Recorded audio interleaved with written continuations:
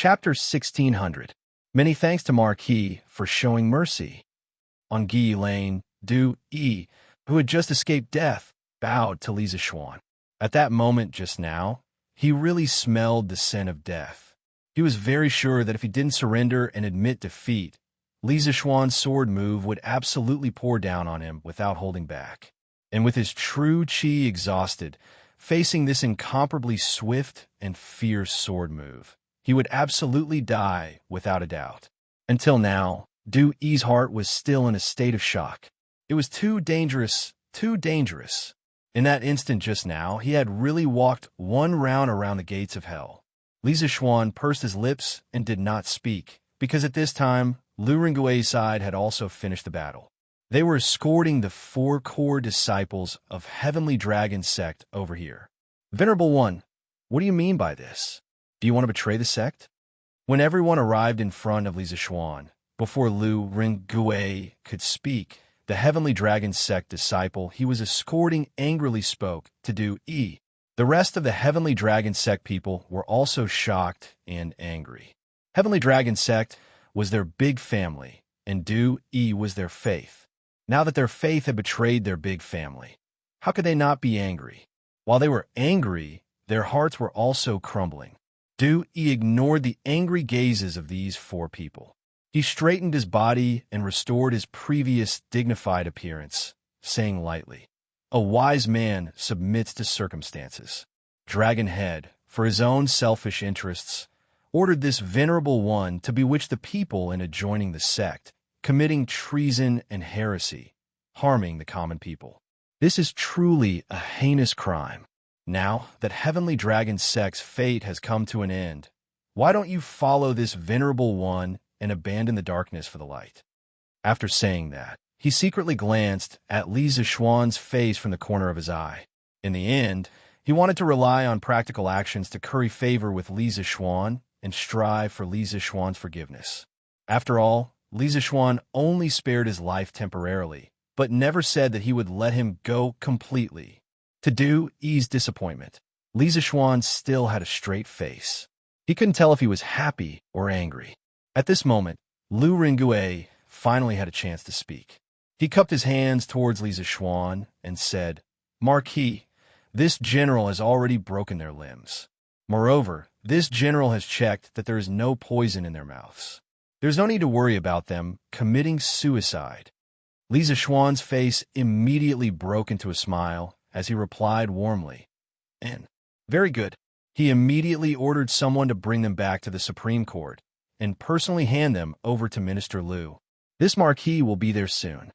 Lu Rengui cupped his fists and accepted the order. This general obeys.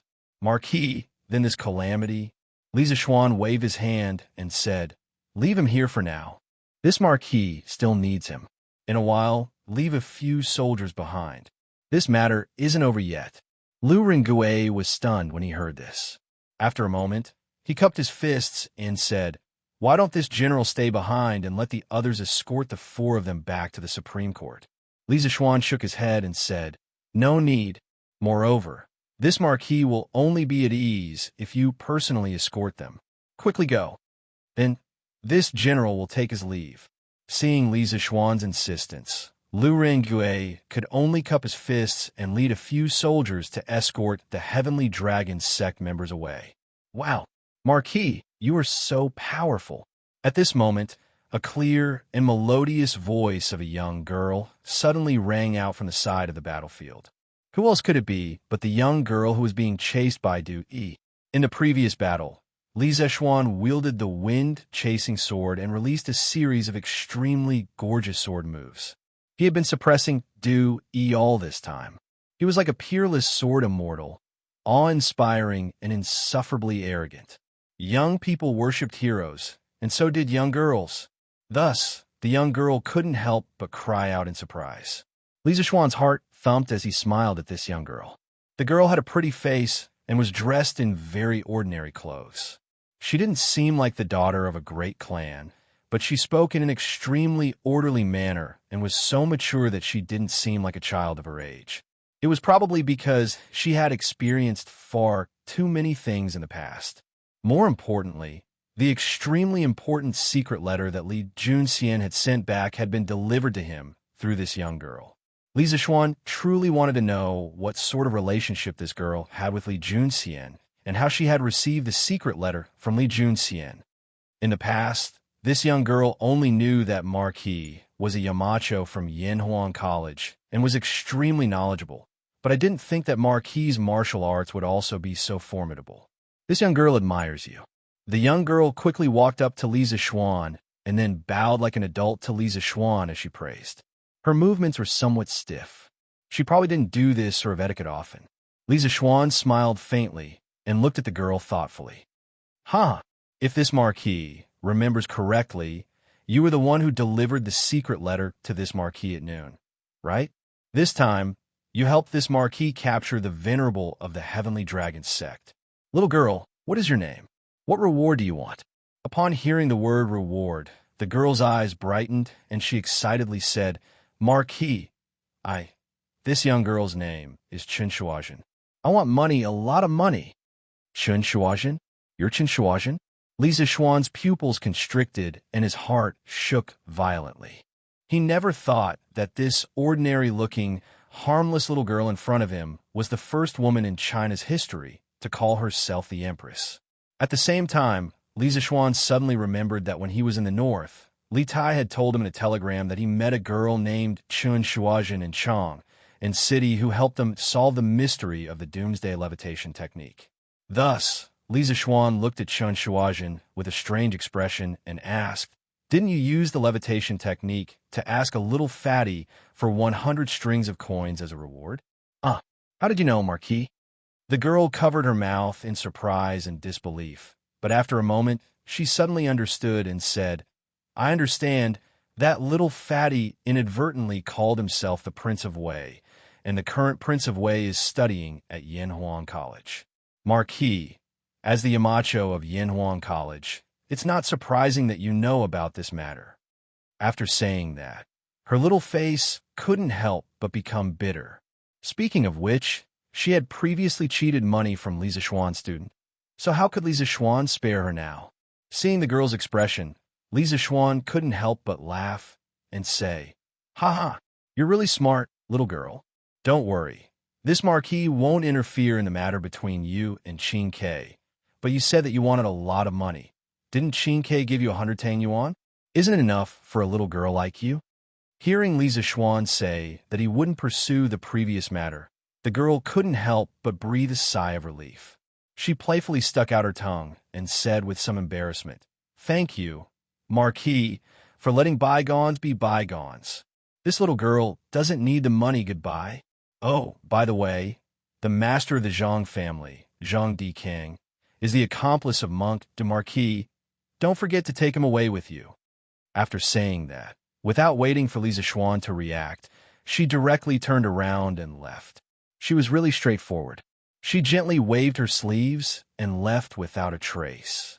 Seeing this, Li Zishuan didn't force her to stay. After pondering for a moment, he ordered a soldier beside him. Follow her and see where Chen Shuazhen lives and whether she has encountered any difficulties.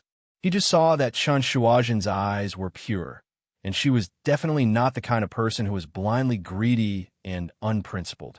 He thought that the reason why Chen Shuazhen kept saying money, money, money was very likely that she had encountered some difficulties that made her so obsessed with money. Yes, Marquis. The soldier received the order and left. Li Zishuan looked at Du Yi and said in an unfriendly tone, Du, you heard what the little girl said just now. I heard that you have an accomplice. Quickly lead the way. Yes, Marquis, this poor monk will lead the way for you. Dewey couldn't help but break out in a cold sweat. He knew who Chen Shuazhen was talking about. At this moment, he didn't dare to delay and hurriedly responded with a bow. After saying that, Dewey dragged his injured body and led Li Zishuan and the others to the Zhang family's house. Bang, bang, bang. Open the door. Quickly open the door. After a while, they arrived at the door of the Zhang family's house. The right guard soldier beside, Li Zishuan hurriedly stepped forward and knocked on the door. Soon, the door was opened, and a young man who looked like a servant walked out. He was just about to complain when he saw the right guard soldiers in armor outside the door. He was suddenly shocked, and his attitude immediately became much better. He asked, "You, who are you? Why do you come to the Zhang family?" Seeing that the servant obviously didn't know Du Yi, it meant that Master Zhang had done a good job of keeping secrets. Li Zixuan didn't want to waste time with the servant. He nodded to the soldier beside him. The soldier stepped forward and directly pushed the servant aside and said loudly, "The imperial court is arresting a fugitive. Unrelated people, please leave."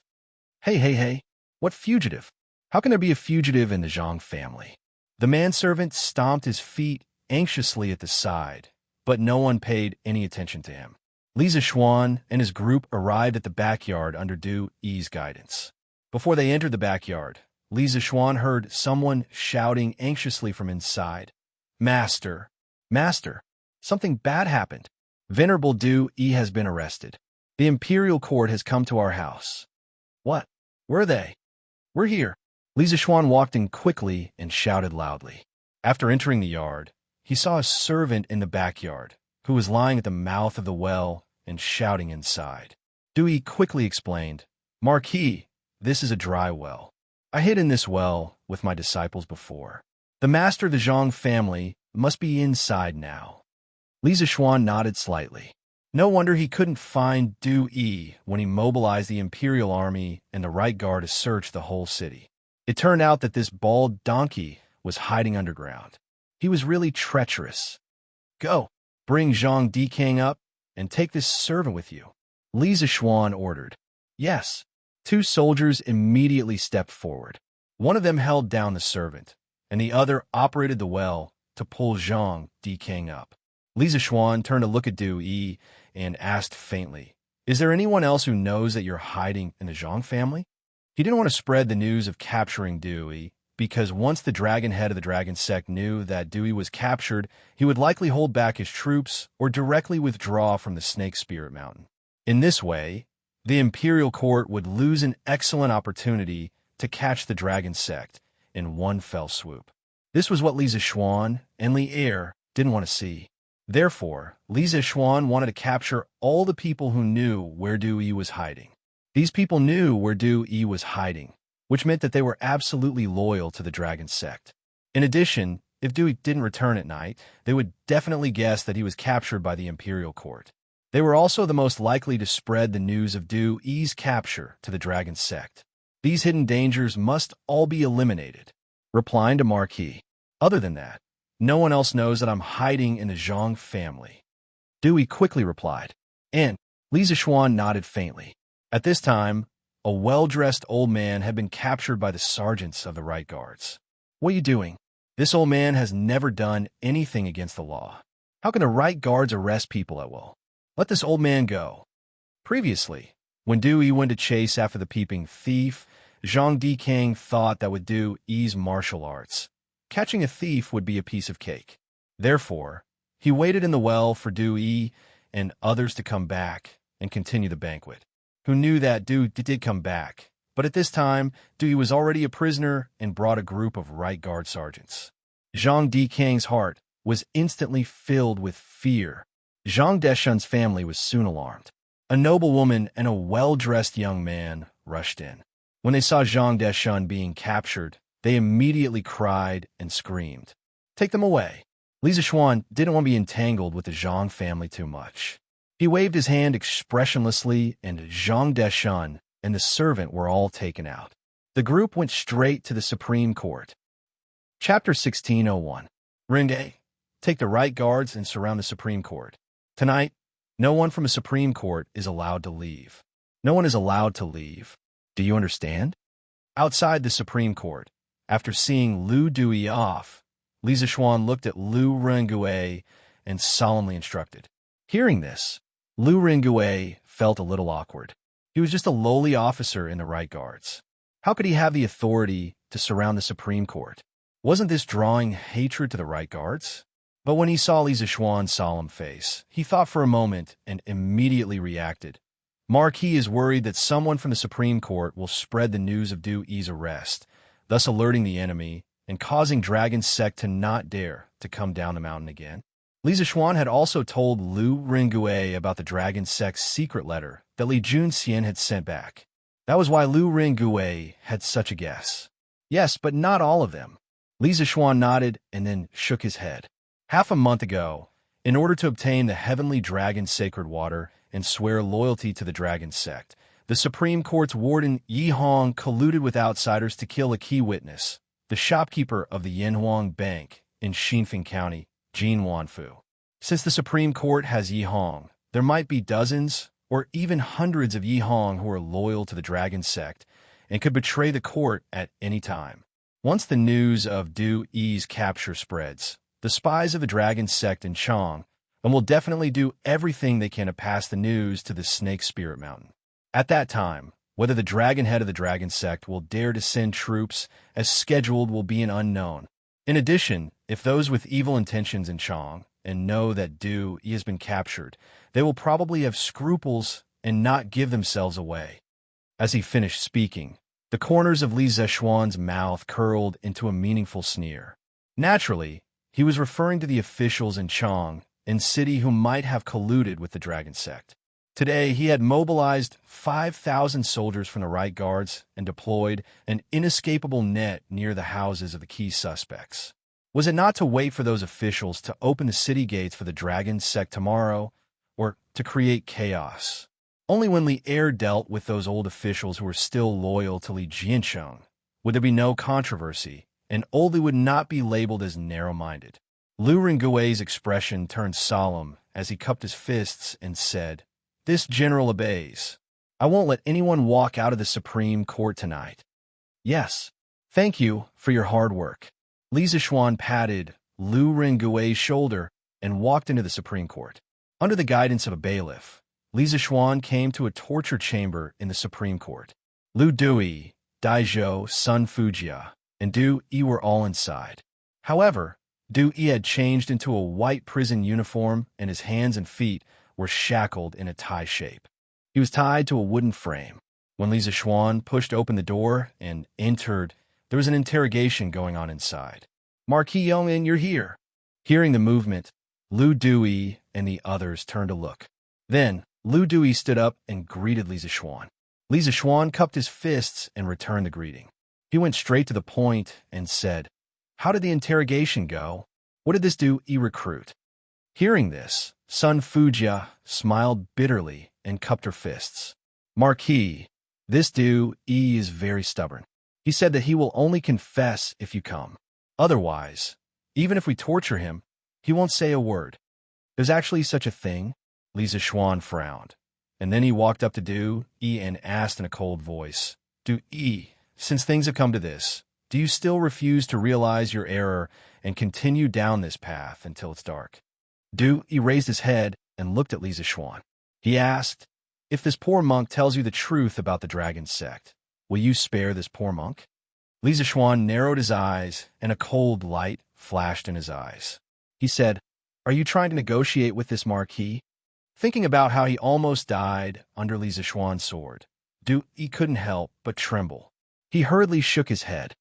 "This poor monk only wants to find a way to live. I hope Marquis Yong and can fulfill my wish. You don't have the right to negotiate with this marquis." Li Zixuan turned around and said indifferently with his hands behind his back, "Even if you don't say anything, the dragon sect will still be defeated when they attack Chang and city tomorrow.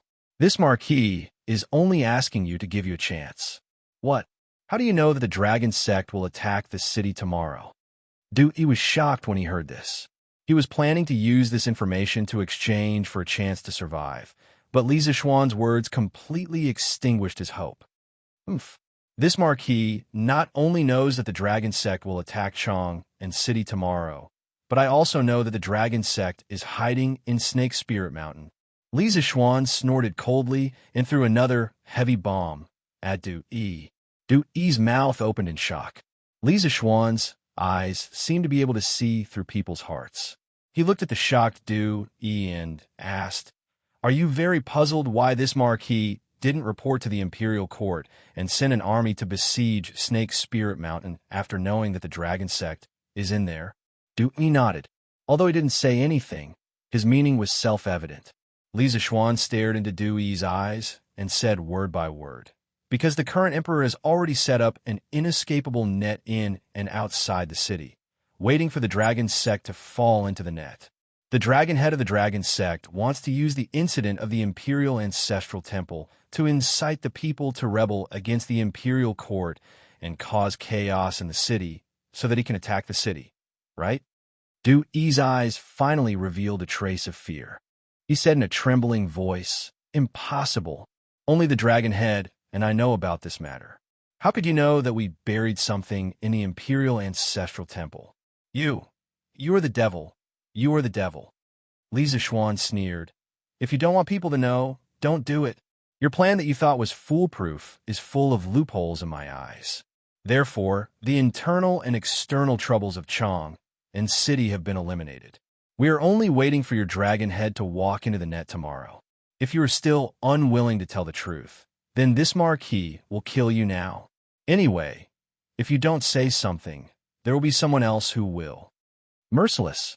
Li Zixuan's words mercilessly destroyed all the thoughts in Du Yi's heart. He stared at Li Zixuan, his eyes revealing shock, fear, and unwillingness. Yes, he was unreconciled.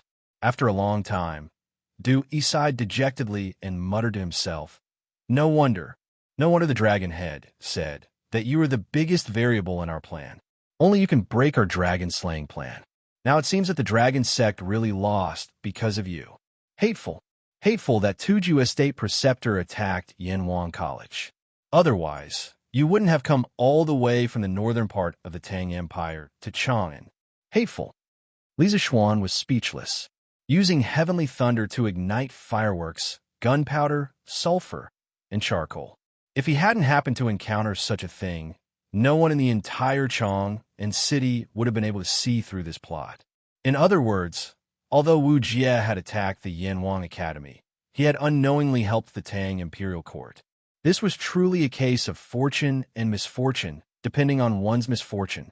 Lu Duri, Dai Zhou, and Sun Fujia couldn't help but open their mouths. At this moment, their hearts were filled with joy. Of course, it wasn't because Yanhuang College was attacked by Wuxia, but because Li Zixuan returned before the Dragon Sex plot.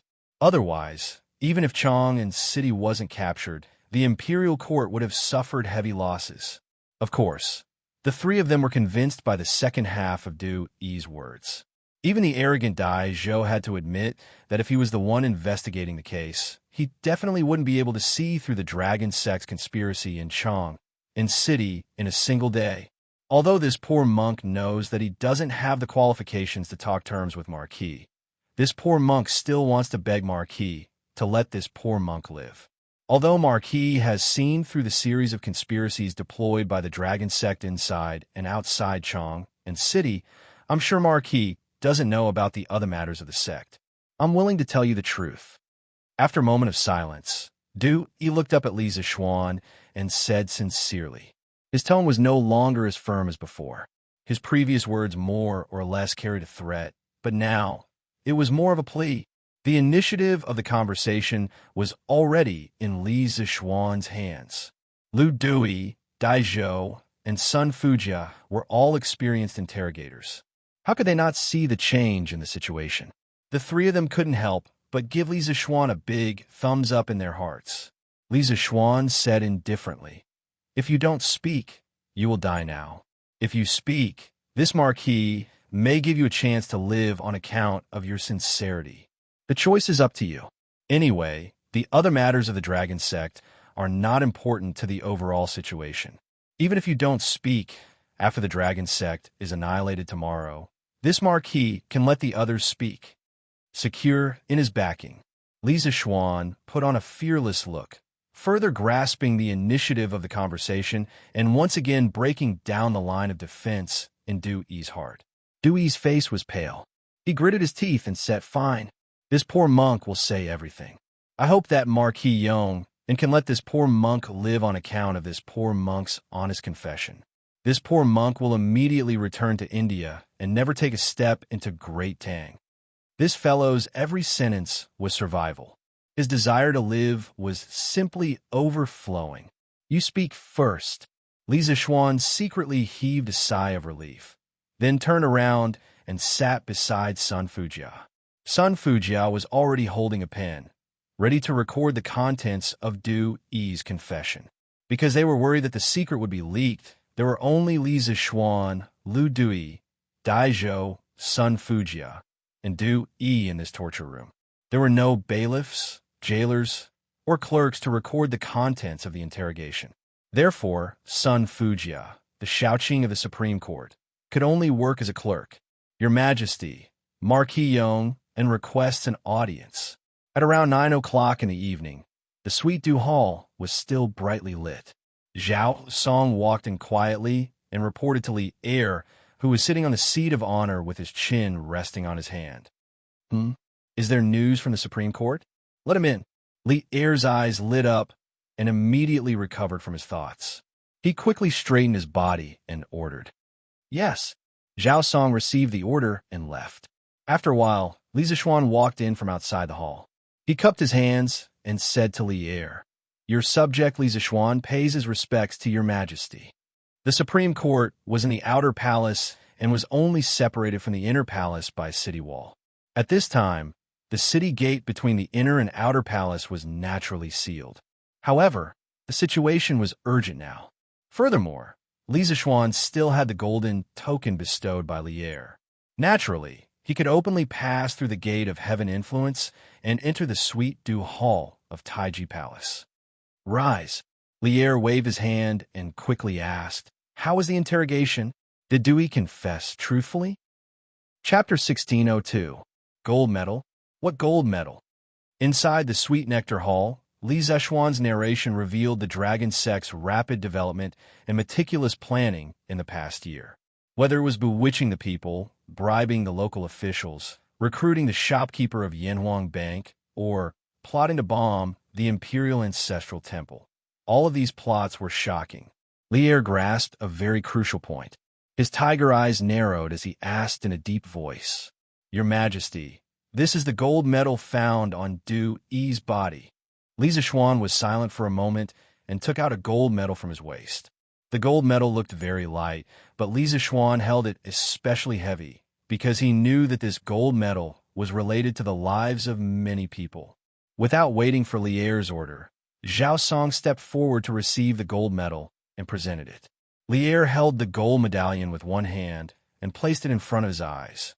His face immediately sank as he saw the words East Palace written on the gold medallion. Beside it was a small line of words, Wuda Yuan Year System. In the first year of Wuda, Yuan Huaji killed Sui Yang Emperor Yangguang in Jiangdu. Not long after, Sui Gong Emperor Yang Yu gave up the throne to Li Yuan. After Li Yuan became emperor, he made Li Jian the crown prince. Since then, Li Jiansheng had officially become the first master of the Great Tang Eastern Palace. This was an Eastern Palace gold medallion from the first year of Wuda. The hidden meaning behind this was something that anyone with a bit of knowledge could understand. It was precisely because this case involved King Shi Li Jiansheng that the entire Supreme Court was now under the joint control of Lu Dui and Li Zixuan. Outsiders were not allowed to enter, and those inside were not allowed to leave. Even Lu Dui did not return home tonight. Everything would have to wait until tomorrow morning for the Dragon Sect to attack the city. According to Du Yi, the Dragon Sect has a total of 3 of these gold medals. They are respectively kept by the Dragon Head, the Judge, and him. Li Er's face was as calm as water. Li Zixuan cupped his hands and added, Who is the Dragon Head of the Dragon Sect? After a long while, Li Zixuan put down the command token. His eyes emitted a cold light as he suddenly looked at Li Zixuan and asked in a deep voice. Li Zixuan cupped his fists and replied, Replying to your Majesty, he said that he didn't know the name of their dragon head, nor his identity. This was because the dragon head of Heavenly Dragon Sect had never shown his true face to anyone. The people of Heavenly Dragon Sect only addressed him as Dragon Head, but no one knew his name or his origin. Li Er was slightly disappointed when he heard this. His gaze gradually turned cold. He paused and said, No matter what, the dragon head of the Heavenly Dragon Sect must be related to King Shi, Investigate. I want to know the identity of the Heavenly Dragon Sect's Dragon Head. If possible, we'll fight the Heavenly Dragon Sect tomorrow and capture him alive. Li Zishuan cupped his fists and accepted the order. This subject obeys the decree. The hall fell into silence. Although Li Er and Li Xianxia were brothers, the two brothers fought each other to the death for the throne. In today's Tang Empire, the name Li Xianxia had long become a taboo. No one dared to mention this name in front of Li Er. Now, because of the Eastern Palace's gold medallion, the name of King Shi, Li Xianxia, once again appeared in the palace. However, for the dragon head of Heavenly Dragon Sect, it was not a good thing. Replying to Your Majesty, this time Du Yi sneaked into Chong and city with this gold medallion and visited the main officials of King Shi's faction in Chong City. Among them were 24 officials, 6 generals in the army, and 7 eunuchs in the palace. This subject has a list of names. Please take a look. The hall was silent for a while. Li Zishuan took out a piece of paper filled with words from his sleeve and handed it over to Zhao Song. This light piece of paper carried the future of dozens of people. It could not be said that it was not heavy. Li Er took the paper and placed it on the dragon table. Then, he narrowed his eyes and looked at it carefully. Gold medallion? What gold medallion? In the Sweet Dew Hall, Li Zishuan explained the rapid development and meticulous planning of the Heavenly Dragon Sect over the past year. Whether it was bewitching the people, bribing local officials, recruiting the manager of the Yanhuang Bank, or plotting to bomb the Imperial Ancestral Temple, all of these schemes were shocking to the eye. Li Er grasped a very crucial point. His eyes focused as he asked in a low voice, Your Majesty, this is the gold medallion found on Du Yi's body. After a moment of silence, Li Zishuan took out a gold medallion from his waist. The gold medallion seemed very light, but it was especially heavy in Li Zishuan's hands. This was because he knew that this gold medallion concerned the lives of many people. Without waiting for Li Er's order, Zhao Song stepped forward to take the gold medallion and presented it. Li Er held the gold medallion with one hand and looked at it in front of his eyes. His face immediately sank. On the gold medallion were the words East Palace, and beside it was a small line of words Wuda Yuan Year. In the first year of Wuda, Yuan Huaji killed Emperor Yangguang of Sui in Jiangdu. Not long after, Emperor Gong of Sui, Yang Yu, abdicated the throne to Li Yuan. After Li Yuan became emperor, he made Li Jian the crown prince. From then on, Li Jianxing officially became the first master of the East Palace of Tang Dynasty. A gold medallion from the first year of Wuda. The hidden meaning behind this could be understood by anyone with a bit of knowledge. It was precisely because the case involved King Shi Li Jianxing that the entire Supreme Court was now under the joint control of Lu Dui and Li Zishuan. Outsiders were not allowed to enter, and those inside were not allowed to leave. Even Lu Dui, the minister of the Supreme Court, did not return home tonight. Everything would have to wait until the next morning when the Heavenly Dragon Sect attacked the city. According to Du Yi, the Heavenly Dragon Sect has a total of 3 gold medallions. They are respectively kept by the Dragon Head, the Judge, and him. Li Zishuan's face was gloomy, while Li Zishuan added, Who is the Dragon Head of the Heavenly Dragon Sect? After a long while, Li Zishuan put down the gold medallion. His eyes emitted a cold light as he suddenly looked at Li Zishuan and asked in a deep voice. Li Zishuan cupped his hands and replied, Replying to Your Majesty, Du Yi also said that he didn't know the name of their dragon head, nor his identity. This was because the dragon head of the Heavenly Dragon Sect had never shown his true face to anyone. The Heavenly Dragon Sect's people only addressed him as Dragon Head, but no one knew his name or his origin. Li Zishuan was slightly disappointed when he heard this. His eyes gradually turned cold. After a pause, he said, In any case, the dragon head of the Heavenly Dragon Sect must be related to King Shi. Investigate. I want to know the identity of the dragon head of the Heavenly Dragon Sect. If possible, tomorrow when we fight with the Heavenly Dragon Sect, capture him alive. Li Zishuan cupped his fists and said, This subject obeys Your Majesty. The hall fell into silence. Although Li Zishuan and Li Jiansheng were brothers, for the sake of the throne, these two brothers fought to the death. In today's Tang Empire, the name Li Jiansheng had long become a taboo. No one dared to mention this name in front of Li Zishuan. Now, because of a gold medallion from the Eastern Palace, the name of King Shi Li Jiansheng once again appeared in the Imperial Palace. However, for the dragon head of the Heavenly Dragon sect, it was not a good thing. Replying to your majesty, this time Du Yi sneaked into Chong and city with this gold medallion and visited the main officials of King Shi's faction in Chong City. Among them were 24 officials, 6 generals in the army, and 7 eunuchs in the Imperial Palace. This subject has a list here. Please take a look. The hall was silent for a while.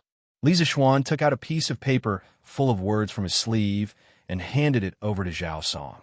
This light piece of paper carried the future of dozens of people. It could not be said that it was not heavy. Li Zishuan took the paper and placed it on the dragon table. Then, he narrowed his eyes and looked carefully. Gold medallion? What gold medallion? In the Sweet Dew Hall, Li Zishuan explained the rapid development and careful planning of the Heavenly Dragon sect over the past year. Whether it was bewitching the people, bribing local officials, taking the shopkeeper of the Yanhuang Bank, or plotting to bomb the Imperial Ancestral Temple, all of these schemes were shocking. Li Zishuan grasped a very crucial point. His eyes focused as he asked in a low voice, "Your Majesty, this is the gold medallion found on Du Yi's body." After a moment of silence, Li Zishuan took out a gold medallion from his waist. The gold medallion seemed very light, but it was especially heavy in Li Zishuan's hands. This was because he knew that this gold medallion concerned the lives of many people. Without needing Li Zishuan's order, Zhao Song stepped forward to take the gold medallion and presented it. Li Zishuan held the gold medallion with one hand and looked at it in front of his eyes. His face immediately sank. On the gold medallion were the words Eastern Palace, and beside it was a small line of words Wuda Yuan Year System. In the first year of Wuda, Yuan Huaji killed Sui Yong Emperor Yongguang in Jiangdu. Not long after, Sui Gong Emperor Yongyu abdicated the throne to Li Yuan. After Li Yuan became emperor, he made Li Jian the crown prince.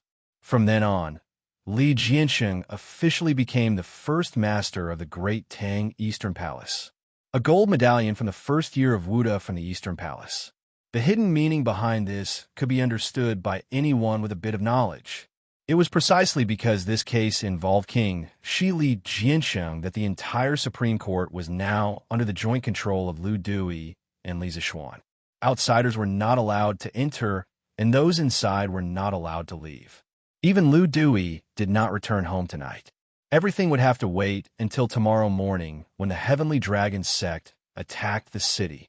According to Du Yi, the Heavenly Dragon sect has a total of 3 gold medallions. They are respectively kept by the Dragon Head, the Judge, and him. Li Zishuan's face was gloomy like water. Li Zishuan cupped his hands and added, "Who is the Dragon Head of the Heavenly Dragon sect?" After a long while, Li Zishuan put down the gold medallion. His eyes emitted a cold light. He suddenly looked at Li Zishuan and asked in a deep voice. Li Zishuan cupped his hands and replied, "Replying to your Majesty, he also said that he didn't know the name of their dragon head, nor his identity. This was because the dragon head of the Heavenly Dragon sect had never shown his true face to anyone. The Heavenly Dragon sect's people only called him Dragon Head, but no one knew his surname, his name, or his origins." Hearing this, Li Zishuan was slightly disappointed. His eyes gradually turned cold. After a pause, he said, "In any case, the dragon head of the Heavenly Dragon sect must be related to King Shi. Investigate. I want to know the identity of the dragon head of the Heavenly Dragon sect. If possible, tomorrow when we fight with the Heavenly Dragon sect, capture him alive."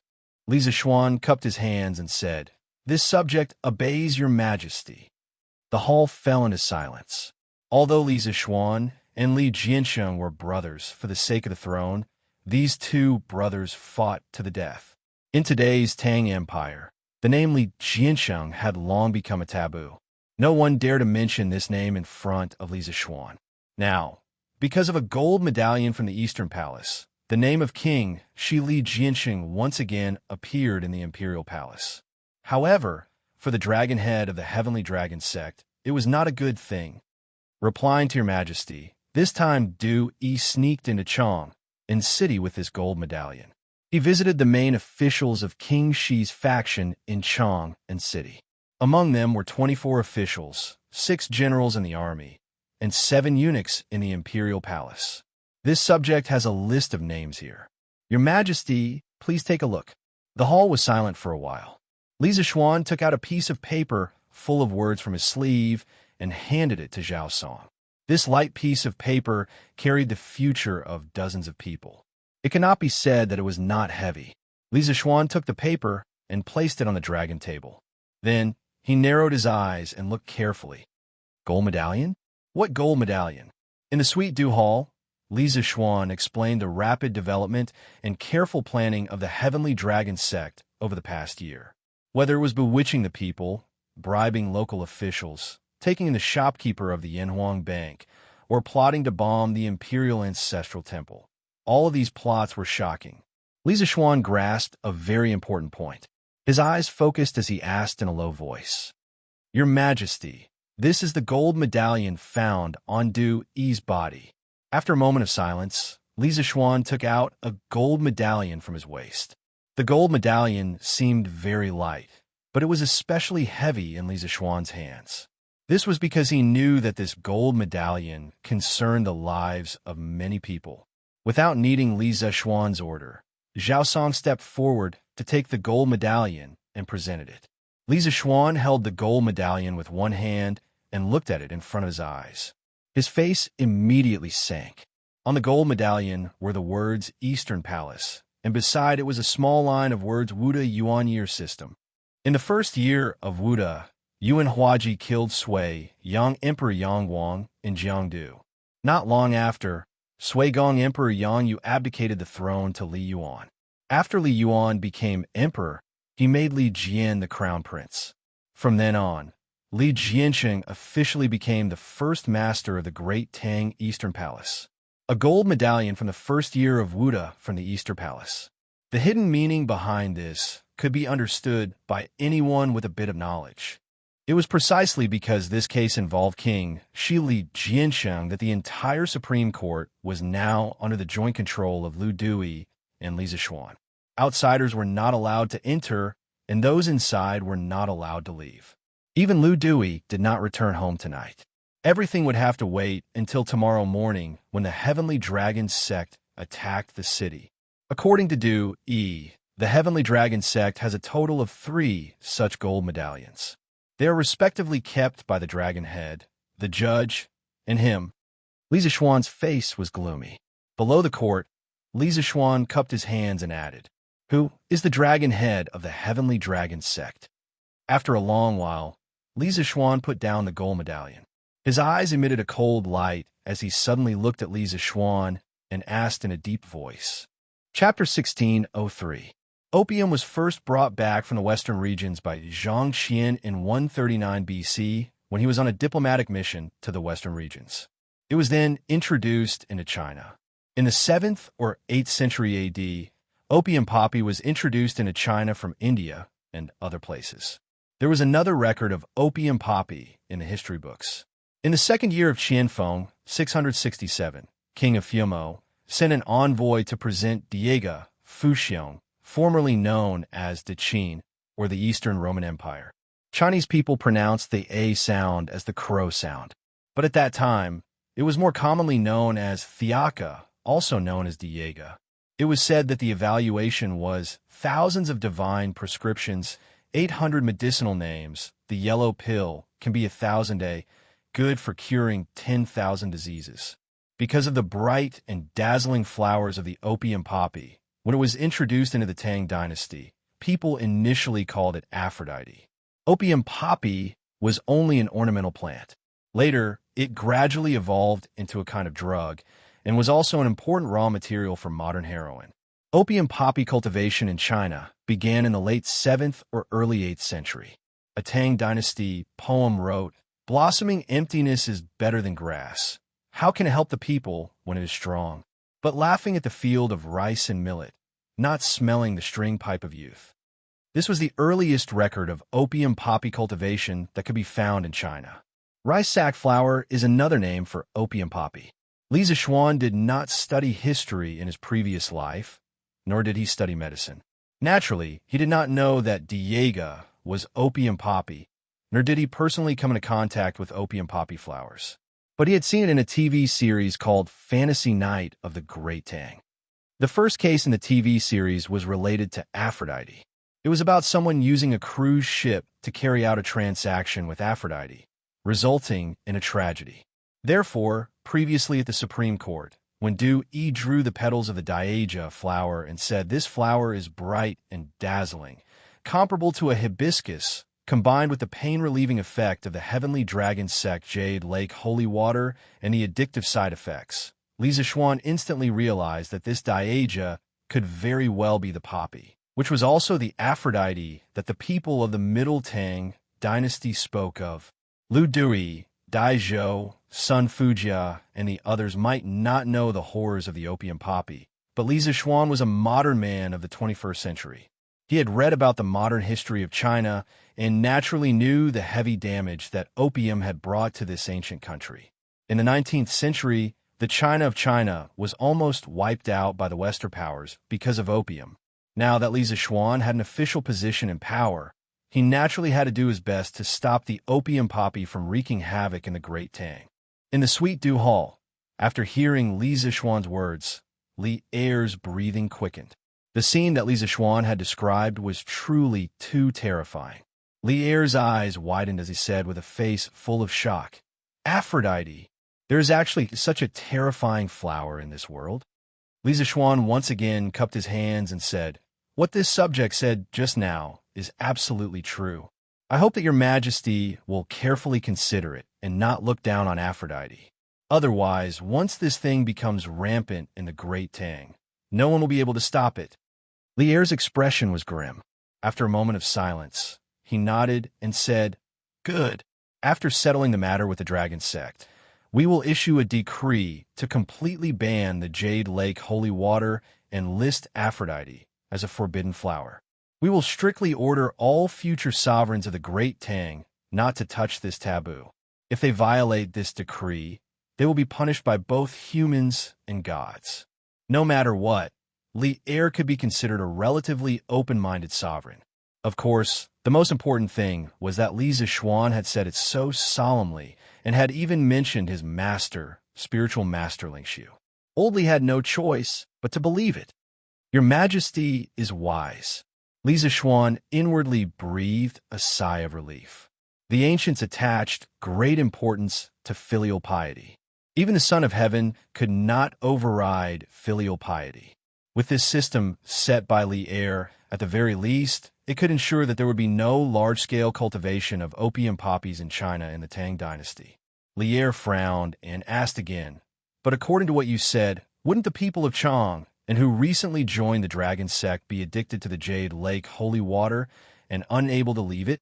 Li Zixuan thought for a moment and shook his head. "Probably not. According to Du Yi, there was a limited amount of Yaoqi holy water, but there were tens of thousands of Heavenly Dragon Sect members. Therefore, not every Heavenly Dragon Sect disciple could get Yaoqi holy water every day. Even their inner disciples could only get a bowl every once in a while.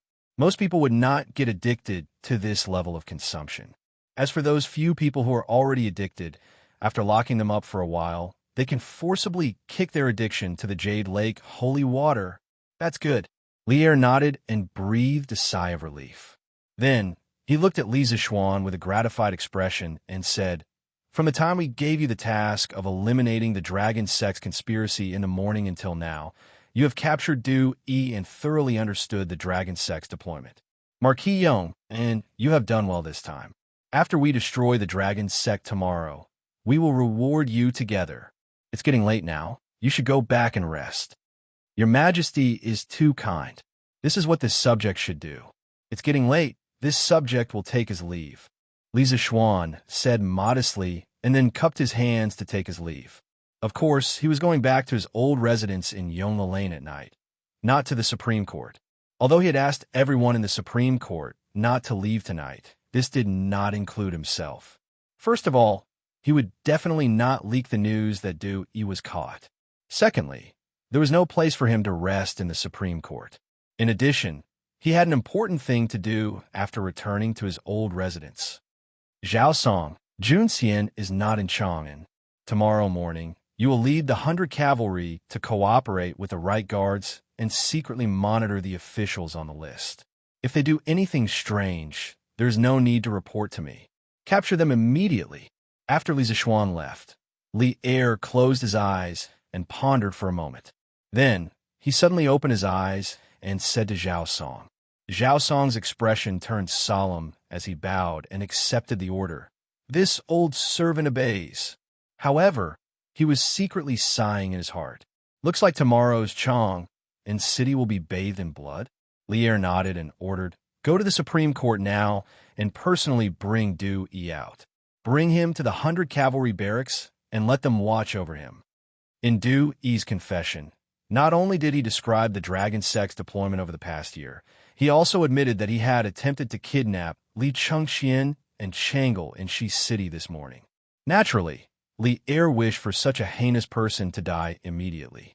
However, Du Yi was a crucial witness in the current situation of Chang. Li Er did not want him to die immediately. To ensure his safety, Li Er had no choice but to let Zhao Song bring him to the 100 Cavalry Department. After all, in today's turbulent situation, the only army in Chang and city that Li Er could absolutely trust was the 100 Cavalry Barracks. Understood. Zhao Song cupped his hands in acknowledgement and then turned to leave the hall for the Supreme Court. Chapter 1604. Is there still no news of Du Yi in Chang'an? The dragon head of the dragon sect asked in a low voice as he sat in a hut in the middle of the Snake Spirit Mountain. Other than him, the only other person in the room was the finger-breaker magistrate, Zhang Liang. Therefore, he was definitely asking Zhang Liang this question. Dragon head, the 4 gates of Chang and are still closed. Our men still have no news of the venerable. Zhang Liang bowed. The iron-masked man fell silent. After a while, he said slowly, no news is the best news. This means that Du Yi has not fallen into the hands of the Imperial Court. Otherwise, the Imperial Court would have relaxed the ban. Dragonhead is wise. Zhang Liang could not help but flatter him. The iron-masked man was unmoved.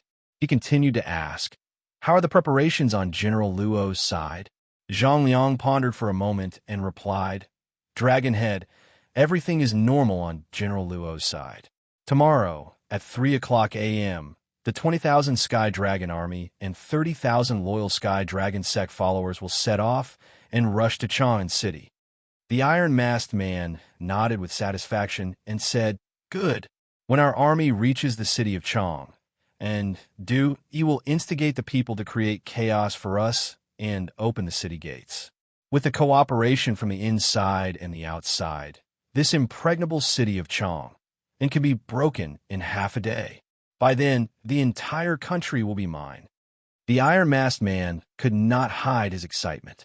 Zhang Liang cupped his hands and said, I congratulate you in advance for your victory and ascension to the throne. Huh, forget it. It's getting late. You should go and rest. There's still a big battle tomorrow.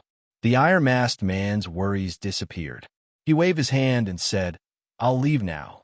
This subordinate will take his leave. Dragonhead should also rest early.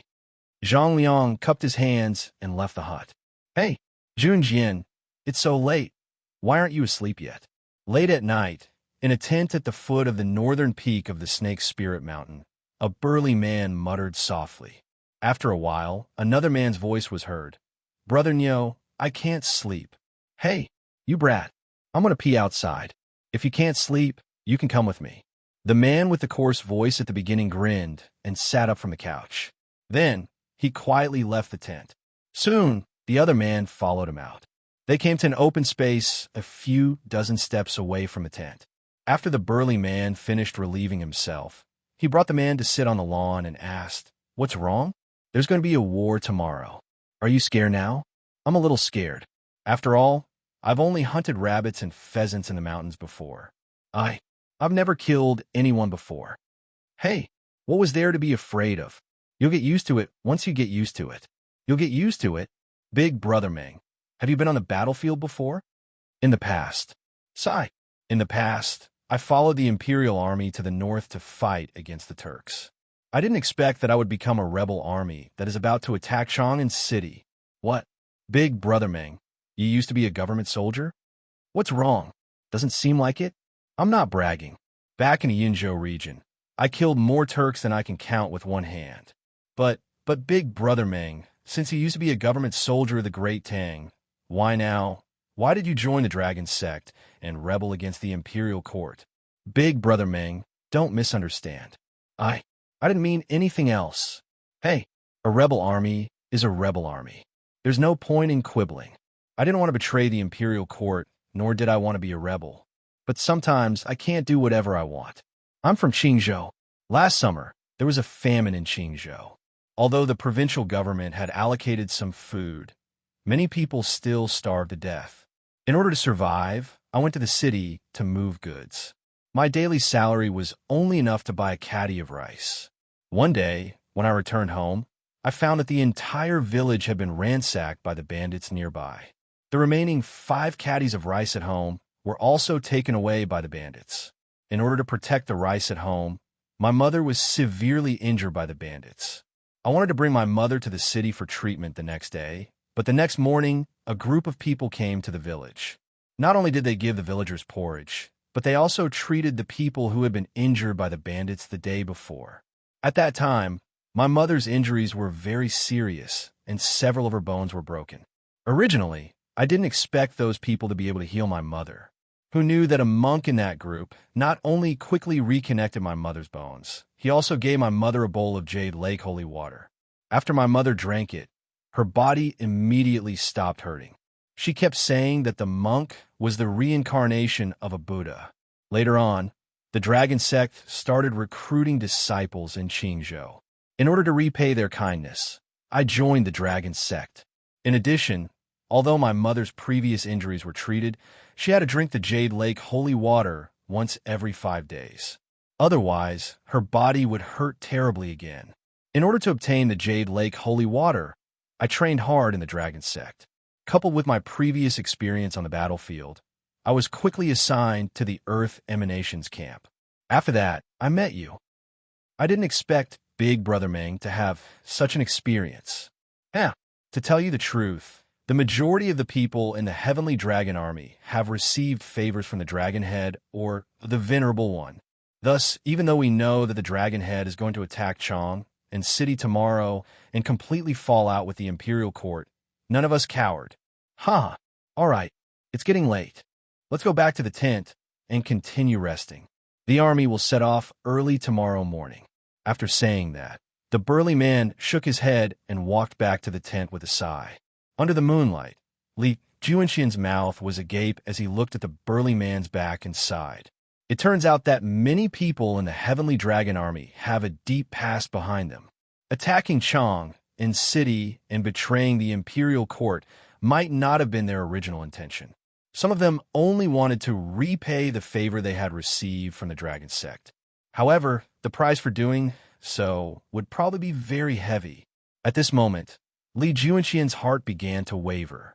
In the past, he had thought that the Dragon Sect were mostly greedy and evil people.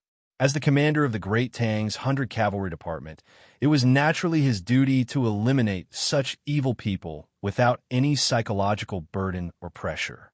However, after hearing the words of the burly man surnamed Meng, he began to waver. Such a loyal and righteous man, especially one who had accomplished great feats for the Great Tang, should not be executed for being a rebel. The next morning, before the sun had even risen, the peak of the Snake's Spirit Mountain and the base of the mountain to the north were bustling with activity. Everyone get up. Focus. After breakfast, the army will set off. Once we take Chang'an City, we won't have to return to this damn place. Chang'an's delicacies, wine, and beauties are all yours to enjoy. The soldiers of the Heavenly Dragon Army and the members of the Dragon Sect were all roused from their dreams. The generals of the various camps were shuttling through the various tents, their voices incessantly berating and brainwashing. Reality proved that the brainwashing of the generals was very successful. Many of them were instantly energized when they heard that Chang'an's delicacies, wine, and beauties are all yours to enjoy. Early in the morning, all of them were brimming with energy and wanted nothing more than a charge into Chang, in city, and fight to the death with the defenders. Since betraying the imperial court was unavoidable, they might as well defeat the imperial court and take over Chang'an. Perhaps they might even become nobles and generals. This was the mindset of the majority of the Dragon Sect members. At the start, when they learned that the dragon head of the Dragon Sect was attacking Chang, and they had been terrified and uneasy.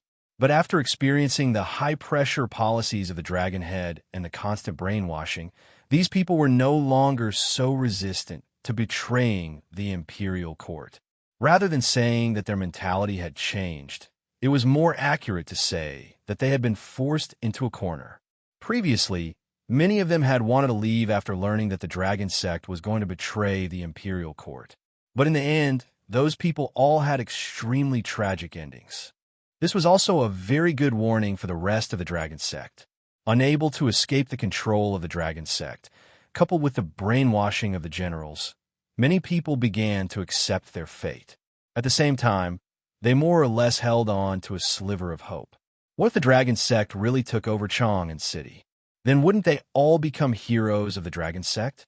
Thinking of this, many of the Dragon Sect members couldn't help but feel their blood boiling.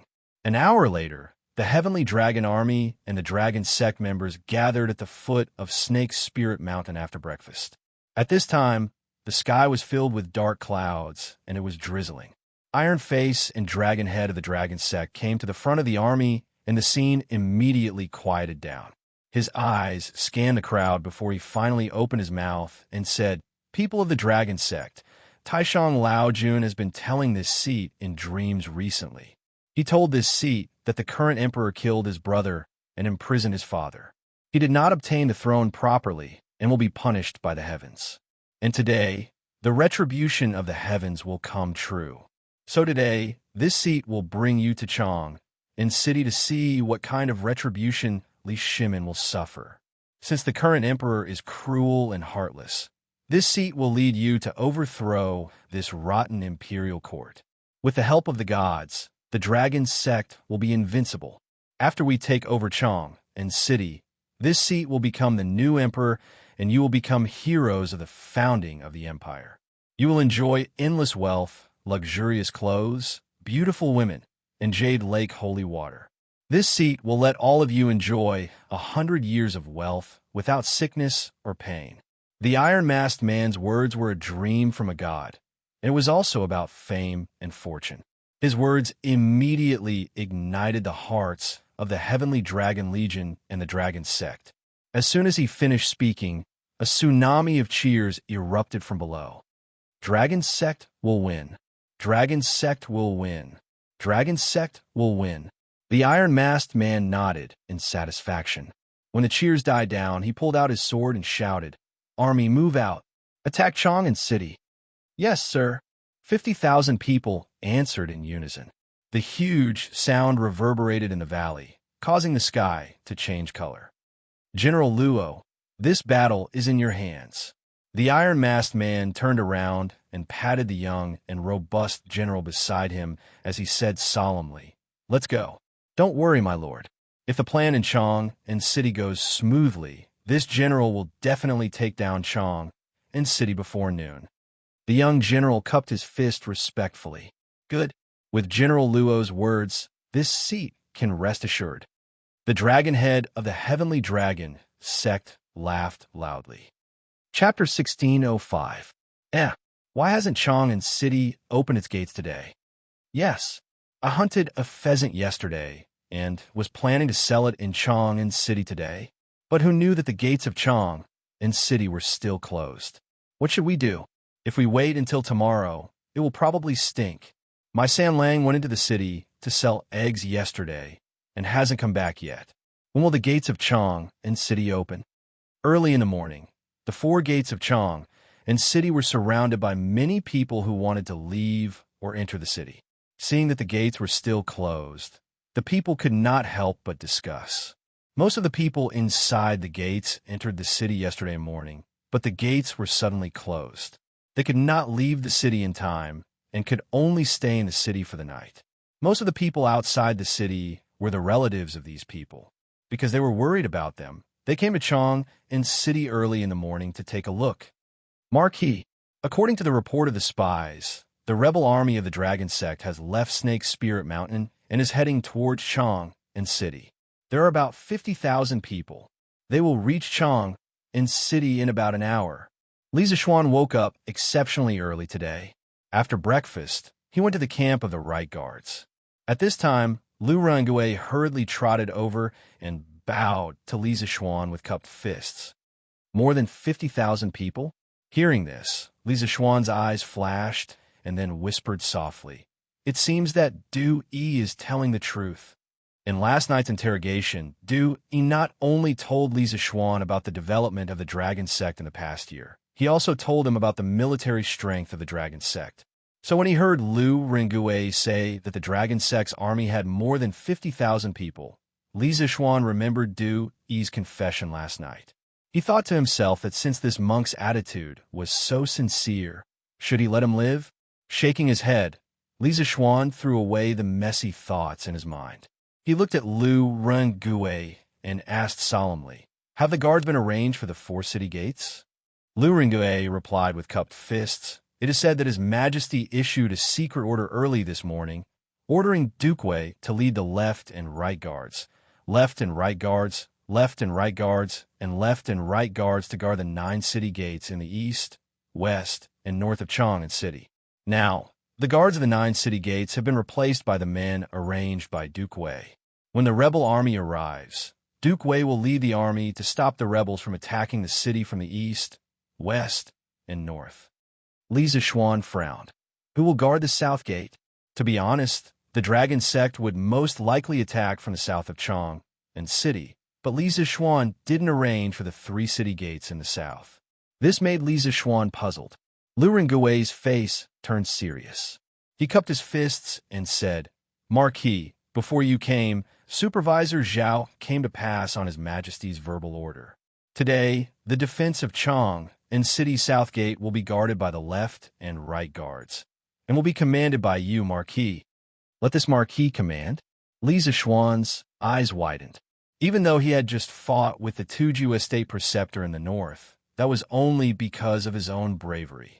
To have him command an army in battle, especially a battle to defend a city, to him, this was the first time he had ever done it. "Yes, Marquis." Lu Rengue nodded his head with certainty. Li Zixuan opened his mouth with a helpless expression, but now that things had come to this, he could only accept his fate. Lu Rengue suddenly thought of something and continued, "That's right, Marquis.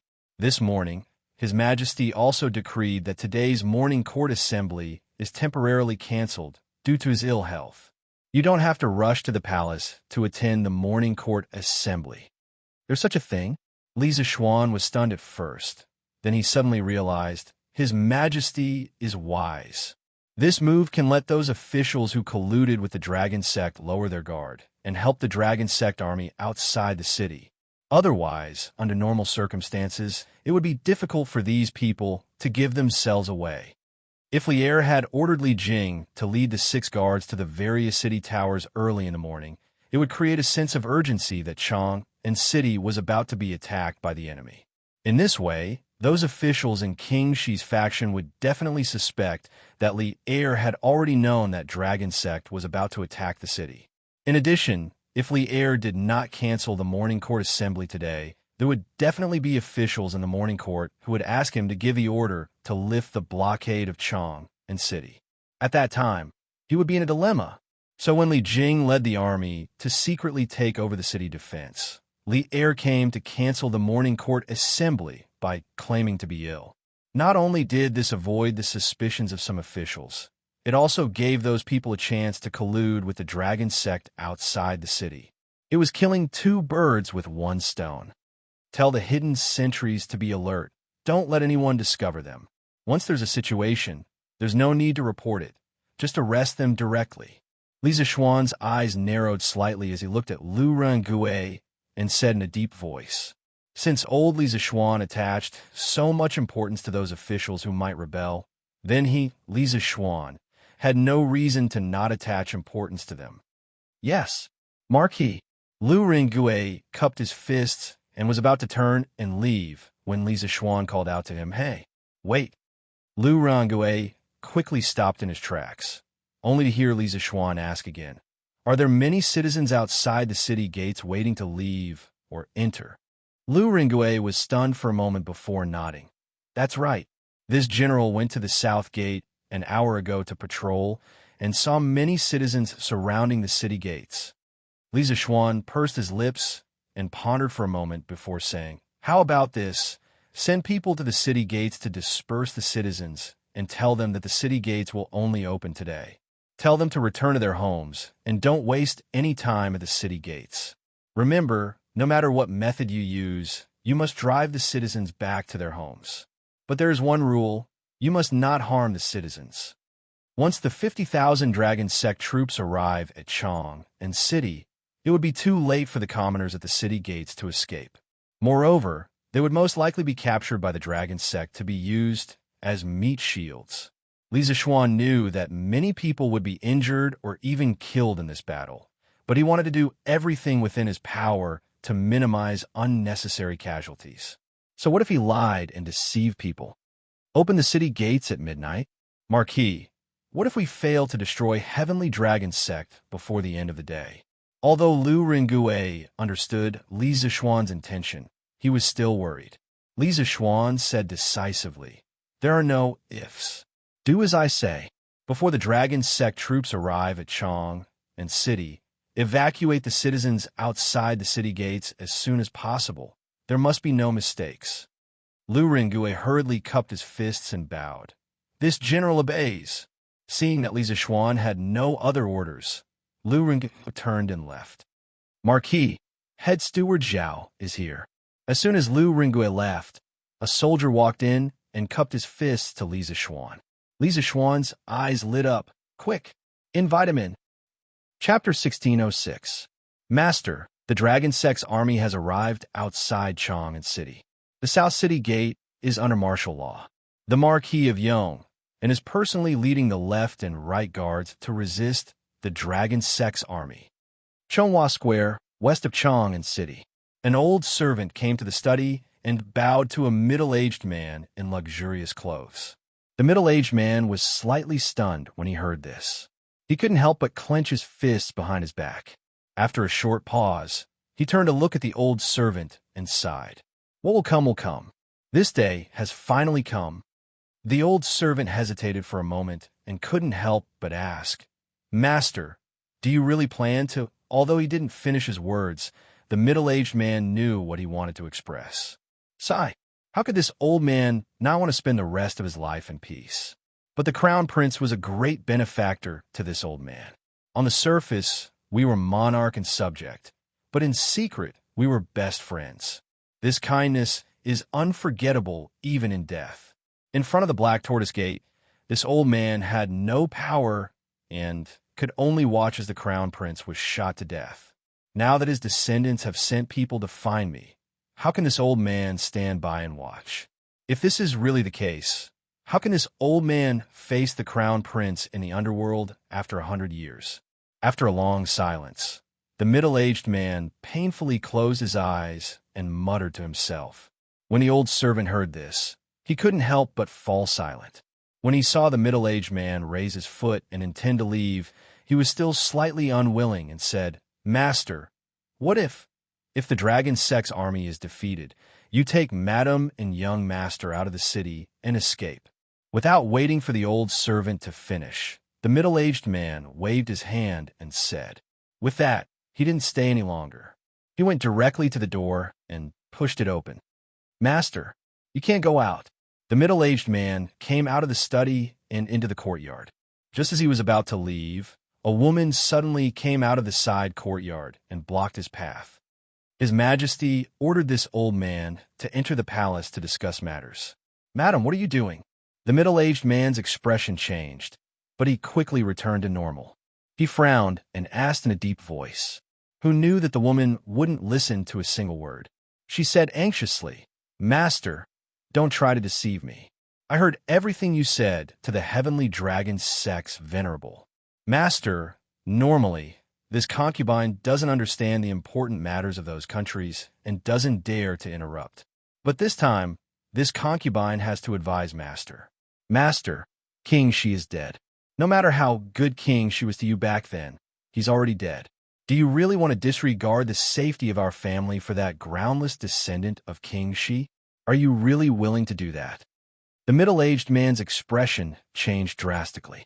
He didn't expect that the conversation between Du, Yi, and him would be overheard by his wife. After a moment of silence, he said in a deep voice, "Madam, you don't understand. Today this old man must go. Get out of the way. As for the price, if the heavenly dragon sect is defeated, take him away from Chang'an." After saying that, he used his hand to push the woman away, intending to forcefully leave. "Master, you can't go. He's still young. Master, you can't do anything stupid." The woman didn't give up. She went forward and hugged the middle-aged man, crying. On the south gate tower of Chang'an City. At this time, Li Zixuan had already arrived, and Zhao Song came with him.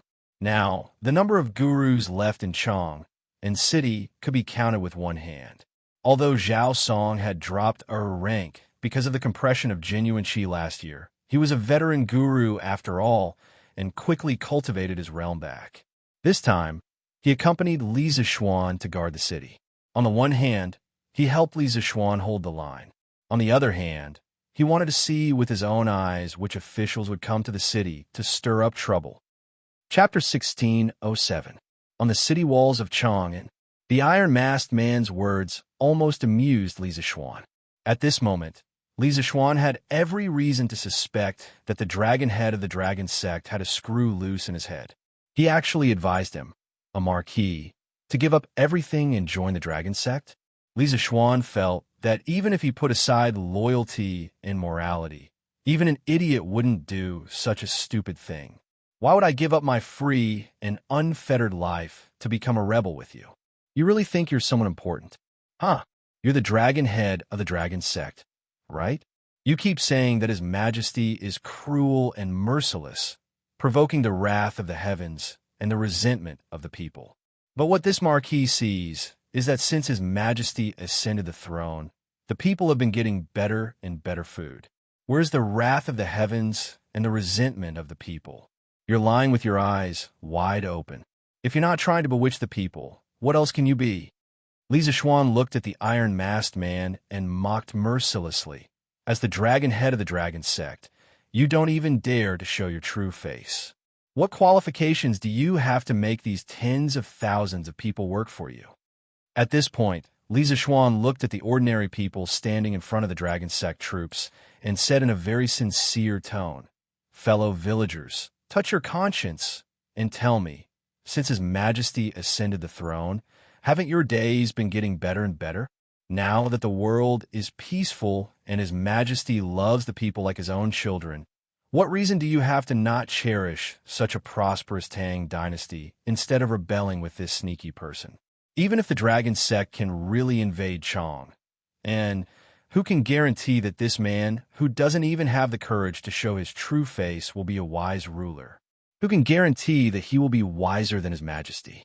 This marquis knows that most of you were bewitched by Du Yi to join Heavenly Dragon sect, but this marquis can tell you with certainty that Du Yi's reincarnation is a lie. His immortal arts are also a lie. As for the Jade Lake holy water that can cure all kinds of diseases and grant immortality after consuming it for a long time, it is also a lie. You want to pursue a high position in the Heavenly Dragon sect. No illness, no disaster, and even immortality. All of these are nothing but lies. All of you are just sacrificial pawns for this person to fight for the world. If you can repent in time and turn over a new leaf, it's still not too late. Shut up. Li Zixuan's provocation caused the Heavenly Dragon sect members to waver even more. The iron-masked man was completely enraged. 3 feet above your head, Marquis Yong and You're distorting black and white, disrespecting the gods. Be careful not to suffer the wrath of the heavens. Also, my heavenly dragon sex jade lake holy water can cure all diseases. This is obvious to all. Don't even think about smearing my heavenly dragon sex name. Hearing this, many of the ordinary heavenly dragon sect members couldn't help nodding secretly, whispering to each other. Dragonhead is right. That day, I saw with my own eyes that Butcher Zhang from Stone Village, who often suffered from leg pain, immediately stopped hurting after drinking the Jasper Lake holy water. And Auntie Zhang from Liujia Village, I heard that her waist immediately stopped hurting after drinking the Jade Lake holy water. Sigh. I joined the Heavenly Dragon sect to get a bowl of Jade Lake holy water so I can bring it back for my mother. Feeling that the scales of victory were tilting towards the Heavenly Dragon sect, the iron-masked man couldn't help but reveal a smug smile. But Li Zishuan on the city gate tower was not the least bit flustered. He calmly said, "Men, bring up the venerable Du-E of the Heavenly Dragon sect." Hearing this, the iron-masked man, Zhang Liang, and General Luo all paled. The rest of the Heavenly Dragon sect members who didn't know the inside story looked curiously at the city gate tower, muttering to themselves, "Why is Du-E in Chang and city and even captured by Li Zishuan?" Under the watchful eyes of the crowd, Du-E was escorted to the city wall by 2 imperial guards under the lead of Zhao Song, who was shackled with iron shackles. The Heavenly Dragon sect's people at the bottom of the city could vaguely see Du-E's shiny forehead. The iron-masked man and General Luo both had excellent eyesight. They quickly recognized that the monk on top of the city gate tower was indeed Du-E. How is this possible? Is Du-E really captured by the imperial court? As he gazed at Du-E, who stood on the city wall, tempestuous waves arose in the iron-masked man's heart. The plan that he'd once thought to be foolproof was now filled with flaws and had been destroyed by Li Zishuan. At this moment, the iron-masked man suddenly felt that he'd fallen into the trap set up by Li Zishuan. "Dragonhead, what should we do?" General Luo couldn't help but whisper. The iron-masked man was silent. Reason told him that now that the plan had failed, they should retreat in time. But he was very unwilling to return without success after so long of planning. Just as he was hesitating, Du-E opened his mouth. Not only did he speak, but his voice was also very loud. It was so loud that it shook the heavens and the earth. This was because Li Zishuan had asked someone to give Du-E a loudspeaker. It was the first-generation loudspeaker that Li Tai had developed in the attack and defense department half a month ago. This poor monk is the venerable Du-E of the Heavenly Dragon sect. Everyone used to think that this poor monk knows magic and is the reincarnation of gods and Buddhas. In fact, those are all fake. Chapter 16:08. What do I do? The dragonhead of the Heavenly Dragon sect is very crafty. When he saw that the situation was bad, he immediately retreated with his army. Should I use this chance to capture him? But he also has that unknown General Luo at his side. What should I do? The rear army of the Heavenly Dragon sect had become the vanguard, and the vanguard had been sent to bring up the rear. The dragonhead had personally led his army in retreat, and this made Li Junxian anxious. For some reason, he had wanted to seize the dragonhead, but in the end, he hadn't put it into action. He didn't know how strong General Luo was, and he wasn't absolutely confident that he could capture the dragonhead under his nose. Even though Li Junxian had been a member of the Celestial Dragon Army for a long time, he had never seen General Luo take action.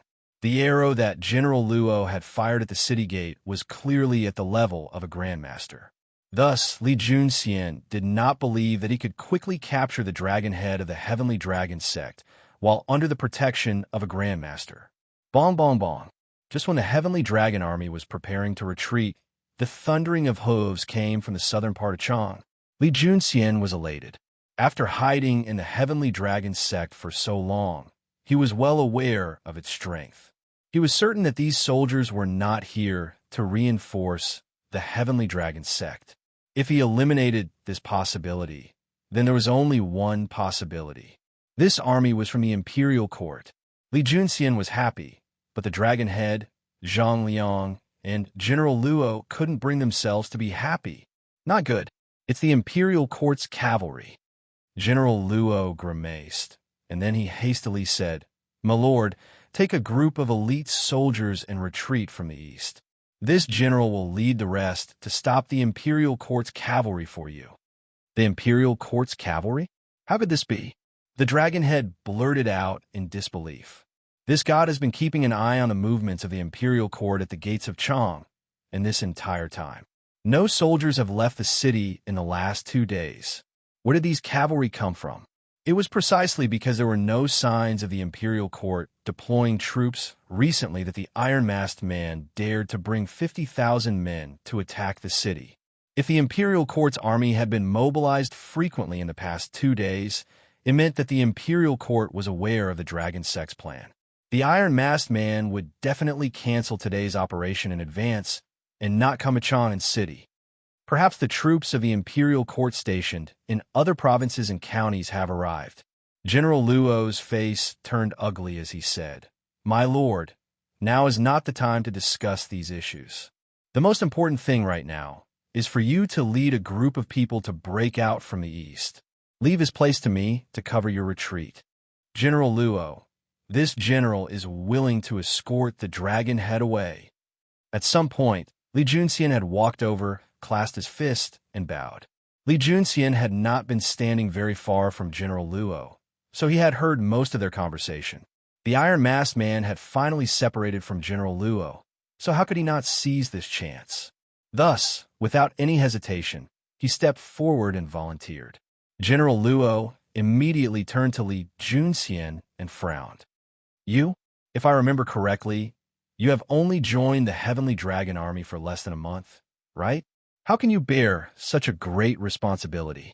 Li Junxian hadn't expected this man, surnamed Luo, to remember a minor character of the Heavenly Dragon sect.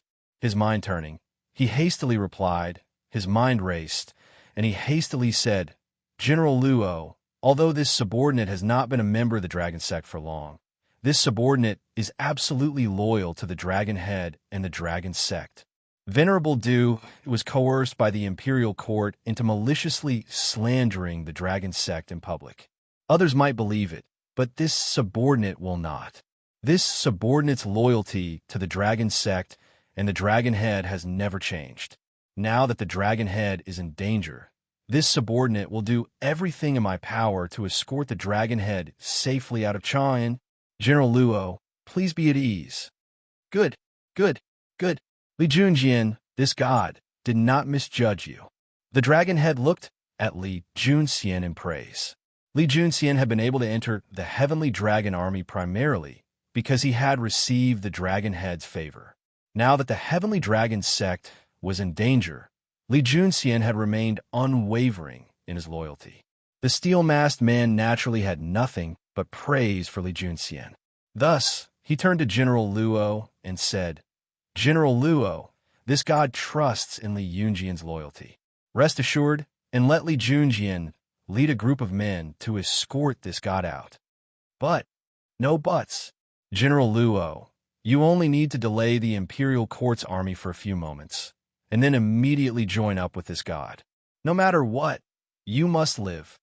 At this point, the current situation did not allow them to hesitate too much.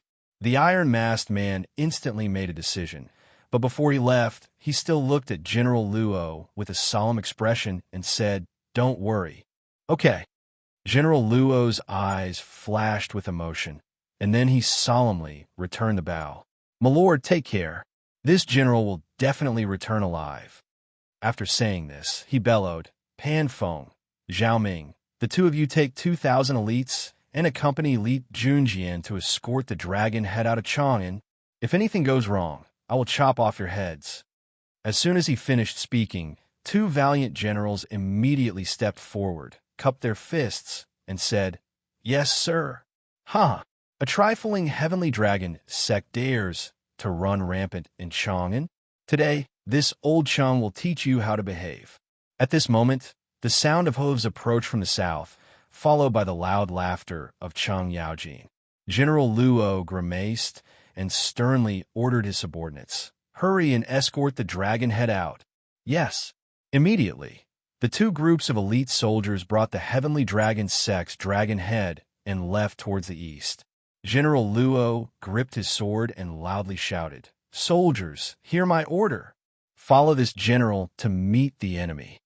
Yes, the Sky Dragon army was indeed a well-trained army. The moment General Luo gave the order, more than 10,000 people responded in unison. Then, they pulled out their swords and got into formation. Under General Luo's lead, they charged towards the 10,000 light cavalry led by Chang Yaojin, Qin Xiong, and Yuqi Jingde. "Huh! How dare you? Let this old Cheng meet you." Cheng Yaojin saw that the rebel army's general actually took the initiative to meet them, and he couldn't help but shout excitedly. He held his lance and charged forward, 10,000 against 18,000. But this old man didn't seem to have the slightest awareness that he was outnumbered.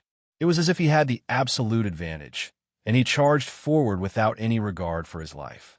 Seeing this, Qin Xiong panicked, but it was clearly impossible to stop Cheng Yaojin at this time.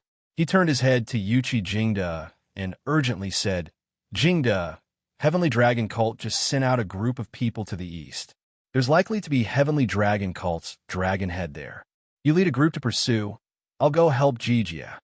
At the end of the day, Qin Xiong was still a little worried about Cheng Yaojin. However, he could not send people to chase after the other group of people from Heavenly Dragon Sect. After thinking about it, he could only make this arrangement. Yuqi Gong also knew that the situation was urgent. Without hesitation, he wiped the rain off his face and replied, "All right, then I'll lead 1,000 light cavalry to chase after the Heavenly Dragon Sect survivors.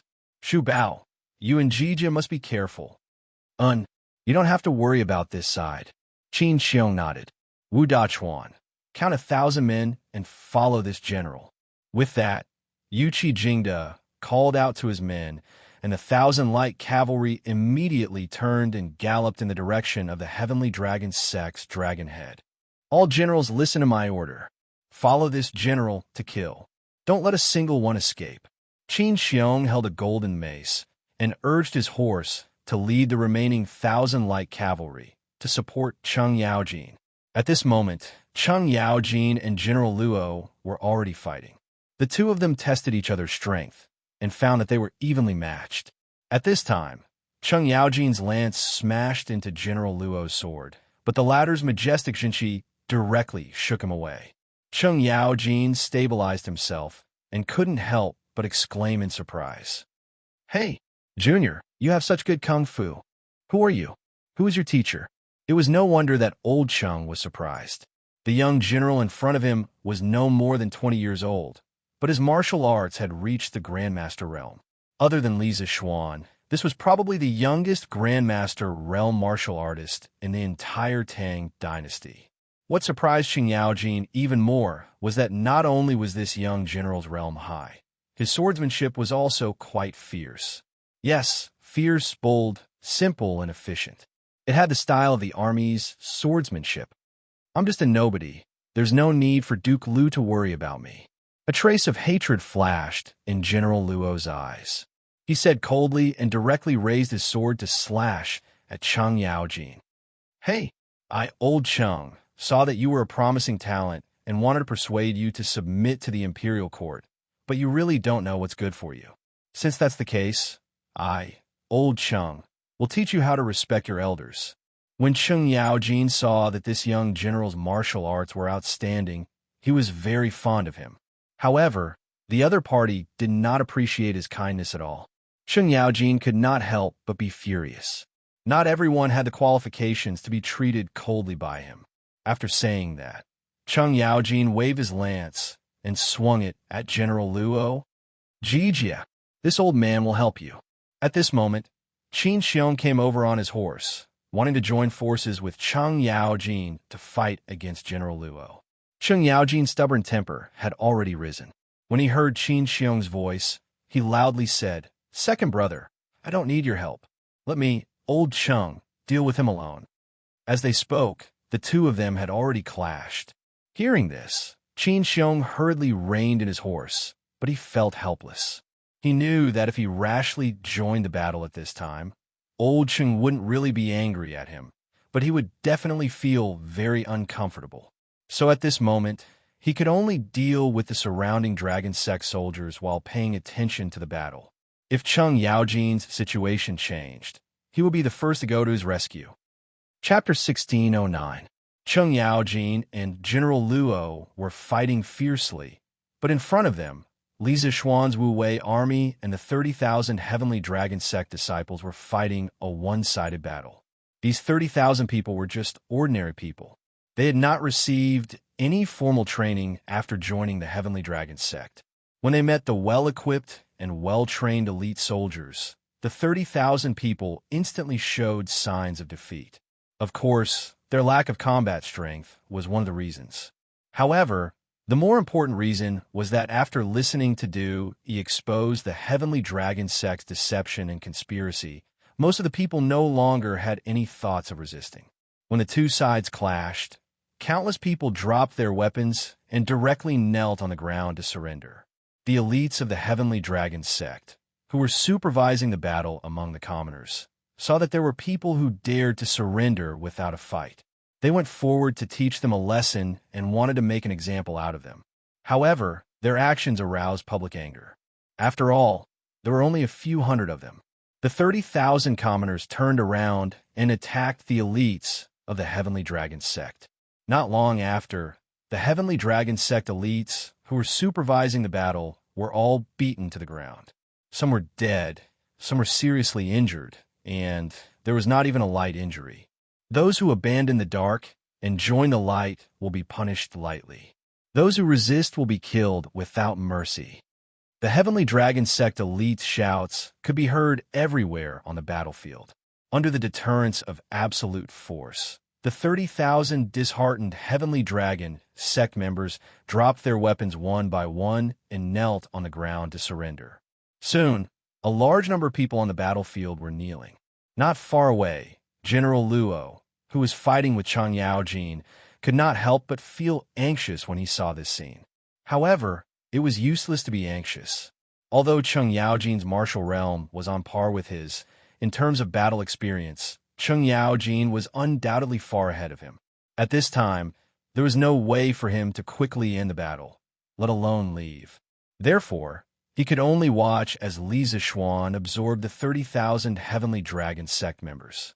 Your Majesty, please slow down. Outside Chang and City, the three sides were fighting fiercely. Inside Chang and City, there was a group of people who happened to be near the city walls. The leader was Li Er. Behind him were all the civil and military officials of the imperial court. Earlier, when the Heavenly Dragon Sect had surrounded Chang and City, the civil and military officials of Chang and City had all gone to the imperial palace to request Li Er, who was ill, to immediately convene the morning court. Naturally, the officials did not know that Li Er was deliberately pretending to be ill this time to make the old officials in Chang and City lower their guard and have time to secretly communicate with the rebel army outside Chang and City. After hearing the request of the officials to immediately convene the morning court, Li Er did not decline. After all, Chang and City was surrounded by the rebel army. If he hid in the harem, it would not be justifiable. After pretending to ask the officials about the current situation in Chang and City, he directly led the officials. He directly leading the officials directly. He led the officials directly to the south gate. Cities. Under the guidance of a eunuch and a city gate officer, Li Er and the officials of the imperial court ascended the city tower one by one. What they saw was the scene of 30,000 Heavenly Dragon Sect members kneeling and surrendering. Fang Xianling could not help but exclaim, "What's going on? I heard that the rebel army had aggressively surrounded Chang and City, but why are all the people of the Heavenly Dragon Sect surrendering now?" It was not that Fang Xianling was making a fuss over nothing. The main thing was that when the Heavenly Dragon Sect troops arrived at Chang and City, the people of Chang and City suddenly fell into extreme panic. Many people described the soldiers of the Heavenly Dragon Sect as 3 heads and 6 arms, ferocious monsters. Moreover, the people of Chang and city worshipped the 50,000 rebels as 2 to 300,000. It was as if Chang and city could be breached by the rebel army at any time. Fang Xianling and the other core officials of the empire could not wait to bring the officials to the imperial palace for an audience after hearing the rumors in the city. However, when the group of people arrived at the city wall from afar, they discovered that the situation was completely different from what the commoners had described. Other than Cheng Yaojin's battlefield being a little anxious, Li Zixuan's side was completely one-sided. How did this look like Chang and city was about to be breached? Instead, it looked more like the Heavenly Dragon sect was ambushed by the imperial court. Li Er sneered. The existence of the Heavenly Dragon sect was originally a scam. Now that the scam has been exposed, the deceived people are naturally unwilling to serve the Heavenly Dragon sect. The ones who are still stubbornly resisting are the troops that the Heavenly Dragon sect has cultivated over the years. They are called the Heavenly Dragon Army and followed the head of the Heavenly Dragon sect from Qingzhou. Your Majesty, please look, there are 2 more troops on the east side. The officials were naturally shocked by Li Er's ability to predict the future, but that did not include Li Jing. He was one of the few people who knew about the entire incident.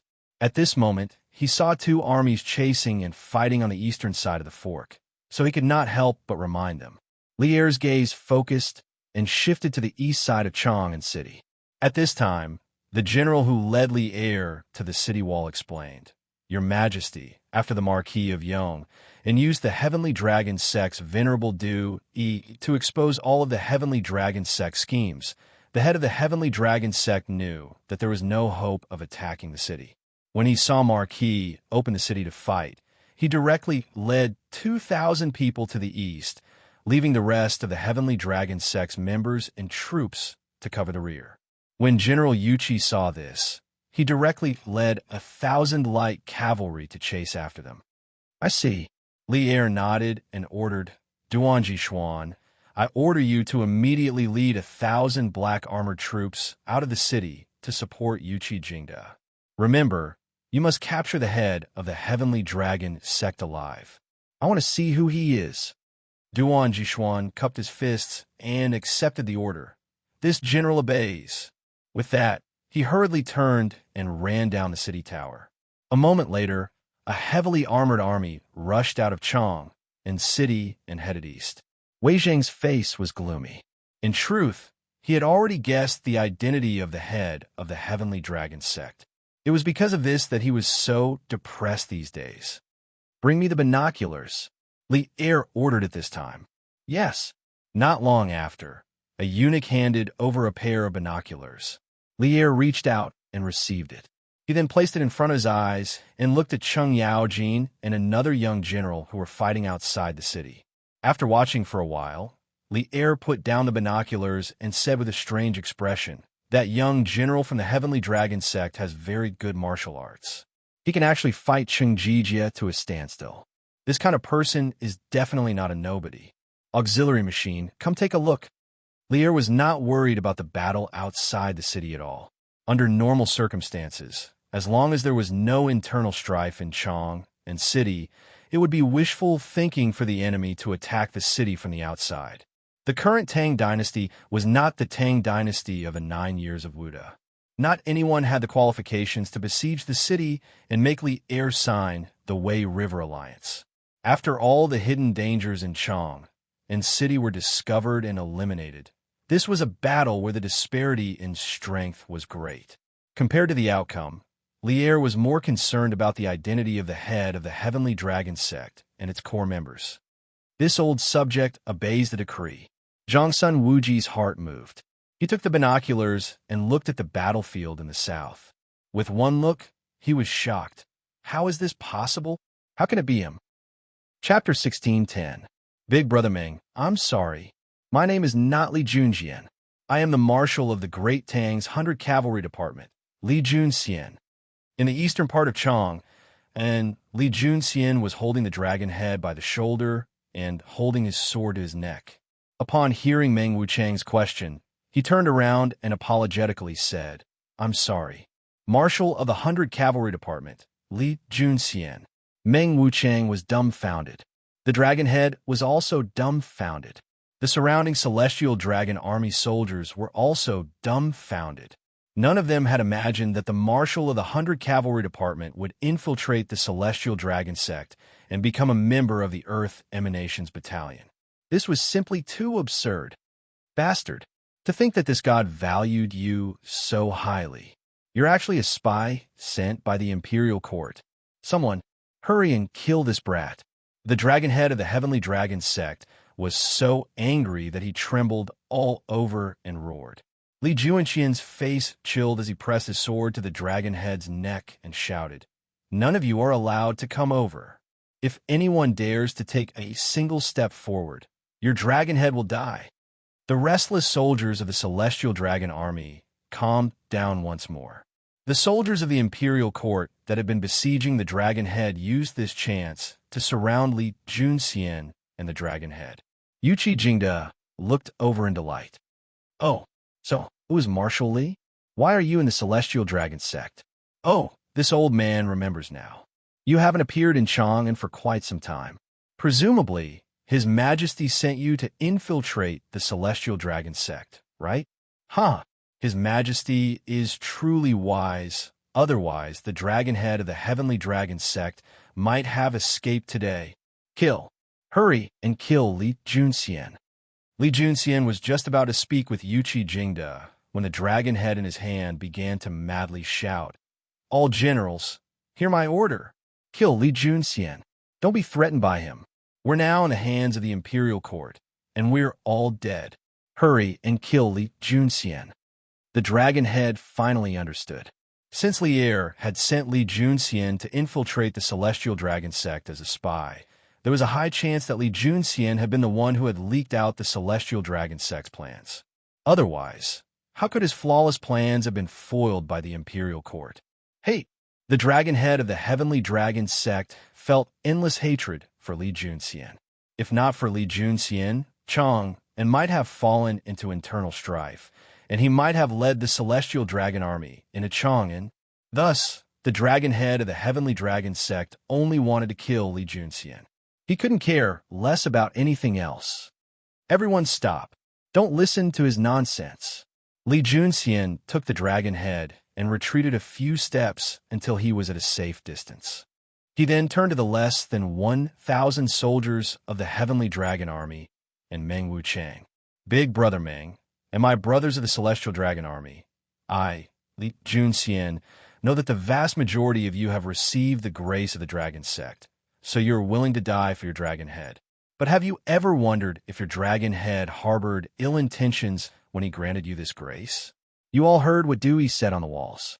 Not only does the dragon sect not have any reincarnated gods, the Jade Lake sacred water you gave your family members is not a cure for all illnesses, as the rumors say. Drinking too much of the Jade Lake sacred water will even cause one to become dependent on it and gradually eat away at one's body. The dragon head of the Heavenly Dragon sect clearly knew that the Jade Lake sacred water could not cure all illnesses and was even harmful to the body. So why did he give it to you? This means that from the moment he granted you this grace, he wanted to use you. You were just pawns in his plot to usurp the throne. So why continue to resist? There are many ways to repay favors in this world, and this sort of favor is not worth your life. I've already captured the dragon head of the Heavenly Dragon sect, and the rest of the Heavenly Dragon sect has been wiped out by the Imperial Court. Rather than serving this dragon head, it would be better for you to lay down your weapons and join the light. Perhaps His Majesty will spare you. Even if you don't think about yourselves, you should think about your families. They might still be waiting for you to return." Li Juanxian's words caused these loyal soldiers of the dragon head of the Heavenly Dragon sect to waver. The word family was perhaps the softest part of their hearts. Family? Meng Wuchang stood in a daze, his heart filled with bitterness. After a long while, he couldn't help but burst into tears. "I, Meng Wuchang, have let down my fellow villagers and family. Now that I've become a rebel of the Heavenly Dragon sect, how can I face my elders and family?" After saying this, he raised the MO saber in his hand and slashed at his own neck. "Big brother Meng, Li Junxian panicked and wanted to go over and cut him, but he couldn't free himself, so he could only watch as Meng Wuchang killed himself. Clang! Just when the Mo saber was about to cut Meng Wuchang's neck, a lance howled through the air and struck the hilt of the saber in Meng Wuchang's right hand. With a metallic clang, the saber in Meng Wuchang's hand clattered to the ground. Chapter 16:11. Lu Guogong, stop. This person is... The Sky Dragon Legion's main general had committed suicide, and the rest of the soldiers had lost their leader. They were in a mess, but they were quickly subdued by the left and right guards, as well as the 10,000 elite cavalry that Xianxia had brought back. Just then, there was a hurried shout from outside the crowd. An official in purple rushed in, but before he could finish his sentence, he saw General Luo lying on the ground with his neck dyed red. His voice stopped abruptly. The person he was looking for was obviously dead. This, Lu Guogong, you killed him? The purple-robed official looked at General Luo on the ground, then looked at Cheng Yaojin and asked in disbelief. Zhao Guogong, this has nothing to do with me. That's right, this purple-robed official was Zhang Wuji. Previously, when Zhang Wuji saw the appearance of this young general, he quickly excused himself from Lier and quickly ran down the city gate tower. Hearing the reproach in Zhang Wuji's words, Cheng Yaojin rubbed his nose and quickly waved his hand. This old man originally wanted to capture him alive and hand him over to His Majesty to deal with him personally. However, this junior was bent on seeking death and ran into this old Cheng's lance.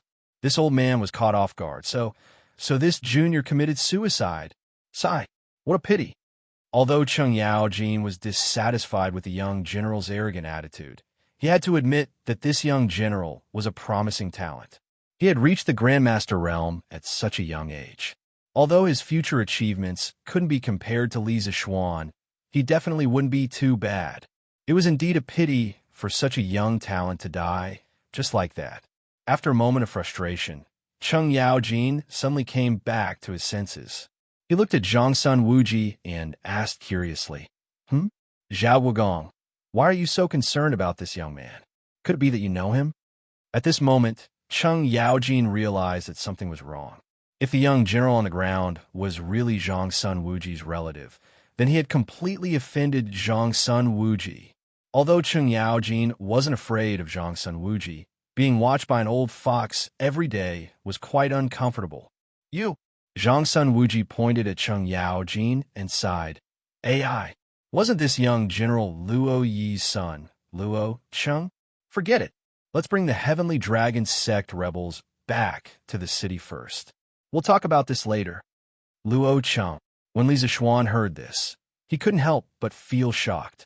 In his previous life, he had read The Legend of the Heroes of Sui and Tang dynasties a few times. Naturally, he knew about Luo Cheng. However, he didn't expect that such a young hero would become a rebel and end up like this. It seemed that because of his appearance, a lot of history had quietly changed. Actually, there was no such person as Luo Cheng in the official history. He only existed in novels. What? Is this kid Luo Yi's son? Cheng Yaojin's eyes widened in shock. But Zhang Wuji had already turned and walked far away. He naturally wouldn't answer Cheng Yaojin's question. Qin Xiong, who was by the side, sighed and said sigh. Last year, Luo Yi went astray and rebelled. I didn't expect that his son would end up like him. What a sin. When Wagong village was at its peak, Qin Xiong, Cheng Yaojin, and Luo Yi had all worked under Li Mi. Moreover, the three of them had a relatively good relationship. Now that Luo Yi's son had died under Cheng Yaojin's lance, Qin Xiong and Cheng Yaojin couldn't help but sigh. Let's go. Now that the Heavenly Dragon Sect has been destroyed, it can be considered to have solved a problem for the Imperial Court. Let's return to the palace and report. After a moment of silence, Qin Xiong patted Cheng Yaojin's shoulder and said. Cheng Yaojin naturally didn't reject. He nodded and let people count the troops and prisoners. Then he followed Qin Xiong and Cheng Yaojin back to Chang'an City. Creak, creak.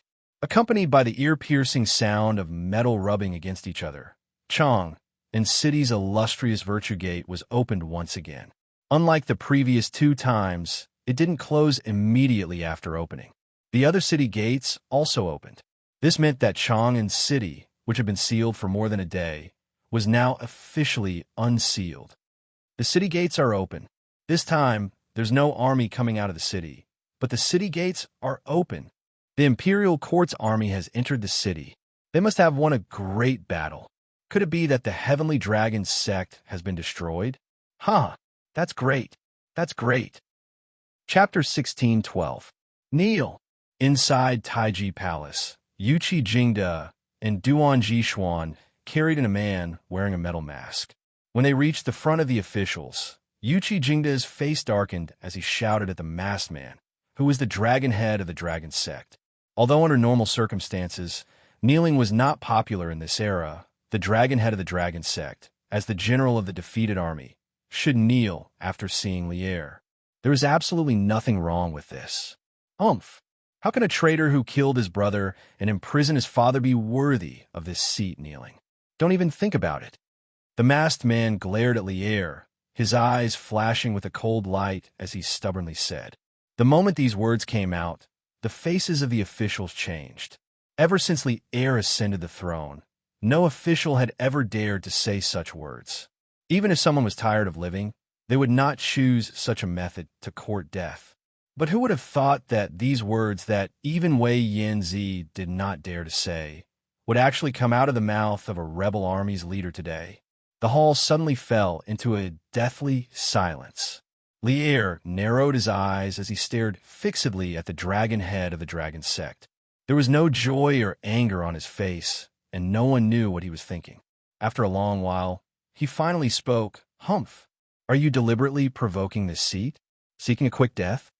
The dragon head of the dragon sect trembled, but he neither admitted nor denied it. Lier's eyes narrowed as he ordered in a deep voice, Jingde, take off his mask. Let this seat and the officials see who he really is. Although Yuqi Jingde and Duan Jishuan had captured the dragon head of the dragon sect, no one dared to take off his mask. Both of them were old officials who had experienced the ups and downs of officialdom for many years. How could they not notice the abnormality behind the dragon sect's rebellion? Therefore, in their view, the identity of the dragon head of the dragon sect could only be revealed by Lier himself. On the other hand, not taking off the mask on the spot was to preserve the original appearance of the criminal to the greatest extent to avoid suspicion of being swapped. Yes, Your Majesty. Yuqi Jingde cupped his fists and accepted the order. He then turned around and looked at the dragon head of the heavenly dragon sect, preparing to remove the iron mask on his face. At this moment, the latter began to struggle violently. Li Shimin, the winner is king, while the loser is a bandit. If you want to kill me or cut me up, do as you please. You humiliated me like this. What kind of hero are you? Hearing the heavenly dragon sect's dragon head's words becoming more and more excessive, Yuqi Jingde hurriedly sped up, reaching out with lightning speed to pull off the latter's iron mask. Instantly, an excessively young and handsome face was exposed before everyone's eyes. Everyone's jaws dropped in shock, because no one had expected that the person behind all this rebellion would be so young. Judging from his appearance, he was at most 14 or 15 years old, right? He was even younger than the youngest person in the imperial court, Li Zishuan. Who are you? Where are you from? Lier frowned and stared unblinkingly at the dragon head of the heavenly dragon sect. This person's appearance gave him a familiar feeling, but he couldn't put his finger on it for a moment. A moment later, he asked in a low voice. The dragon head of the heavenly dragon sect said angrily, "This seat said that if you want to kill me, then kill me. If you want to cut me up, then cut me up." When did the decisive Li Shimin become as wishy-washy as a woman? Despite being described as a woman, Lier didn't show any anger on his face. He narrowed his eyes and suddenly turned to Wei Zheng. Wei Zuocheng, tell me, who is this dragon head of the heavenly dragon sect? Whoosh! As soon as Lier's words fell, all the officials in Taiji Palace, whether intentionally or not, turned their gazes to Wei Zheng. After all, almost everyone present was a wily old fox who had experienced ups and downs for many years. For Li Er to personally call out Wei Zheng in this situation, the meaning behind it was self-evident. As the person involved, Wei Zheng couldn't help but tremble when he heard Li Er call out his name. At this moment, his face was full of contradiction and regret. Under Li Er's aggressive gaze, Wei Zheng finally stepped forward and bowed. "Your Majesty, this old subject doesn't know the identity of the dragon head of the Heavenly Dragon sect, but since he has the King Aura token, he must have a lot to do with the King Aura." Boom! What? The dragon head of the Heavenly Dragon sect is actually related to the King Aura? King Aura token? How did Wei Xuanxing know that the dragon head of the Heavenly Dragon sect has the King Aura token? As soon as the two words King Aura came out, the Taiji Palace exploded. After all, only a few of them had secretly contacted Du Yi before. Most people didn't know that the Heavenly Dragon sect had set up so many schemes in Chang and City, let alone that Du Yi was a civil and military official of Li Jianqing's faction in Chang and City with the King Aura token. When the officials' discussion gradually died down, Li Er narrowed his eyes and asked indifferently, "Minister Wei, how did you know that the dragon head of the Heavenly Dragon sect has the King Aura token?" The atmosphere in the court suddenly froze. Wei Zheng paused for a moment, bowed deeply, and said, "Your Majesty, this old subject is guilty." "Oh, what crime is Minister Wei guilty of?" Li Er asked knowingly. Wei Zheng closed his eyes and said with a pained expression, "Your Majesty, the Venerable of the Heavenly Dragon sect had a secret meeting with this old man a few days ago with the King Aura token and asked this old man to make things convenient for the Heavenly Dragon sect in Chang and City. Although this old subject flatly refused, I didn't report this matter to your Majesty and almost caused Chang and City to suffer a disaster. This old subject is guilty, and I beg for death." After saying that, a turbid tear fell from the corner of Wei Zheng's eye. Back then, he was one of Li Jianqing's top strategists. He had a very deep relationship with Li Jianqing. When Du Yi came to him with the King Aura token, he also hesitated.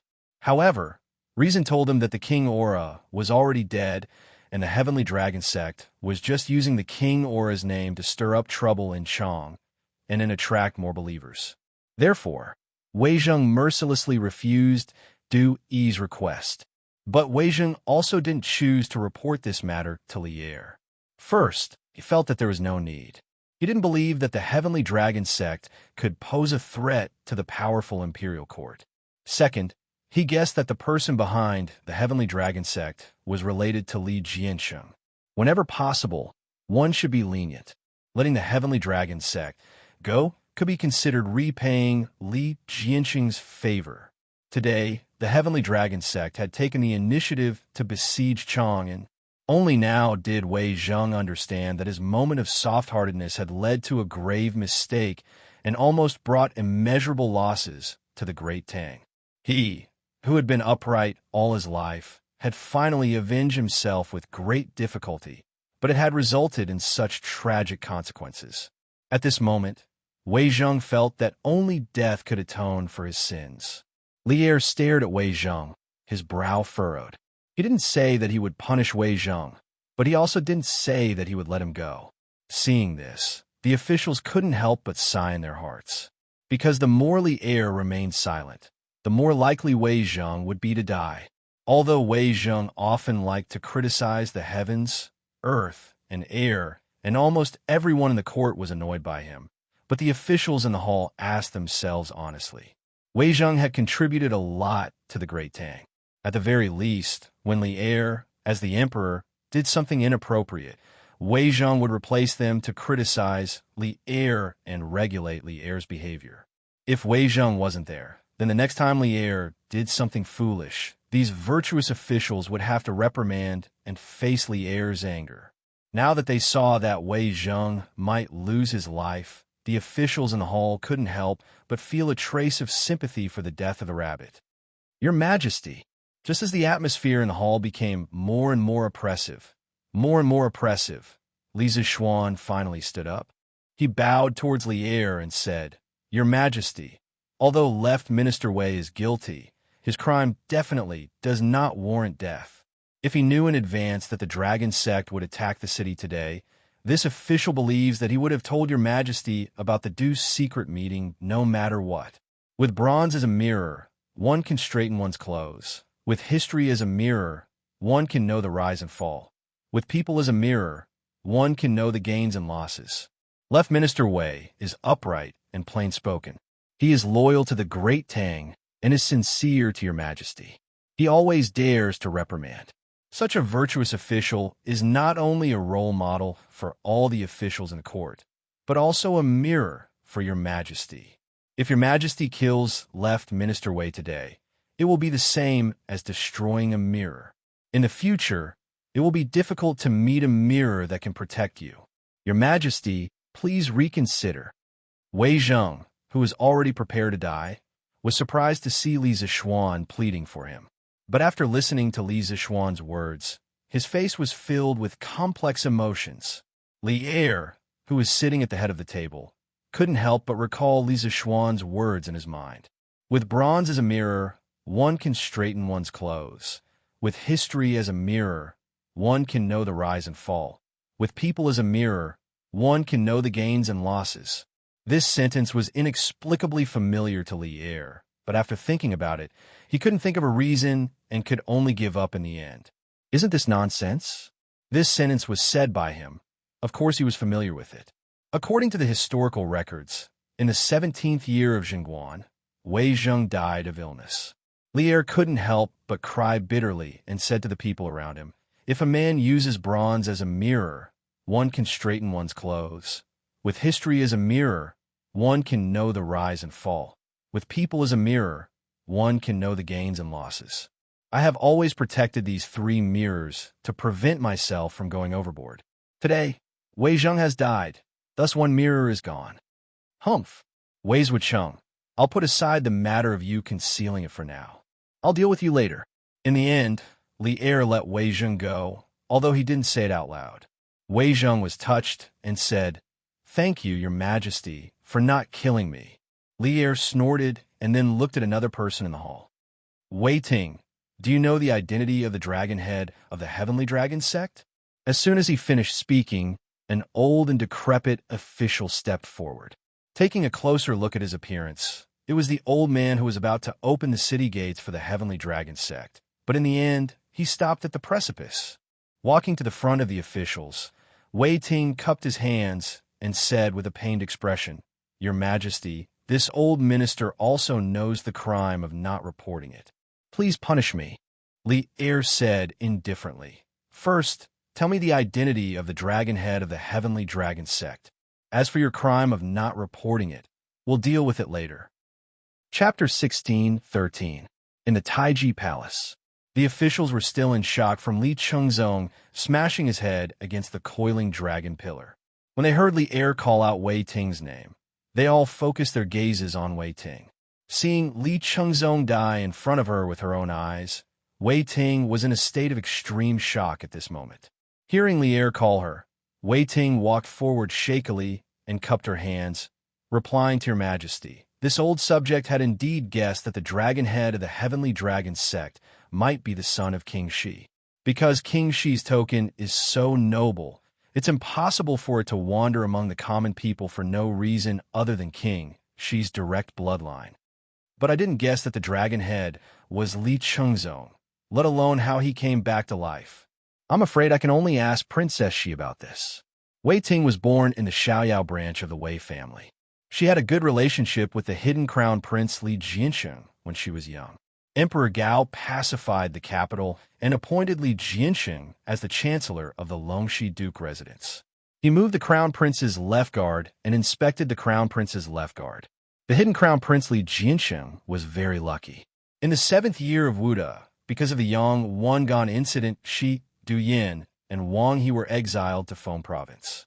After the Xuanwu Gate incident, Tang Taizong entered the East Palace and was appointed as the Lord of the Ministry of Personnel.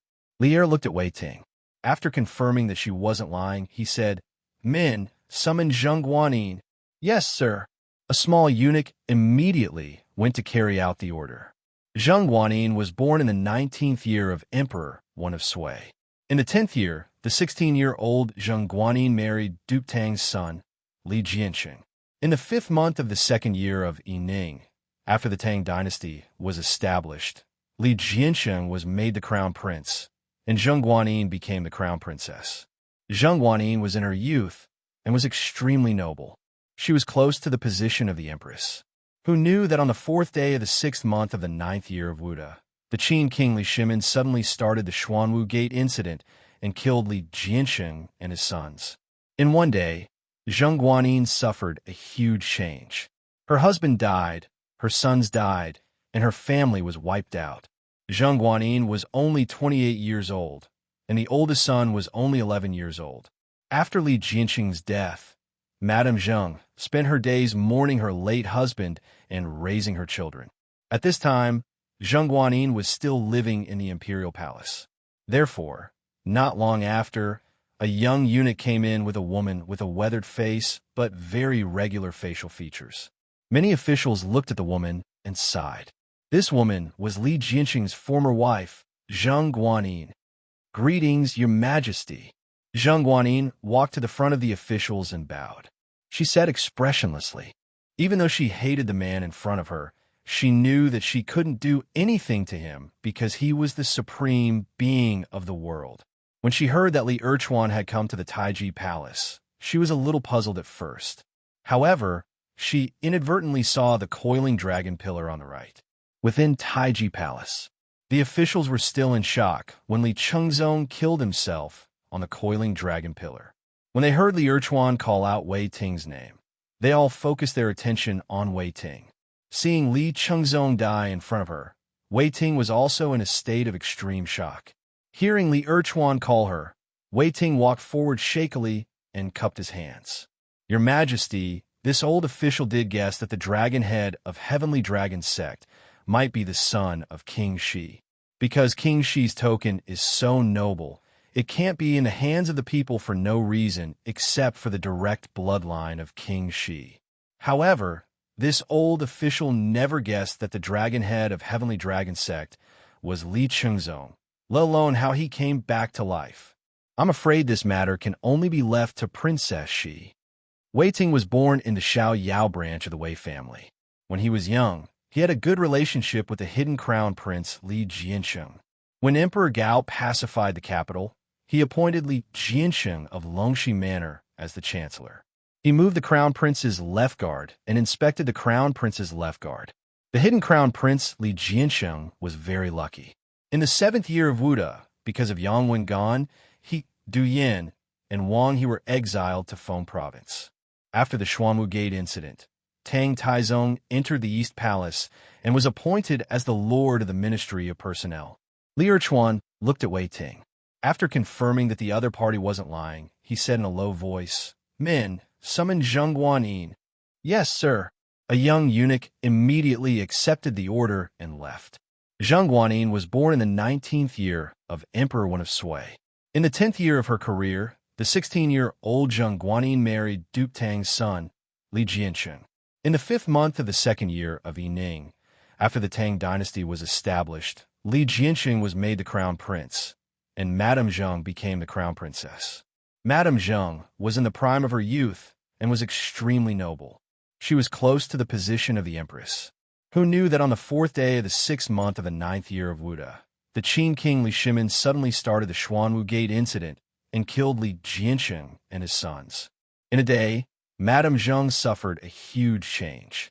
Her husband died, her sons died, and her family was wiped out.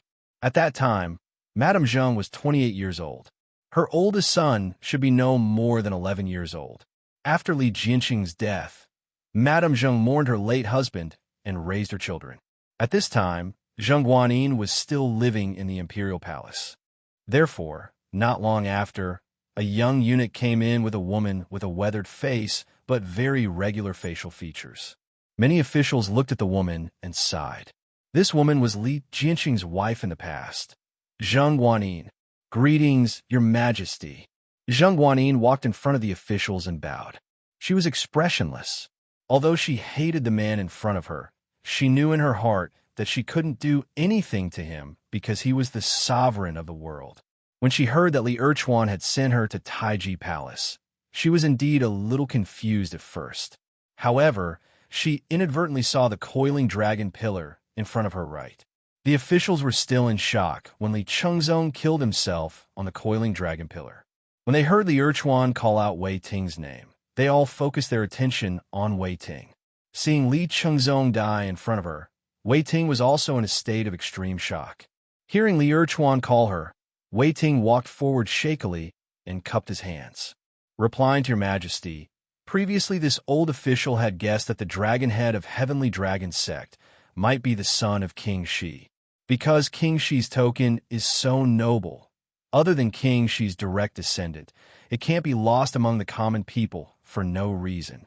However, this old official had never guessed that the dragon head of Heavenly Dragon sect was Li Chengzong, let alone how he came back from the dead. I'm afraid this matter can only be left to Princess Shi. Wei Ting was born in the Xiaoyao branch of the Wei clan. When he was young, he had a good relationship with the hidden crown prince Li Jianxing. When Emperor Gao pacified the capital, he appointed Li Jianxing of Longxi Manor as the chancellor. He moved the crown prince's left guard and inspected the crown prince's left guard. The hidden crown prince Li Jianxing was very lucky. In the 7th year of Wuda, because of a Yang Wengan incident, he, Du Yin, and Wang He were exiled to Peng Prefecture. After the Xuanwu Gate incident, Tang Taizong entered the East Palace and was appointed as the Lord of the Ministry of Personnel. Li Erchuan looked at Wei Ting steadily. After confirming that the other party was not lying, he said in a low voice, "Men, summon Zheng Guanyin." Yes. A small eunuch immediately received the order and left.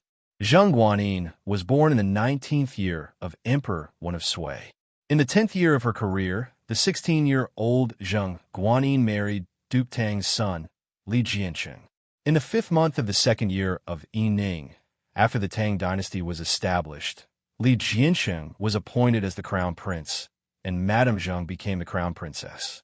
Madame Zheng was in the prime of her youth and was extremely noble. She was very close to the position of the Empress, who knew that on the 4th day of the 6th month of the 9th year of Wuda, the Qin king Li Shimin suddenly started the Xuanwu Gate incident and killed Li Jianxing and his sons. In a day, Madame Zheng suffered a huge change.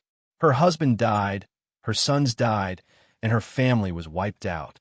At that time, Madame Zheng was 28 years old, and the oldest of her sons should be no more than 11 years old. After Li Jianxing's death, Madame Zheng mourned her late husband and raised her children. At this time, Zheng Guanyin was still living in the imperial palace. Therefore, not long after, a young eunuch came in with a woman with a weathered face but very regular facial features. Many officials looked at the woman and sighed. This woman was Li Jianxing's wife in the past, Zheng Guanyin.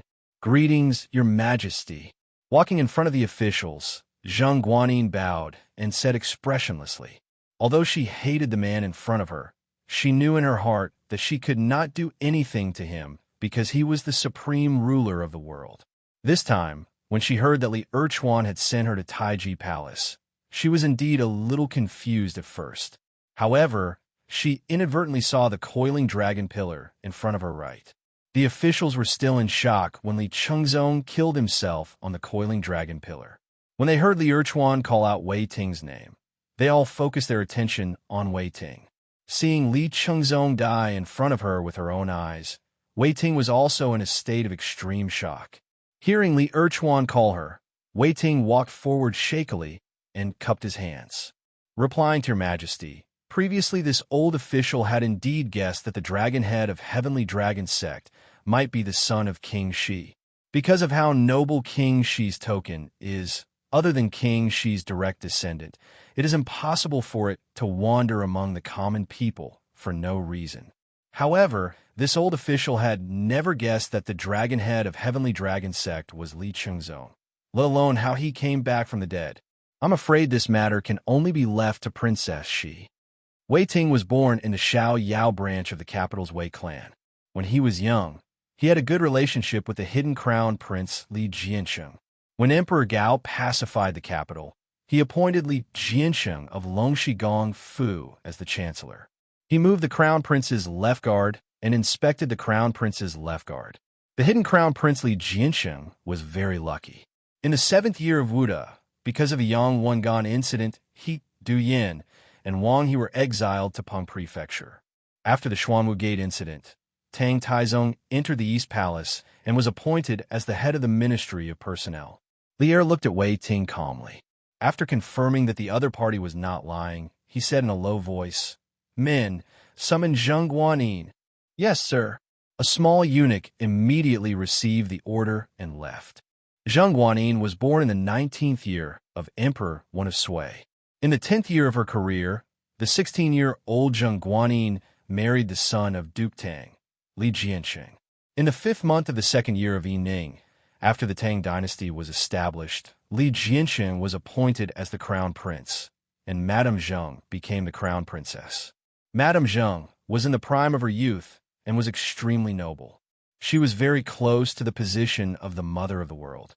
Who knew that on the 4th day of the 6th month of the 9th year of Wuda, trouble would arise?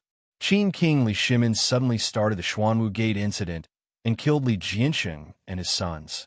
In a day, Madame Zheng suffered a huge change. Her husband died, her sons died, and her family was wiped out. At that time, Madame Zheng was 28 years old. Out of all the sons of Madame Zheng, the oldest one was only 11 years old. After Li Jianxing's death, Madame Zheng mourned her late husband and raised the children. At this time, Zheng Guanyin was still living in the imperial palace. Therefore, not long after, a young eunuch came in with a woman with a weathered face but very regular facial features. Many officials looked at the woman and sighed. This woman was Li Jianxing's wife in the past. Zheng Guanyin, "Greetings, Your Majesty." Walking in front of the officials, Zheng Guanyin bowed and said expressionlessly. Although she hated the man in front of her, she knew in her heart that she could not do anything to him. That was because the other party was the sovereign of the world. When she heard that Li Er had sent her to Taiji Palace, she was indeed a little puzzled at first. However, she inadvertently saw the coiling dragon pillar in the Taiji Palace. The officials were still in shock when Li Chengzong crashed his head into the coiling dragon pillar. When they heard Li Er call out Wei Ting's name, they all focused their attention on Wei Ting. Seeing Li Chengzong die in front of her with her own eyes, Wei Ting was in a state of extreme shock. Hearing Li Er call her, Wei Ting walked forward shakily and cupped his hands. Replying to Your Majesty, previously this old official had indeed guessed that the dragon head of Heavenly Dragon Sect might be the son of King Shi. Because King Shi's token is so noble, other than King Shi's direct descendant, it would not be lost among the common people for no reason. However, this old official had never guessed that the dragon head of Heavenly Dragon Sect was Li Chengzong, let alone know how he came back from the dead. I'm afraid this matter can only be left to Princess Shi. Wei Ting was born in the Xiao Yao branch of the Wei family. When he was young, he had a good relationship with the hidden crown prince Li Jianxing. When Emperor Gao pacified the capital, he appointed Li Jianxing of Longxigong Fu as the chancellor. He moved the crown prince's left guard and inspected the crown prince's left guard. The hidden crown prince Li Jianxing was greatly favored. In the 7th year of Wuda, because of the Yang Wangan incident, he, Du Yin, and Wang He were exiled to Peng Prefecture. After the Xuanwu Gate incident, Tang Taizong entered the East Palace and was appointed as the Lord of the Ministry of Personnel. Li Er looked at Wei Ting. After confirming that the other party was not lying, he said in a low voice, "Men, summon Zheng Guanyin." "Yes, sir." A small eunuch immediately received the order and left. Zheng Guanyin was born in the 19th year of Emperor Wen of Sui. In the 10th year of her career, the 16-year-old Zheng Guanyin married Duke Tang's son, Li Jianxing. In the 5th month of the 2nd year of Yining, after the Tang dynasty was established, Li Jianxing was appointed as the crown prince, and Madame Zheng became the crown princess. Madame Zheng was in the prime of her youth and was extremely noble. She was very close to the position of the Empress. Who knew that on the 4th day of the 6th month of the 9th year of Wuda, the Qin King Li Shimin suddenly started the Xuanwu Gate incident and killed Li Xianxia and his sons. In a day, Madame Zheng suffered a huge change. Her husband died, her sons died, and her family was wiped out. At that time, Madame Zheng was 28 years old. The oldest of her sons was no more than 11 years old. After Li Xianxia died, Madame Zheng mourned her late husband and took care of her children. At this time, Zheng Guanyin was still living in the palace. Therefore, not long after, the small eunuch brought a woman. Not long after, the small eunuch brought a woman with a face full of vicissitudes, but her facial features were especially good. Chapter 16:14. Thank you, Your Majesty. Thank you, Your Majesty. Inside Taiji Palace, after hearing that Lier was finally willing to let the dead Li Chengzong go, Zheng Guanyin hurriedly got up from the ground and knelt down in front of Lier, kowtowing repeatedly to express her gratitude. Although Li Chengzong was not personally killed by Lier, no matter what, Li Chengzong's death was related to Lier. Now, Zheng Guanyin was kowtowing to the enemy who killed her husband and son. This scene was as ironic as it could be, but reality was so cruel. Today, if not for Li Zishuan pleading for her and her son, if not for Li Er's sudden benevolence, even if Li Chengzong died, he would have been buried in the belly of a dog. Now that she could protect Li Chengzong's body, Zheng Guanyin was already satisfied. She did not dare to have any other wishful thinking. All right, you may leave. Li Er's eyes narrowed slightly as he looked at Zheng Guanyin and waved his hand. In any case, he was the emperor of a country and did not want to continue making things difficult for a woman. Not to mention this woman was his sister-in-law. Thank you, Your Majesty. Zheng Guanyin kowtowed heavily again and stood up. Just as she was about to turn and leave, she suddenly paused. After hesitating for a moment, she turned to Li Er and said, "Regarding Chengzong's matter, if Your Majesty wishes to know, I am willing to tell you the truth." Returning the favor, after Li Er compromised, Zheng Guanyin also tactfully gave in. Of course, even if she did not say these things, Li Er could still find out if he wanted to. Hearing this, Li Er narrowed his eyes and said indifferently, "All right, say it." Initially, after knowing that the dragon head of the Heavenly Dragon sect was Li Chengzong, Li Er was indeed very curious and wanted to know how Li Chengzong, who had been dead for 8 years, could come back to life. However, after Zheng Guanyin's crying in Taiji Palace, his curiosity was not as strong as before. But since Zheng Guanyin was willing to tell the truth, Li Er felt that there was no harm in listening. Zheng Guanyin pondered for a moment and then said slowly, "In the 3rd year and 6th month of Wuda, Chengzong was conferred the title of Taiyuan County Prince by the retired emperor. However, in the same year, Chengzong contracted a strange illness. Not only did he suffer from chest tightness and wheezing, but his eyes were also dull. His Highness, Jiansheng, invited famous doctors to treat Chengzong on the surface, but he also sent people to search for Jianghu sorcerers. By chance at that time, Long Shi Gongfu's Chancellor Wei knew that we were looking for a Jianghu practitioner, so he recommended a Taoist named Yuan Tiangang to Xianxia and Jiansheng. At that time, Chancellor Wei said that this Yuan Tiangang was not only proficient in metaphysics and physiognomy, he could predict the future and was also proficient in Taoist medical skills. Perhaps he could save Chengzong. Yuan Tiangang. Hearing this, Li Zishuan couldn't help but exclaim. Zheng Guanyin was grateful that Li Zishuan had pleaded for mercy for the dead Li Chengzong, so she was not angry when Li Zishuan interrupted her. Instead, she nodded and explained, "That's right. That Taoist was called Yuan Tiangang." According to Chancellor Wei, at the end of the previous dynasty, when Yuan Tiangang first arrived in Luoyang, he settled down in Qinghua Square. At that time, his physiognomy predictions were already famous, and many people had secretly looked for him. One day, Du Yin, Wang Gui, and Chancellor Wei came to see Yuan Tiangang and asked him to read their fortune. Yuan Tiangang predicted that Du Yin would become famous throughout the world with his writings, that Wang Gui would become a 5th-rank general in less than 10 years, and that Wei Ting would become a military official with a face like a tiger. He also predicted that the 3 of them would be demoted after becoming officials, and that they would meet again at that time. Sure enough, in the first year of Wuda, Du Yin became a heavenly book scholar as an imperial censor. Wang Gui was recommended by Xianxia to become a fifth-rank crown prince, and Wei Ting became the left guard commander. All of Yuan Tiangong's predictions came true one by one, so Chancellor Wei recommended Yuan Tiangang to Xianxia and Xianxia. Oh, this Yuan Tiangang can really predict the future? Then what did he say to you? Lier narrowed his eyes and couldn't help but become interested in this Yuan Tiangang whom he had never met before. Perhaps many people would find it unbelievable. Wasn't Li Chunfeng Yuan Tiangong's disciple? Why was Li Chunfeng doing better than Yuan Tiangang at this time?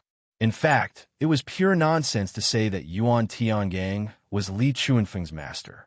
Li Chunfeng was interested in Taoism because of his father. Li Bo used to be a small official in the county government during the Sui dynasty. He was not successful because of his low rank, so he gave up his official position and became a Taoist priest. He was quite knowledgeable and called himself Huang Guanzi. He wrote Laozi, 10 volumes of local chronicles, and prose on astronomical elephants. Li Chunfeng, who was known as a prodigy since childhood, read a lot under the influence of his father.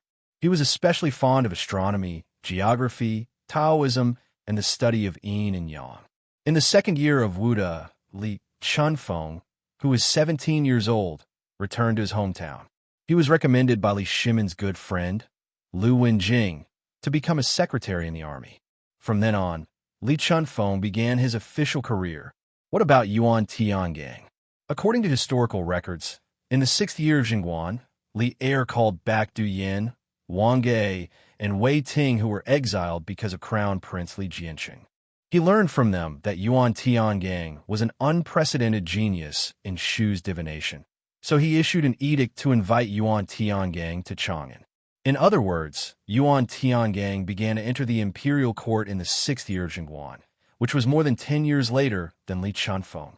At this time, in the hall, Zheng Guanyin answered truthfully. After Yuan Tiangang saw Qingzong, he said that my son's illness was easy to cure, but after the disease was cured, he would encounter a man-made disaster, and his life would be short.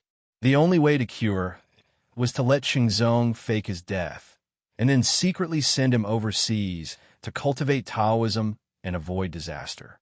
He was never allowed to step into the Central Plains, or there would be a bloody disaster. At that time, Xianxia and Xianxia didn't believe Yuan Tiangong's words. However, Yuan Tiangong's prophecies about Du Yin, Wang Gui, and Chancellor Wei still rang in our ears. In addition, even the palace's imperial physicians were helpless against Qingzong's illness. Yet Yuan Tiangang could easily cure Qingzong. We didn't dare to doubt his words. After thinking about it again and again, we decided to secretly send Qingzong to Qingzhou, as Yuan Tiangang said, and let Qingzong go out to sea in Qingzhou. We also ordered the guards who took care of him to never let him return to the Central Plains. But who would have thought that man's plans were not as good as God's? Qingzong finally. In the end, Zheng Guanyin couldn't help crying in a low voice again. Hearing this, the officials in the hall couldn't help but be shocked. No one would have thought that Li Jianqing's eldest son didn't really die of illness, but came back to life by faking his death and was sent overseas to avoid disaster. Thinking of the change in the Xuanwu Gate 2 years ago, it seemed that Yuan Tiangong's prophecy about Li Qingzong was not false at all. If Li Jianqing and Zheng Guanyin hadn't sent Li Qingzong overseas, Li Qingzong would definitely have been like Li Chengqian's other 5 sons, dying under Li Er's sword in the 9th year of Wuda. Li Er's heart was also in turmoil. He wasn't surprised by the plan that Li Jianqing had arranged for Li Qingzong to fake his death. He was shocked by Yuan Tiangong's ability to predict good and bad luck. Think about it. If Yuan Tiangang had read Li Jianqing's fortune, would he have seen that Li Jianqing would suffer a bloody disaster in the 9th year of Wuda? If so, would the mutiny he started in the 9th year of Wuda still succeed? Fortune tellers could predict good and bad luck, but they couldn't change history. But if fortune tellers changed the fate of some key people, wouldn't that be the same as changing history? Thinking of this, at the same time that Li Er was shocked, he also felt a trace of lingering fear. At the same time, He also felt a trace of vigilance toward a Jianghu fortune teller like Yuan Tiangang, who could predict good and bad luck in the future. He thought to himself that if such a person couldn't be used by him, it would be best to kill him. So that's how it is. I already know about this matter. You can leave. Although Li Chengzong had committed a heinous crime, he was also a member of the royal family anyway. I will let the Imperial Order Temple bury him as a prince. After a moment of silence, Li Er waved his hand and said to Zheng Guanyin, things had developed to this point. Li Er was no longer concerned about Li Chengzong's affairs. On the contrary, he remembered the name Yuan Tiangang. After this matter, Li Er would definitely send someone to find Yuan Tiangang. Your Majesty, thank you for your kindness. The dead were dead, and the arm couldn't resist the thigh. For Zheng Guanyin, who had lost her husband and all her sons, not only did she not have the ability to take revenge, but she also didn't dare to have any unusual movements. It wasn't that she was afraid of death, but there were still people she cared about in this world. Her 5 daughters. She wanted to raise all her 5 daughters and see them get married before she could leave with peace of mind. She couldn't bear to let her daughters lose their father and then their mother. After Zheng Guanyin expressed her gratitude, she got up and slowly left Taiji Palace. At this time, Li Er recovered from the matter of Li Chengzong. His tiger-like eyes focused, and he said in a deep voice, although Li Chengzong was the mastermind of this rebellion, there were many accomplices. As far as I know, from the 4th-rank officials in the imperial court, the 3rd-rank eunuchs in the imperial palace, the guards of the city gates, and the merchants, they more or less facilitated the dragon sect's attack on Chang'an City. This morning, when the dragon sect besieged the city, there were 18 courtiers who tried to lead their servants to open the city gates or create chaos in the city. There were also 24 guards who tried to bewitch the rest of the soldiers into a mutiny. Unfortunately, I didn't let these people get what they wanted. Before they started the rebellion, they were all captured by the cavalry and the soldiers of the left and right guards.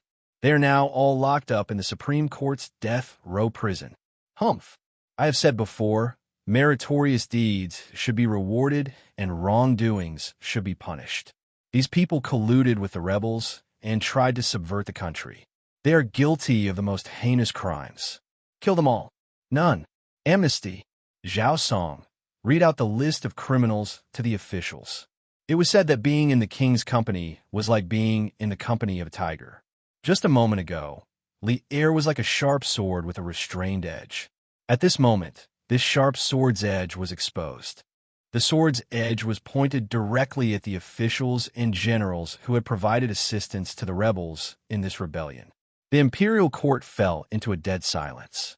Only now did the officials know why there were so many empty seats in the imperial court today. It turned out that those people were all sent to the death row prison by Li Er.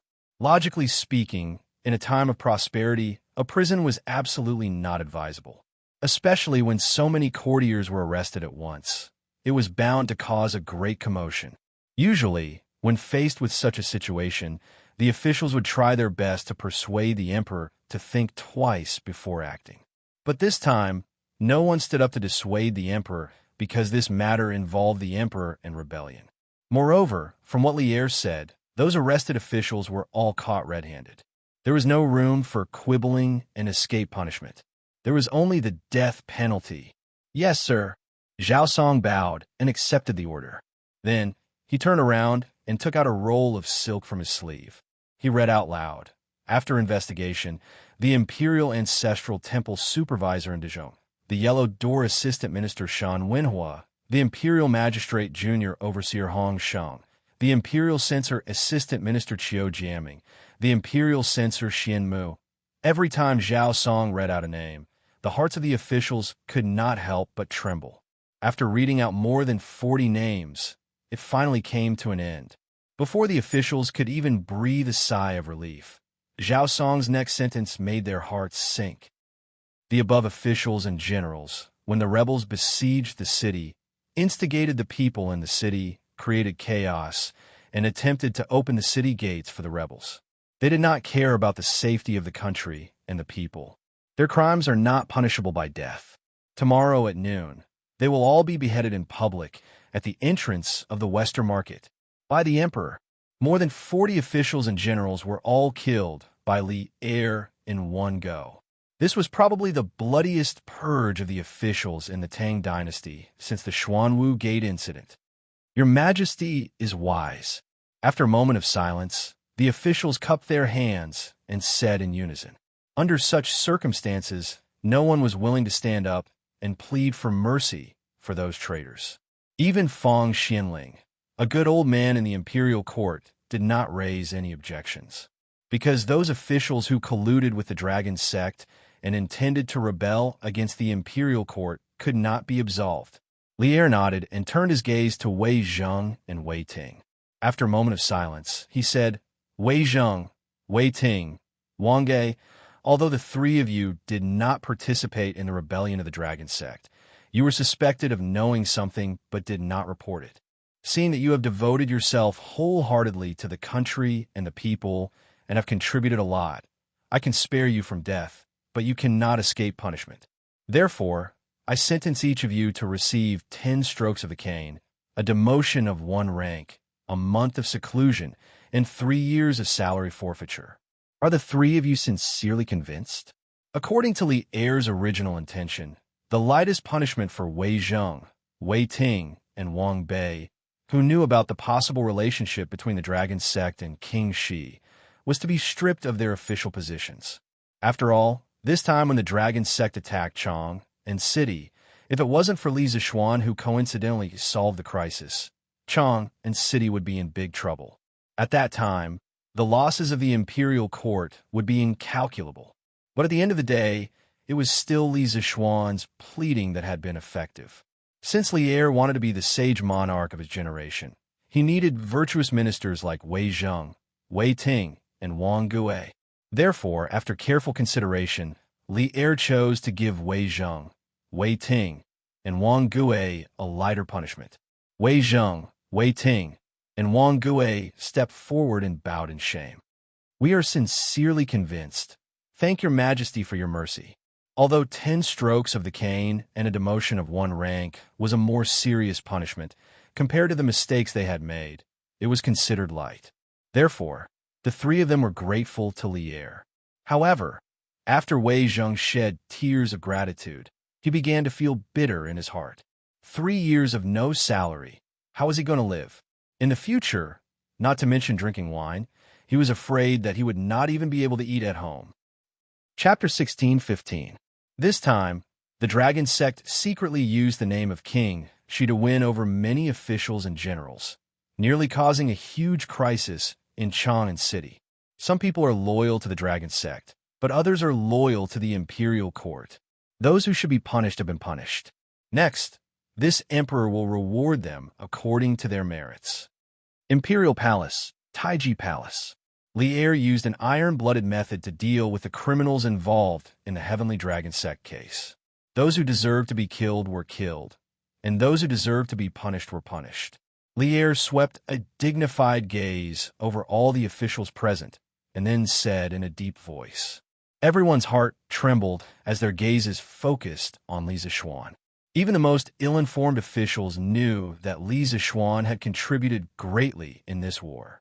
When Li Er led the officials to the city gates, Li Zishuan was leading the guard army to recruit the 30,000 members of the dragon sect.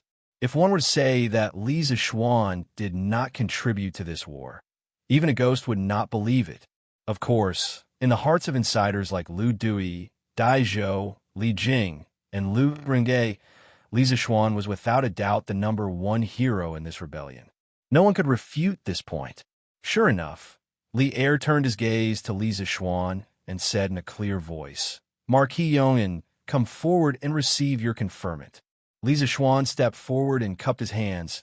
Your subject is here. Li Er looked at the dignified Li Zishuan, who was neither servile nor overbearing, and nodded with satisfaction. Then he looked at the officials and said, in this rebellion of the dragon sect, the Marquis of Yangon first saw through the dragon sect's plot of using thunder and lightning to bombard the imperial ancestral temple, and found in Dijon the dragon sect's spy hiding in the imperial palace. This completely destroyed the dragon sect's fantasy of causing chaos in Chang'an. Then, Marquis Yong captured the dragon sect's venerable Xianxia, who was hiding in Chang'an City. From Xianxia, Deuce Mouth, Marquis Yong, and learned of the dragon sect's plan to attack Chang'an City. Under his meticulous planning, not only did the imperial court completely destroy the dragon sect, they also caught many of their spies in Chang'an City. It can be said that if it wasn't for Marquis Yong, the imperial ancestral temple would have been destroyed by the lightning and fire. Even if the imperial court could resist the dragon sect's attack, they would have lost their dignity. This emperor has said before, meritorious service should be rewarded and wrongdoings should be punished. Marquis Yong and Marquis Yinhui General in Qingzhou land, 3,000 households, and the provincial governor of Qingzhou City. He will be in charge of the 7 counties of Qingzhou City's military and political affairs. The original governor of Qing province, Zheng Qingsong, allowed the heavenly dragon sect to grow stronger without doing anything. What are my beloved officials? Shock. The moment Li Er's words fell, not only were all the officials shocked, even Li Zishuan was shocked. Previously, he had the empty title of junior guardian of the crown prince. Now, Li Er gave him the title of Yunhui General. Could this be considered as proof that he was proficient in both the pen and the sword? Of course, what shocked Li Zishuan even more was that old Li actually bestowed the entire Qingzhou to him, and even gave him the title of provincial governor of Qingzhou City. He would be in charge of the 7 counties' military and political affairs. What was this? This was basically equivalent to being a governor of the border. This kind of treatment could only be enjoyed by a prince. Even old generals like Cheng Yaojin and Qin Xiong couldn't compare to it. For example, Cheng Yaojin, other than the title of Lu Guogong and the position of the right Wuwei general, he also received the position of provincial governor of Luzhou City. However, the entire Luzhou City wasn't Cheng Yaojin's fief.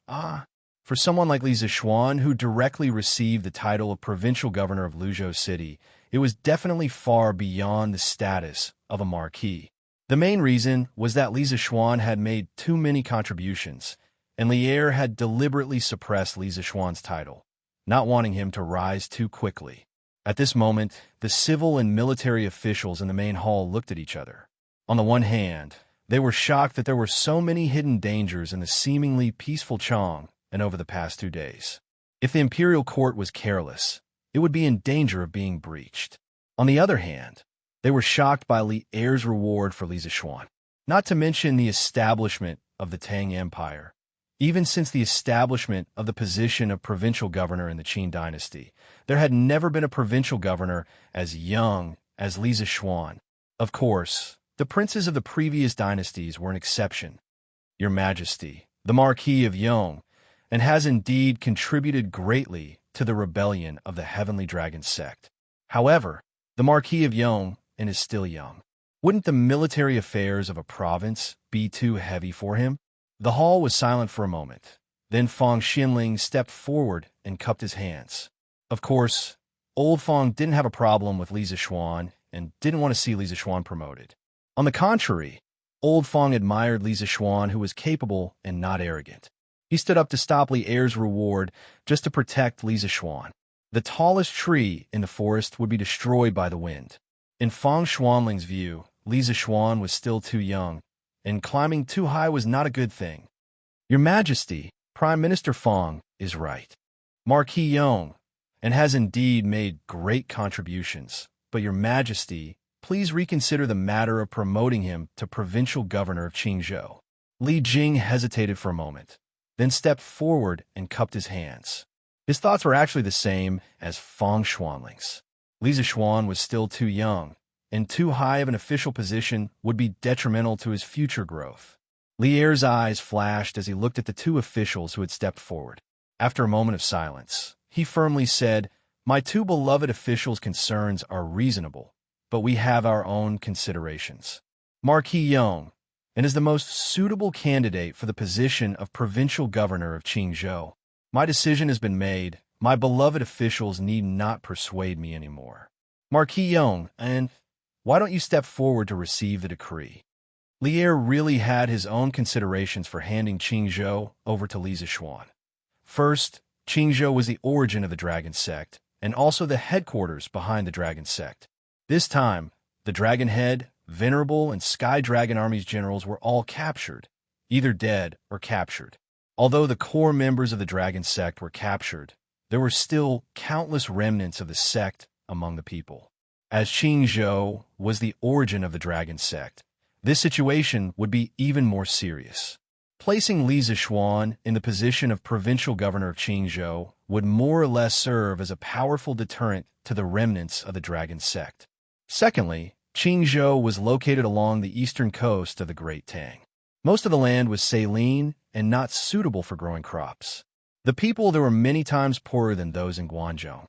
Li Zishuan had only been in charge of Lantian County for less than a year, but he had already built the county up. Now, the prosperity of Lantian County's commerce was almost on par with Chang'an. Lier valued Li Zishuan's ability to make a fortune, which was why he gave Li Zishuan the important task of provincial governor of Qingzhou. After all, the rebellion of the Dragon Sect had given Lier a great warning.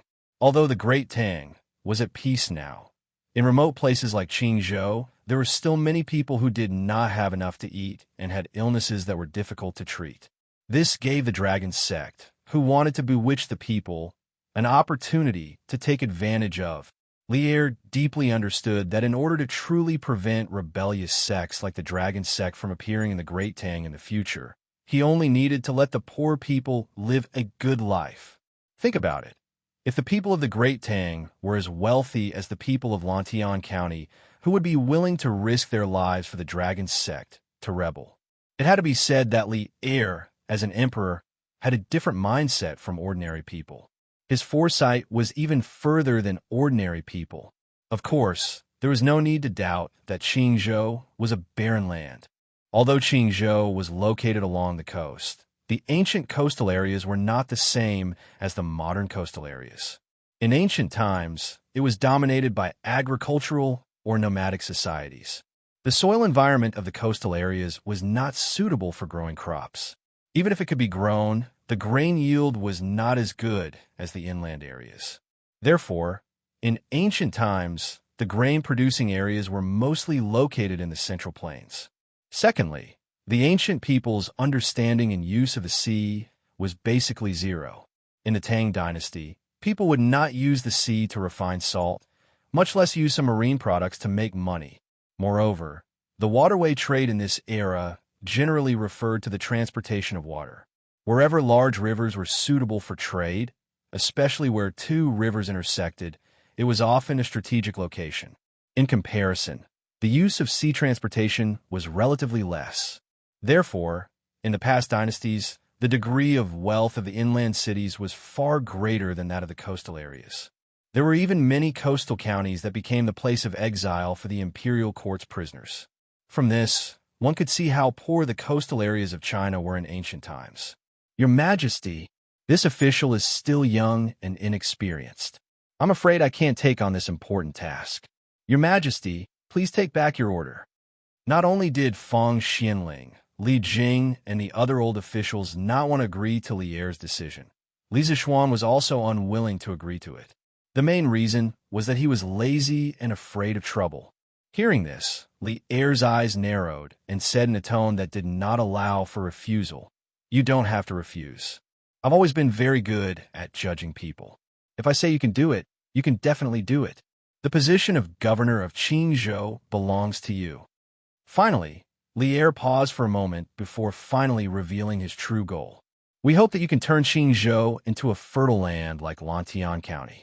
In the entire Great Tang, other than you, we really can't think of anyone else who has the ability to do so." Hearing Lier's words, the officials in the hall came to a realization. Feng Xianling, Zhangsun Wuji, Li Jing, and the other insightful officials could see Lier's far-reaching intentions. Suddenly, no one raised any objections, because in the entire imperial court, no one was not convinced by Li Zishuan's ability to create wealth. Li Zishuan felt bitter in his heart. Building Lantian County was already tiring enough for him, and now Old Li had arranged for him to build the entire Qingzhou. He wanted him to govern Qingzhou well. Was he treating him as a money-printing machine? However, Old Li obviously didn't give him any room to object. He had to accept this task, even if he didn't want to. Therefore, after complaining in his heart for a while, Li Zishuan could only cup his hands and say, "This official Li Zishuan accepts the decree. Thank you, Your Majesty, for your grace." This acceptance of the decree meant that from now on, he would be a high-ranking official of the border. The Li family could be considered as having some background as a wealthy family. Chapter 16:16. Marquis, please wait. His Majesty has summoned you. Please go to the Sweet Dew Hall. In the Imperial Palace, Li Zishuan had just exited the Gate of Heaven Influence when a young eunuch ran up from behind him to block his path and hurriedly said, "You're not allowed to leave." Li Zishuan was speechless. Since he entered Chang and City yesterday, he had been busy until now. He was mentally and physically exhausted.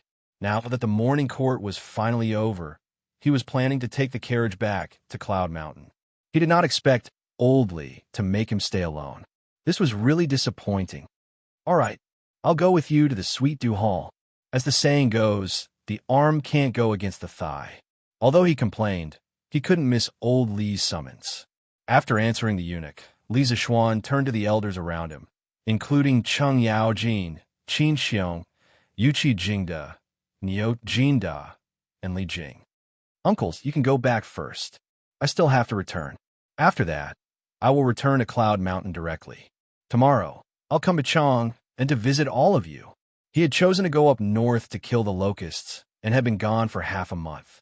So many things had happened in between. Logically speaking, he should have gone to visit Qin Xiong and the others as soon as he returned to Chang'an.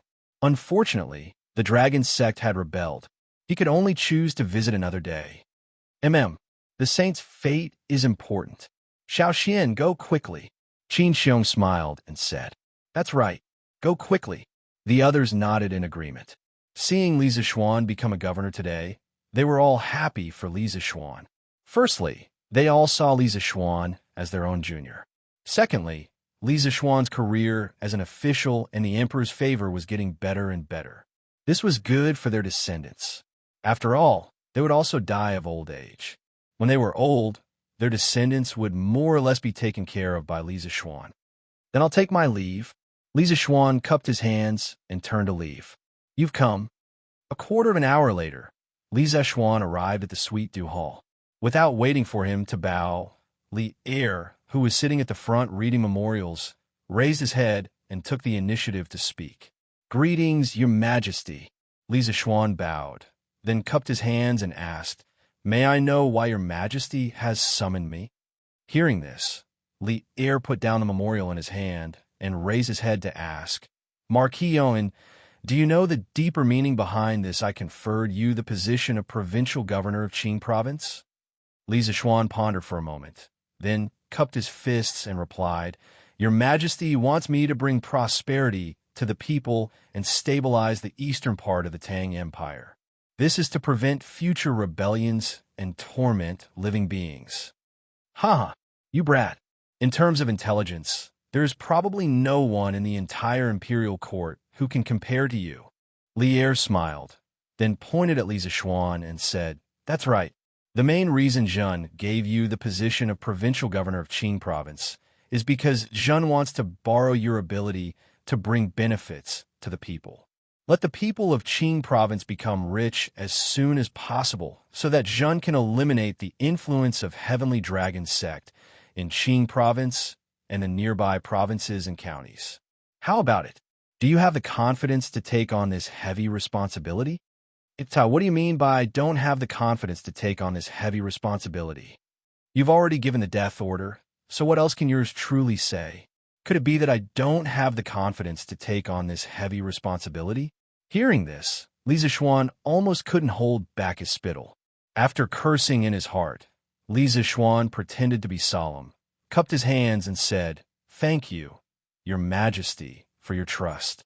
I will do my best to complete Your Majesty's task." "Good, good." Li Er nodded his head in satisfaction, then said in a deep voice, "I summoned you here because I want to hear your thoughts on a few matters." When Li Zishuan heard this, he knew that things weren't as simple as he thought. He stepped forward and cupped his hands. "Your Majesty, please speak." This time, the Dragon Sect's rebellion. The Imperial Court has subdued over 20,000 Dragon Sect members and 10,000 Dragon Sect's regular army. Li Zishuan, in your opinion, how should I deal with these people?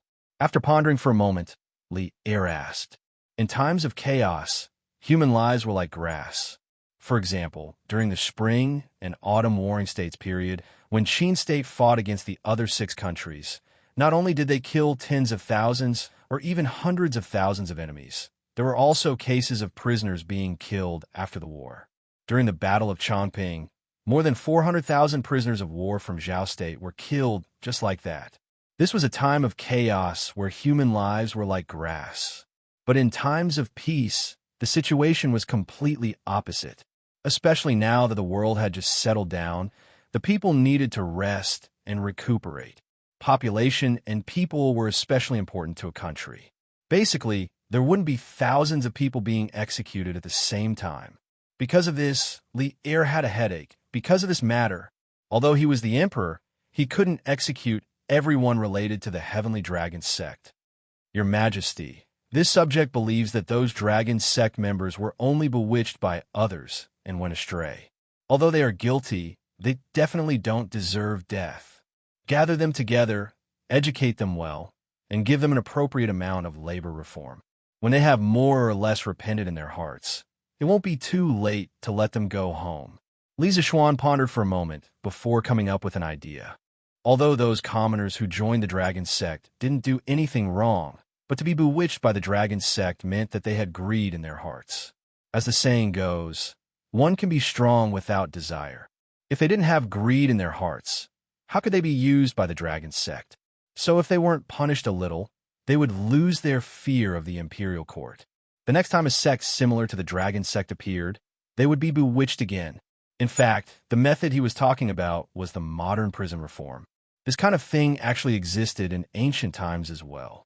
However, the prisoners in ancient times were usually sent to the border, the mines, or directly to repair the city walls.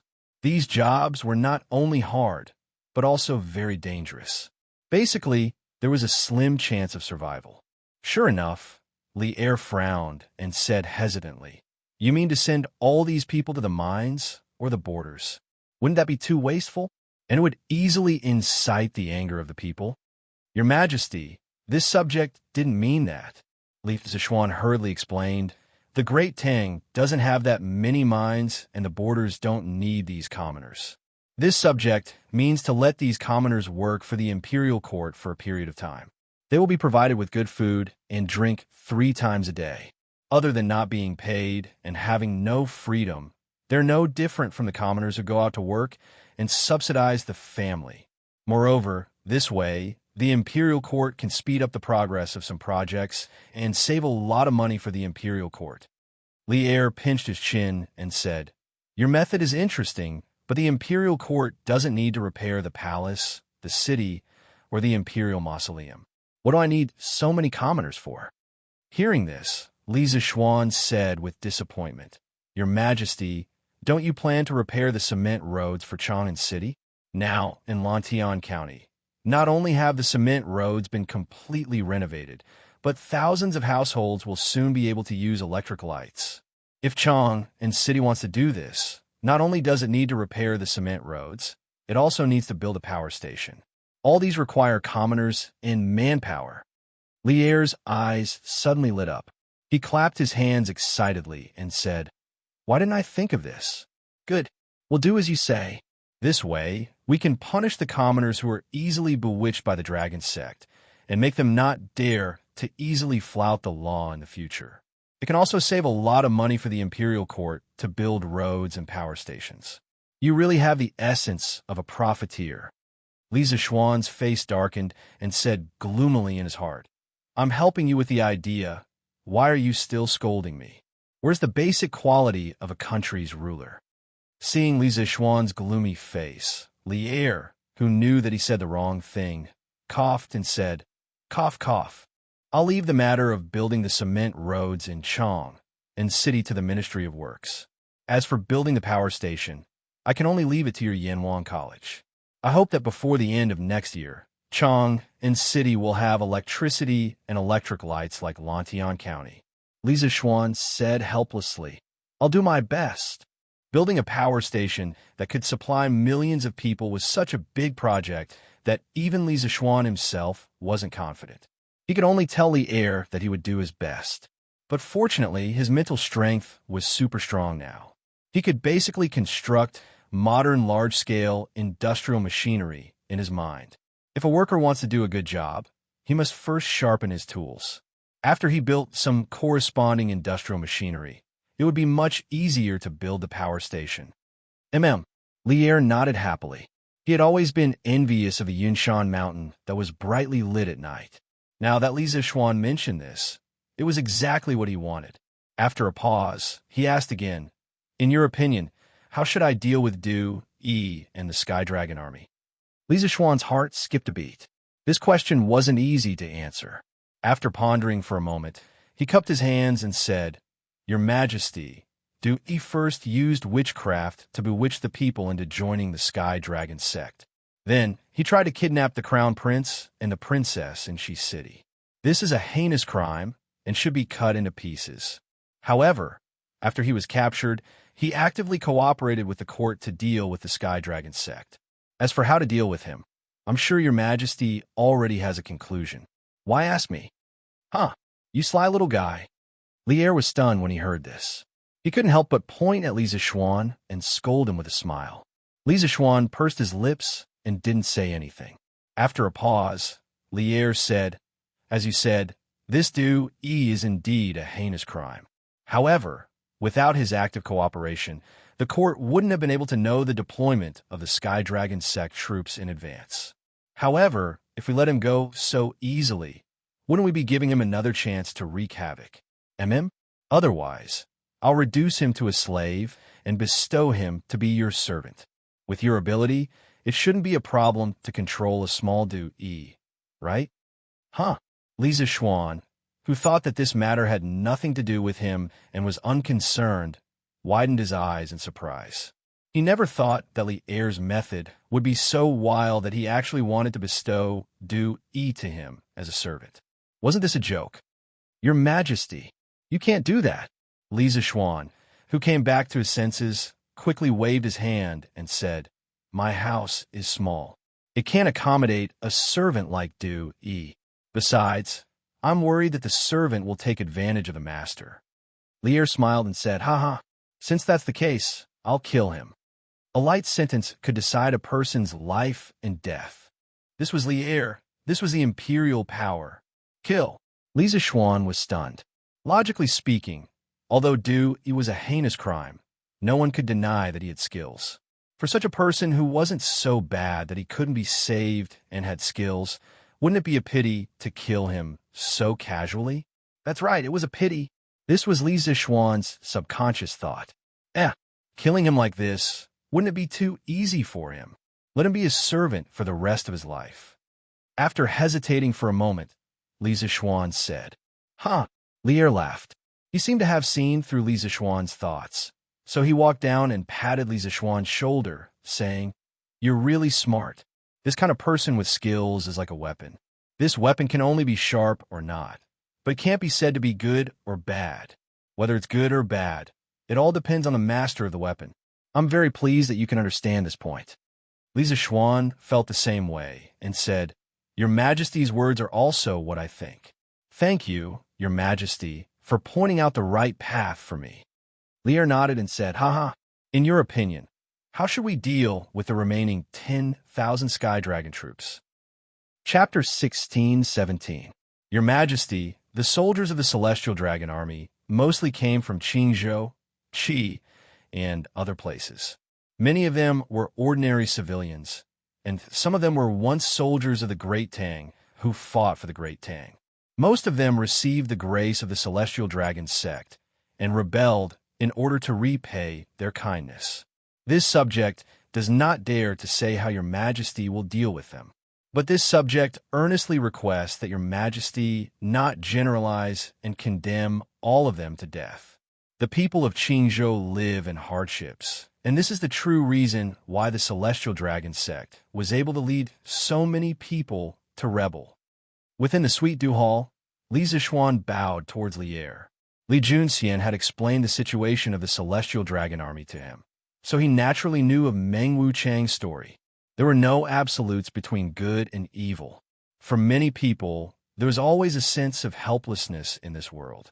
In order to fulfill his filial duty and repay his mother's kindness, Meng Wuchang had ultimately given up his loyalty to the sovereign. This was the helplessness and sorrow of the common people, and it was also the dilemma of loyalty and filial piety. Lier nodded and said, "The Celestial Dragon army aided the wicked and rebelled against their superiors. Their crimes are indeed punishable by death, but what you said just now was not without reason. Now that the main culprit has been eliminated, we will deal with the ordinary soldiers as appropriate." Li Zixuan clasped his hands in admiration and said, "Your Majesty is wise." "Huh." Lier waved his hand and said, "Enough. Brat, don't flatter us. You just came back from the north and probably haven't had time to go home yet, right? We won't keep you. Go back." Li Zixuan was just about to take his leave when he suddenly thought of something and hastily said, "Your Majesty, the Celestial Dragon sect used the Jade Lake holy water to bewitch the people. Although the quantity is small and many people who have drunk the Jade Lake holy water have not become addicted, there is still a small number of people who have become addicted. This subject hopes that your Majesty can make arrangements for these people as soon as possible. Otherwise, these people who have become addicted will definitely become a tumor of the Great Tang." Lier frowned and said, "Then how do you think we should deal with those people who have become addicted to the Jade Lake holy water? Could it be that he had to kill them all? If that's the case, I'm afraid I'll be criticized by the world." Li Zixuan shook his head and said, "That is not my intention. What this subject means is that the imperial court can gather these people who are addicted to the holy water together and manage them like a military camp. Let them completely cut off their relationship with the holy water. It will take at least a month, at most 3 to 4 months, and they will definitely be able to kick their addiction to the holy water." Actually, what Li Zixuan said was similar to a modern drug rehabilitation center. However, since it was newly built, it wasn't as formal as the modern one. That's one way to go about it. "I understand. I will have someone make the arrangements. You may leave." Lier thought for a moment and nodded. Li Zixuan cupped his hands and said, "This subject shall take his leave." Li Zixuan couldn't help but heave a sigh of relief when the real morning court session finally began. After leaving the Sweet Dew Hall, Li Zixuan walked straight to the palace gate. However, he didn't expect to meet Li Chengxian and Li Lizzie on the bridge near the gate of Heaven Influence. "Little Xian, congratulations on becoming the governor of Qingzhou. Luckily, Father only gave you the position of governor. Otherwise, we would have to part ways again." Li Chengxian came forward with Chang'e and looked at Li Zixuan with a warm smile on his face. As the heir to the throne of Great Tang, Li Chengxian had always been present at the morning court. Naturally, he knew about Li Zixuan's outstanding contributions and the generous rewards he had received in the war against the rebellion. Of course, as a friend, Li Chengxian was sincerely happy for Li Zixuan's achievements. "Huh, Chengxian, don't you understand me? I don't want to be an official. If possible, I'd rather hide in the Cloud Mountains and be a wild crane. Every day, I plant flowers and vegetables and watch the sun rise and set." Li Zixuan stopped in his tracks, looked at Li Chengxian and his sister, and smiled. These words were not pretentious. They were Li Zixuan's heartfelt words. Along the way, he had been forced to be an official by Lier. Furthermore, his position was getting higher and higher. Now, he didn't even have time to accompany his family. Of course, he only called Li Chengxian by his name when he saw that there was no one around. If there were other people present, he would normally call Li Chengxian Crown Prince. The main reason was that he didn't want people to gossip. If these words were said by someone else, I might not believe them. However, little Xian, it's a different matter." Li Chengxian smiled and said. Li Zixuan shook his head and didn't reply. Instead, he looked at Changlu and said, "Chengxian, Changlu, the The two of you were kidnapped by Du Yi in Shi City yesterday. Were you frightened? Following the annihilation of the dragon sect, Li Chengxian and Chong Lu also knew that the assassin who kidnapped them yesterday and almost killed them was Du Yi. Now that they heard Li Zishuan mention Du Yi, the siblings couldn't help but feel a trace of lingering fear on their faces. I'm fine. It's just Chongla. I heard from the palace maids that she had a few nightmares last night and didn't sleep well. Li Chengxian's expression froze. Then, he patted Chong Li's shoulder worriedly and said, "After all, Chongla was only an 8 or 9-year-old girl. Encountering such a dangerous situation would inevitably leave a shadow in her heart. Brother Crown Prince, when did I? Don't listen to their nonsense." Changle was embarrassed when she heard this, and her face instantly flushed red. After that, she raised her head to gaze at Li Zishuan and said, "Big brother, little Xian, don't worry." Changle was just slightly terrified. "I'm fine now." It's good that you're fine." Li Zishuan nodded thoughtfully and said, "Since the matter is already past, Chong Lu and Cheng Xian don't think too much about it. If you have time, go out of the palace more often. After a few days, you'll completely forget about it. But the next time you go out of the palace, remember to bring more guards." Before Li Chengxian could say anything, Chong Lu hurriedly nodded in response. Li Chengxian could only helplessly shake his head. Just as he was about to speak, a group of people suddenly arrived. 2 soldiers wearing armor and a prisoner wearing a white prison uniform with his head lowered. "Greetings to Your Highness the Crown Prince, Your Highness the Princess, and greetings to Marquis." As they approached, the 2 soldiers hurriedly bowed and saluted. "What's the matter?" Li Chengxian couldn't help but frown when he saw the strange formation of this group of people and asked, "Your Highness, I'm here to deliver a servant for the Marquis of Yong'an." The soldier cupped his fists and bowed as he replied, "Deliver a servant?" Hearing this, Li Chengxian raised his eyebrows in surprise. He turned to look at Li Zishuan and asked with a smile, "Xiaoxian, did you have a servant in your family who was captured and brought into the palace? Why haven't I heard anyone mention it? Let me see if I know this servant." As he spoke, Li Chengxian bent down slightly and looked at the prisoner with his head lowered. Just one look, and he almost pissed his pants. Du-Yi. How could it be the venerable Du-Yi of the Heavenly Dragon sect? After seeing the prisoner's appearance clearly, Li Chengxian was shocked and hurriedly took 2 steps back. His voice was trembling. After all, just yesterday, he almost died in the hands of this prisoner in front of him. Brother Xiaoxian, he really is Du-Yi." Changle was much shorter than Li Chengxian. The little girl didn't need to bend down to see the prisoner's appearance clearly. Hearing Li Chengxian's words, she couldn't help but look over. After seeing clearly, she couldn't help but take 2 steps closer to Li Zishuan and exclaimed. Li Zishuan hurriedly said, "Chengxian, Changle, don't be afraid. Du-Yi has already surrendered to the imperial court. He won't dare to harm you anymore. Prisoner Du-Yi pays his respects to Your Highness the Crown Prince and Your Highness the Princess. I have offended Your Highnesses yesterday. Please forgive me." After Li Zishuan finished speaking, Du-Yi had already knelt down in front of Li Chengxian and Changle and performed a Buddhist greeting as he spoke in a deep voice. At this moment, Du-Yi was like a docile and obedient sheep. He didn't have any aggressiveness and was completely different from the fierce image he had in Shi City yesterday. In this short period of time, Li Chengxian had already recovered from his initial panic.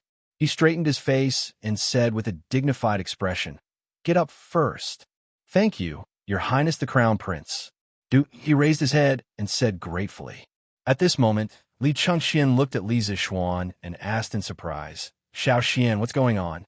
How did Du-Yi become your domestic servant?" Li Zishuan rubbed between his eyebrows and said with a headache, "This is a gift from His Majesty. How would I dare to refuse?" Although having a Master Realm monk as a domestic servant seemed very impressive, and such a capable domestic servant could help his master do many things, it was tantamount to dancing on the edge of a knife. You had to be constantly on guard against the evil servant killing your master. The destructive power of a domestic servant was directly proportional to his ability. At first, Li Zishuan didn't want to let Du Yi be his domestic servant. However, if he let Li Er kill Du Yi just like that, he couldn't bear it. Firstly, the reason why this rebellion was so successful was because Du Yi had played a role that couldn't be ignored. Secondly, it would be a pity if such a Master Realm expert was killed just like that. After all, there were only a few Master Realm experts in this world. They were considered rare animals. What? Father? Father gave Du Yi to you to be your domestic servant? Hearing this, Li Chengxian widened his eyes in shock. Although he was Li Er's son, he couldn't understand what was going on in Li Er's mind. Changel also opened her small mouth in surprise. She looked up at Li Zishuan in disbelief. Her bright and beautiful little face was very cute. Under the gaze of the siblings, Li Zishuan nodded and said, His Majesty said that Du Yi not only has martial arts, but also has superb illusory skills. He can't be let out easily and continue to harm the world. Either kill him or reduce his slave status to be my domestic servant. Chengxian, what do you think I should choose? In the end, Li Zishuan helplessly spread out his hands. He felt that he had been tricked by Li Er again. Hearing this, Du Yi closed his eyes and performed a Buddhist ritual. He silently chanted Amit Ba with a complicated expression on his face. Li Chengxian smacked his lips. After thinking for a moment, he said, What's done can't be undone. It's too late for me to say anything. Everyone knows that Xianxia, you're famous for your kindness. However, only you, little Xian, can control such a servant. Li Zishuan rolled his eyes and thought to himself, Didn't I still fall for your father's evil trick? However, he definitely couldn't say this out loud. Instead, he changed the topic and asked, Chengxian, Du Yi previously harmed you in Changel. Will you still bear a grudge against him in the future? Since Du Yi was about to become his domestic servant, he felt that there were some things that needed to be made clear in advance. If Li Chengxian still held a grudge against Du Yi, then he would immediately kill Du Yi. It wasn't that he wanted to curry favor with Li Chengxian, but he felt that he couldn't hurt the friendship between him and Li Chengxian because of an outsider like Du Yi. It wasn't worth it. Li Chengxian thought for a moment and shook his head. When Imperial Father just ascended the throne, he was tolerant of the civil and military officials who relied on Imperial Uncle. Although I'm not as good as Imperial Father, I still have this bit of tolerance. As long as Du Yi doesn't do evil again and can serve you well, Xiaoxian, I naturally won't bear a grudge against him. Li Zishuan looked at Li Chengxian with slight surprise. He didn't expect Li Chengxian to have such a view. Compared to Li Ku and Li Tai, Li Chengxian was obviously more mature. This maturity was mainly reflected in his thinking and awareness. This palace was indeed a good place to train people's hearts. Brother Xiaoxian, Changel heard that when the dragon sect besieged Chang and city this time, it was Du Yi who shouted from the top of the city wall that caused the morale of the 30,000 ordinary dragon sect members to collapse and kneel down to surrender. In this way, he can be considered to have saved many lives and can't be considered a complete villain. Therefore, Changel supports Brother Xiaoxuan's choice. As long as he can help the people with Brother Xiaoxian in the future, Changel won't bear a grudge against him. At this moment, Changel also voiced her opinion. Hearing this, Du Yi opened his eyes and looked at Li Chengxian and Changel with eyes full of surprise. Of course, there was also a trace of emotion. He was touched by Changel's kindness. Good. Since that's the case, I'll bring him back. Li Zishuan smiled and said, Li Chengxian and Changel nodded, and then cupped their hands to bid farewell to Li Zishuan. All right, let him go. Li Zishuan waved his hand at the two soldiers, indicating for them to let Du Yi go. Yes, Marquis. The two hesitated for a moment, but finally followed Li Zishuan's instructions and let go of Du Yi's shoulders. Who knew that Li Zishuan frowned and continued, Open the iron shackles on his hands and feet. Marquis, this person's martial arts are excellent. The leading officer couldn't help but say. Li Zishuan waved his hand and said, It's fine. Do as I say and open the iron shackles. Yes. The two had no choice but to take out the keys from their waists and open the iron shackles on Du Yi's hands and feet. "All right, you can go back and report," Li Zishuan said to the two of them, then turned his head and smiled. He said to Du Yi, "Let's go. Follow me back to the residence." "Yes, Marquis." Du Yi nodded and replied without joy or sorrow. Then the master and servant walked towards the palace gate one after the other. Chapter 16:18. When they left the imperial palace, the scorching sun was in the sky, and the streets were almost empty. Firstly, the battle outside the city in the morning had caused a trace of panic among the people in the city. At this time, Chang'an City was definitely not as lively as before. Secondly, it was lunchtime, and most of the people had gone home to eat. Very few people would be loitering on the streets. Li Zishuan walked in front, and Du Yi followed behind with Big White. Previously, when he was holding Big White at the stables outside the imperial palace, Du Yi had changed into a gray monk's robe under Li Zishuan's instructions. Although he had been locked up in the Supreme Court prison for a day, he looked no different from an ordinary person after changing his clothes. The main reason was that monks did not have hair. Otherwise, with the ancient people's habit of keeping long hair, his hair would have become a lump after staying in prison for a night. A master, a servant, and a horse slowly walked on Vermilion Bird Avenue. No one spoke. Although Du Yi lowered his head and walked silently, he was puzzled in his heart as to why Li Zishuan did not ride a horse but walked instead. However, the question in his heart would be answered very soon. The two of them turned out of the Vermilion Bird Boulevard and came to an old ginkgo tree on the west side of the ping-pong lane. Li Zishuan suddenly stopped in his tracks. Fortunately, Du Yi's reaction was fast. Otherwise, he would have bumped into Li Zishuan. "Marquis." Du Yi opened his mouth and was about to say something. Who knew? Clang. Li Zishuan directly turned around, pulled out the wind-chasing sword at his waist, and pointed it directly at Du Yi. The air suddenly stagnated. Du Yi's heart tightened, and his hair instantly stood on end. He subconsciously clenched his fist, but that was all.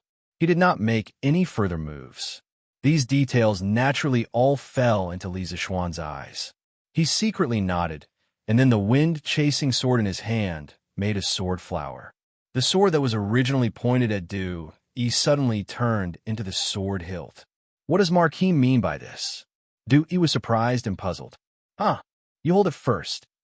Li Zishuan smiled mysteriously. Holding the sword hilt in his hand, he moved it in front of Du Yi and said. Du Yi looked at the wind-chasing sword in Li Zishuan's hand, and a strange look flashed across his eyes. But after hesitating for a long time, he still didn't reach out to take it. Instead, he shook his head and said, "This is Marquis's sword. This poor monk is now a servant of the Marquis residence. I can't take it. This Marquis wants you to take it, so take it." Li Zishuan's face darkened as he said, not allowing anyone to object. With that, he took 2 steps forward and stuffed the hilt of the wind-chasing sword into Du Yi's hands. Then he took 2 steps back and said, "Before yesterday, you were a venerable of the Heavenly Dragon sect, second only to one, but because of this Marquis, you became a prisoner. Now, you've become a servant of the Marquis mansion. This Marquis knows you have resentment in your heart, so I'll give you another chance for revenge. Now, as long as you can defeat me, this Marquis will immediately return your freedom. If you fail, you'll have to be this Marquis' servant. Moreover, you'll have to swear an oath to Buddha that you'll never betray him." Hearing this, Du Yi couldn't help but be completely stunned. He never thought that Li Zishuan would come up with such a move, giving him a chance to turn things around. On one hand, he could easily obtain his freedom. On the other hand, he was facing the powerful Li Zishuan. Du Yi was in a dilemma and didn't know how to choose. Seeing Du Yi hesitate, Li Zishuan added, "This Marquis has always been open and above board. If there's hatred or resentment, I like to put on the surface. Today, this Marquis will give you a chance for revenge. Even if you use the sword in your hand to kill this Marquis will not say anything and will only blame myself for not being skilled enough. But if you don't take advantage of today's opportunity and choose to play tricks on this Marquis in the future, then don't blame this Marquis for being ruthless. So, pick up the sword in your hand and come for revenge. Du Yi looked at Li Zixuan with a complicated gaze, then turned his gaze to the wind-chasing sword's slender and cold sword. Take it or not take it. Fight or not fight. Du Yi's heart was in a real battle of heaven and man at this moment. After a long time, Du Yi let out a long sigh. Holding a Buddhist salute, he said, Amit Ba, Marquis, this penniless monk is not someone who doesn't know what's good for him. The heavenly dragon sect's fate is already at its end. It's only a matter of time before it's defeated.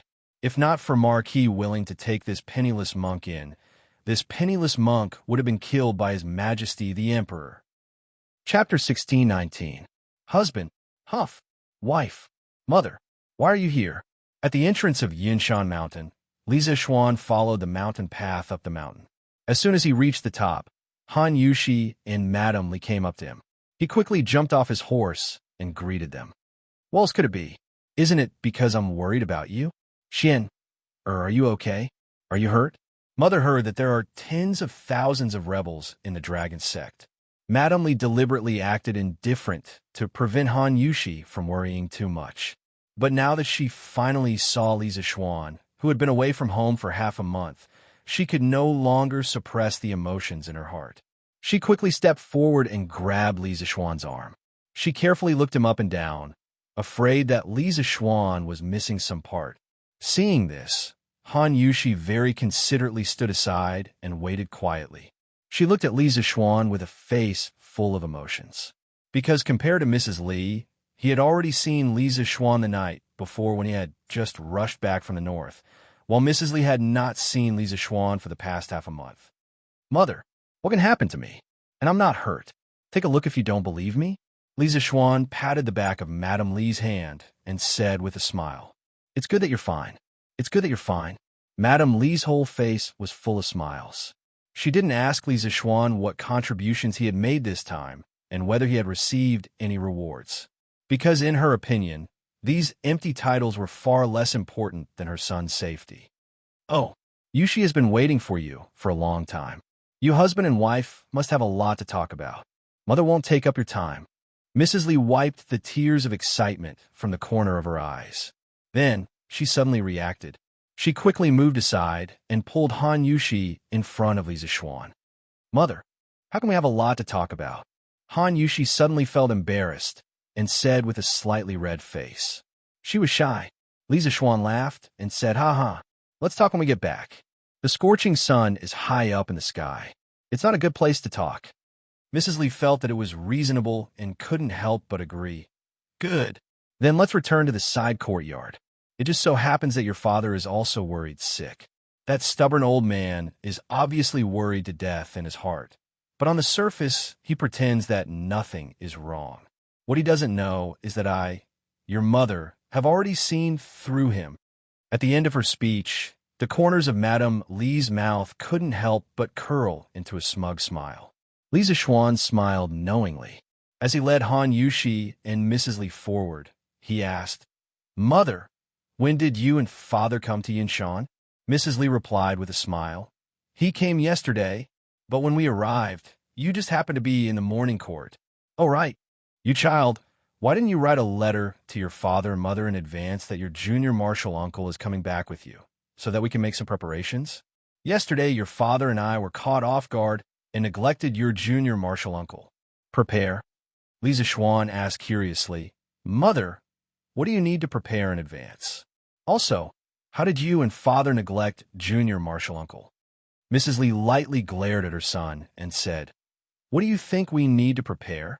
If we knew that your junior martial uncle would come back with you, we would have prepared your junior martial uncle's favorite dishes and prepared a house suitable for cultivation. Yesterday, not only did Taoist priest Xianxia not eat in the side courtyard, he also didn't rest in the side courtyard. Your father went out to look for him for a long time, but couldn't find him. In the end, we heard from Mr. Wenji that Taoist priest Xianxia was meditating on the academy's rooftop last night. There's such a thing? Li Zixuan opened his mouth, his face full of surprise. In his impression, Although Junior Martial Uncle was a little misophobic and a little arrogant, he was definitely not such an unreasonable person. Han Yushi interrupted. Mother, husband, don't think too much. I feel that it's not that Taoist priest Xianxia doesn't dislike Mother's cooking or the environment of Yinshan's side courtyard. He just doesn't like to interact with strangers. Yes. You're right, wife. Li Zishuan's eyes lit up. He quickly turned to Mrs. Li and explained, Mother, don't think too much. When Junior Martial Uncle was in the sect, he spent most of his time in seclusion. Usually, he didn't even want to talk to the disciples in the sect, let alone the people outside of the sect. That's Junior Martial Uncle's personality. But if you spend more time with Junior Martial Uncle, you'll find that he's actually a person who's cold on the outside, but warm on the inside. Mrs. Li was skeptical. Is that really the case? Of course. Li Zishuan replied firmly. Husband. Shill. Wife. Mother. Why are you here? At the entrance of Yinshan Mountain, Li Zishuan followed the mountain path up the mountain. As soon as he reached the peak, Han Yushi and Mrs. Li came up to him. He quickly jumped off his horse and went up to them. What else could it be? Isn't it because we're worried about you? Xian, are you okay? Are you hurt? Mother heard that there are tens of thousands of rebels in the dragon sect. In order to make Han Yushi not worry too much, Madame Li deliberately acted very indifferent. But now that she finally saw Li Zishuan, who had been away from home for half a month, Madame Li could no longer suppress the emotions in her heart. She quickly went forward and pulled Li Zishuan's arm. She carefully sized him up from head to toe, afraid that Li Zishuan was missing a part. Seeing this, Han Yushi very considerately stood aside and waited quietly.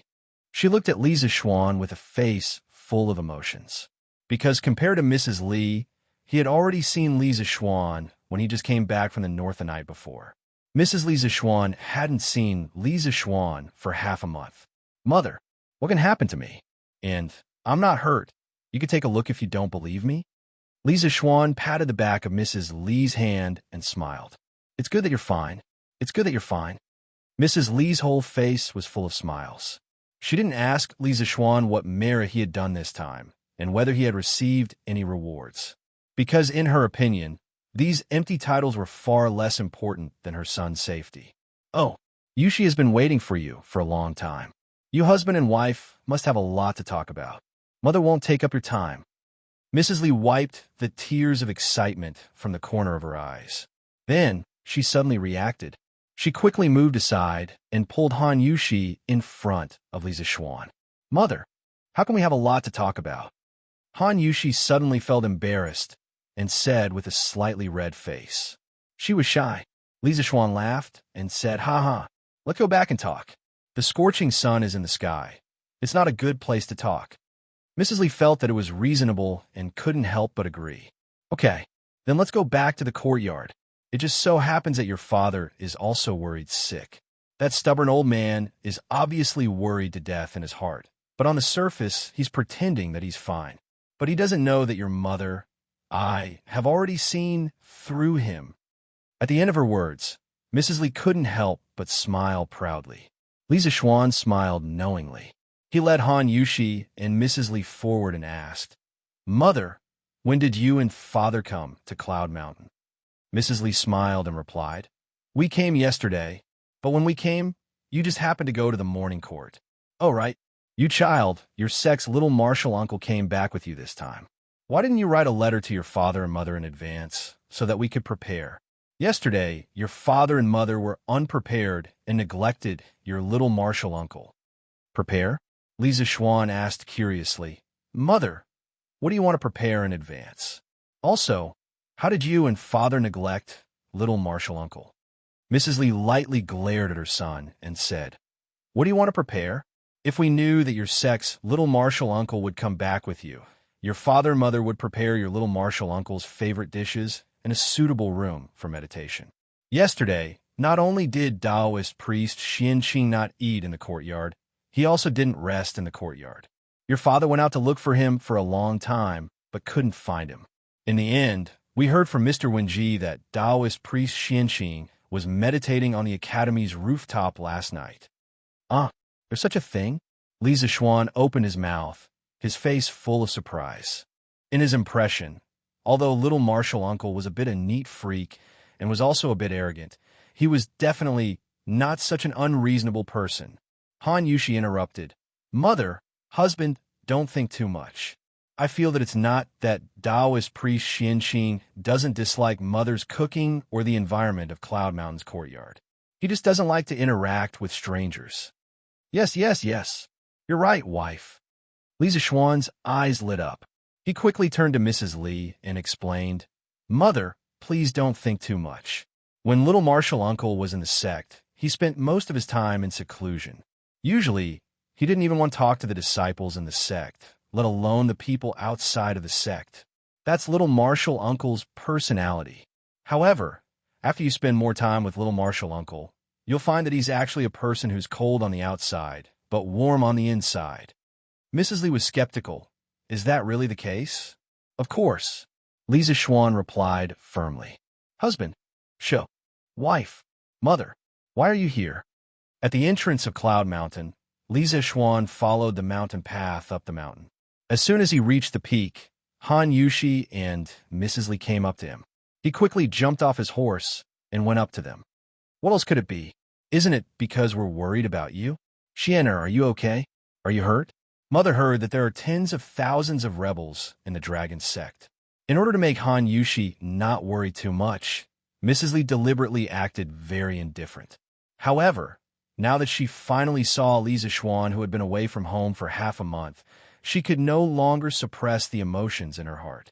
She quickly went up to Li Zixuan's arm and carefully looked him up and down, afraid that Li Zixuan was missing some part. Seeing this, Han Yushi very considerately stood aside and waited quietly. She looked at Li Zixuan with a face full of emotions. Because compared to Mrs. Li, he had already seen Li Zixuan the night before when he had just rushed back from the north. On the other hand, Mrs. Li Zixuan had not seen Li Zixuan for half a month. Mother, what can happen to me? Moreover, I'm not injured. If you don't believe me, please take a look. Li Zixuan patted the back of Mrs. Li's hand and smiled. It's good that you're fine. It's good that you're fine. Mrs. Li's entire face was brimming with smiles. She didn't ask Li Zixuan what contributions he had made this time, or whether he had received any rewards, because in her opinion, these empty titles were far less important than her son's safety. Oh, Yushi has been waiting for you for a long time. You husband and wife must have a lot to talk about. Mother will not take up your time. Mrs. Li wiped the tears of excitement from the corner of her eyes. Then, she suddenly reacted. She quickly moved aside and pulled Han Yushi in front of Li Zixuan. Mother, how can we have a lot to talk about? Han Yushi suddenly felt embarrassed and said with a slightly red face. She was shy. Li Zixuan laughed and said, "Ha, let's go back and talk. The sun is high up in the sky. It's not a good place to talk."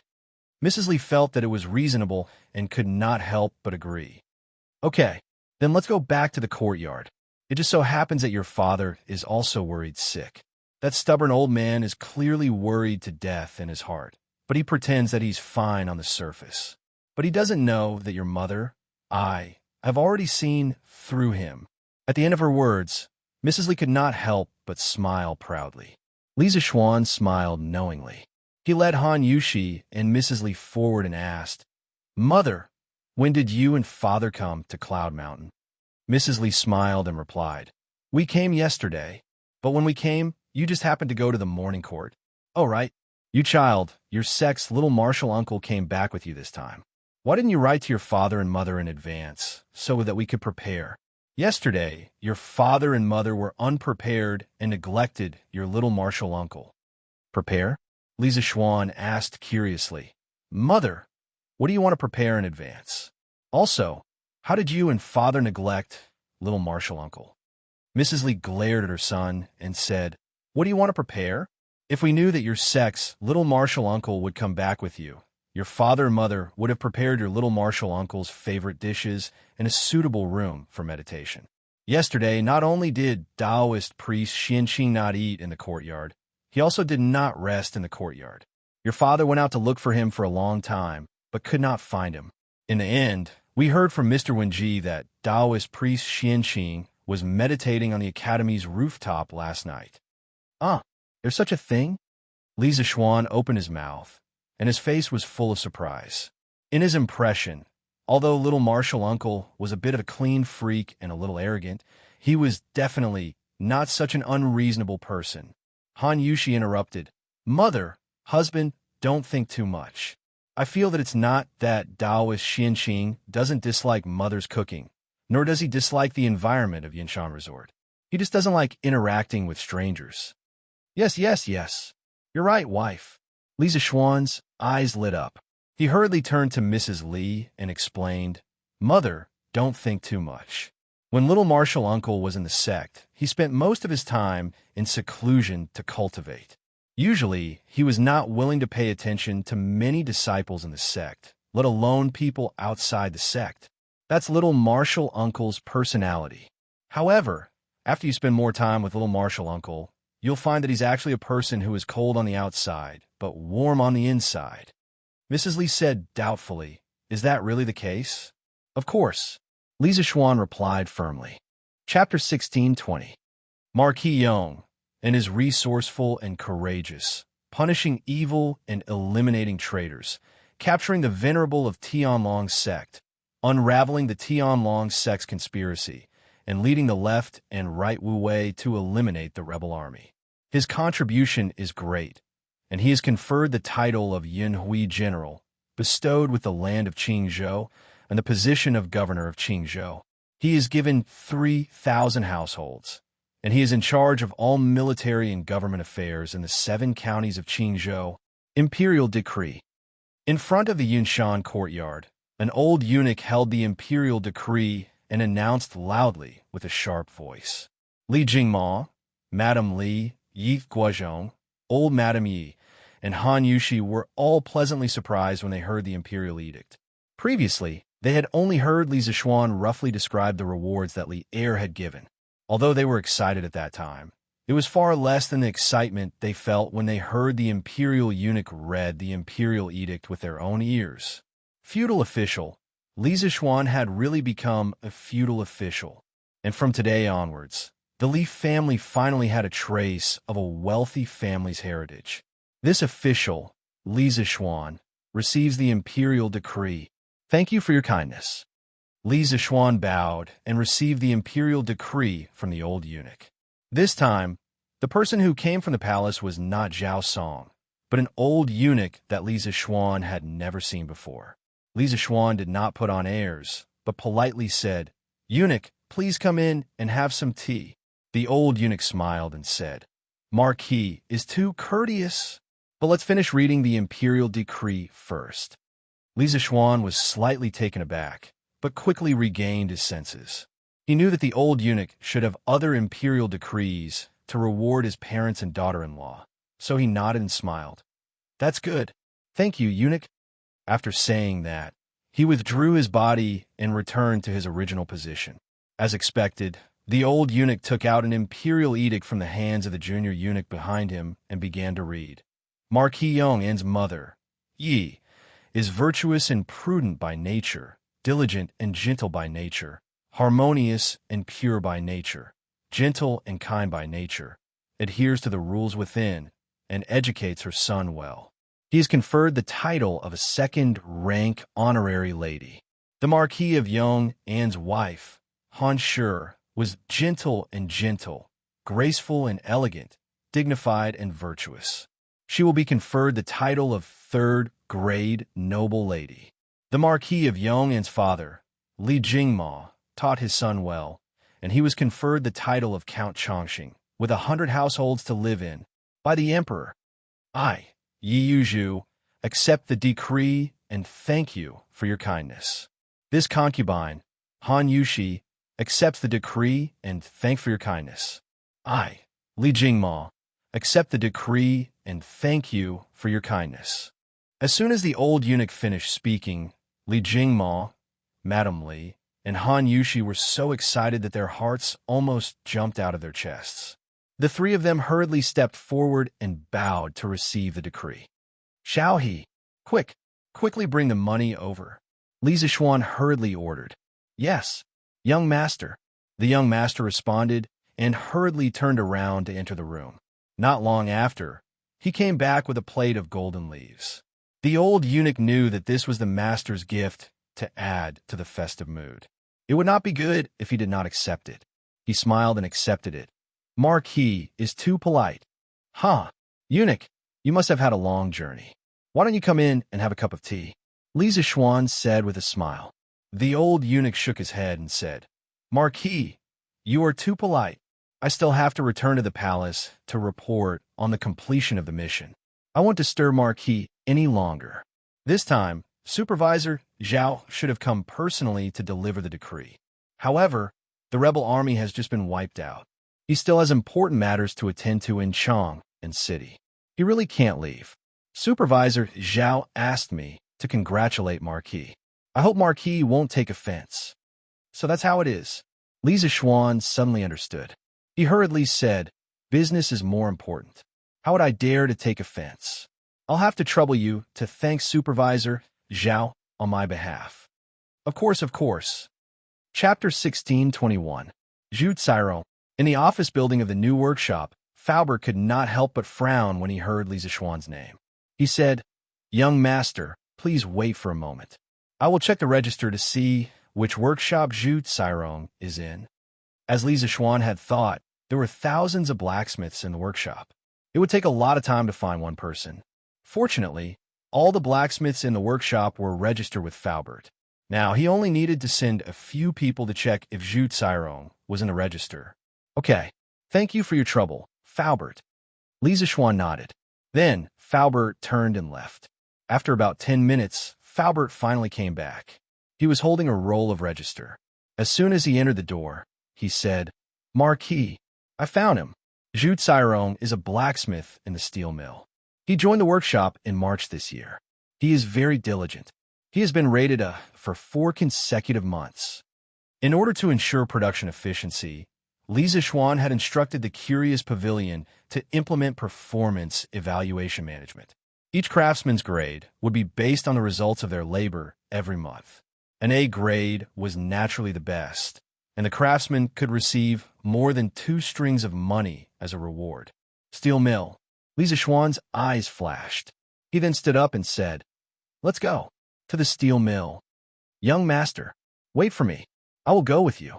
Faubert did not know why Li Zishuan was in such a hurry to find Zhu Cairo, but he could feel the urgency in Li Zishuan's voice. He quickly turned and followed. Hong Sheng, where is Zhu Cairo? Young master is in a hurry to find him. Quickly call him out. It didn't take long for Li Zishuan and his group to arrive at the steel mill. As soon as they entered the courtyard, everyone could feel a fierce wave of heat assaulting their faces. Of course, there was also the noisy sound of iron being hammered. Uncle Fu directly found the steward of the steel mill, Zhang Hongsheng, and asked aloud. Zhang Hongsheng was the master blacksmith who helped Li Zishuan forge the new plate armor last time. He was the son of a famous blacksmith, Zhang Jujio. He had only been in the workshop for a few months, but with his extraordinary forging memory, he gained Li Zishuan's appreciation and was put in an important position by Faubert. He directly became the manager of the core department of the steel mill. This speed of promotion made the other blacksmiths in the workshop envious. Marquis, you're back? Zhang Jujio was drawing at this time. When he heard the voice, he couldn't help but raise his head. When he saw Li Zishuan behind Faubert, his eyes couldn't help but brighten. He saluted Li Zishuan excitedly with a fist salute. Yes. Li Zishuan nodded, then asked directly, Hong Sheng, is there a person called Zhu Cairo here? Where is he now? Oh, Marquis, you and Manager Fu are here to look for Kai Cairo.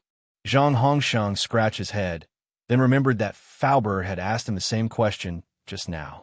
He thought about it and quickly replied. Kai Cairo said he was not feeling well at noon, so he asked for a leave of absence. Then he went back to the blacksmith's dormitory to take some clothes home. Marquis, Manager Fu, if you are in a hurry to find him, you can only look for him at his home. What? He went home? Li Zishuan's brows furrowed as an ominous premonition suddenly arose in his heart. Chapter 1622. Mother, your son is unfilial. Not only did I fail to save you, I even betrayed Marquis.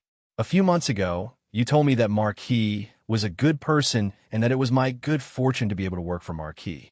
You told your son to be diligent in the workshop and not cheat, and your son did all of that.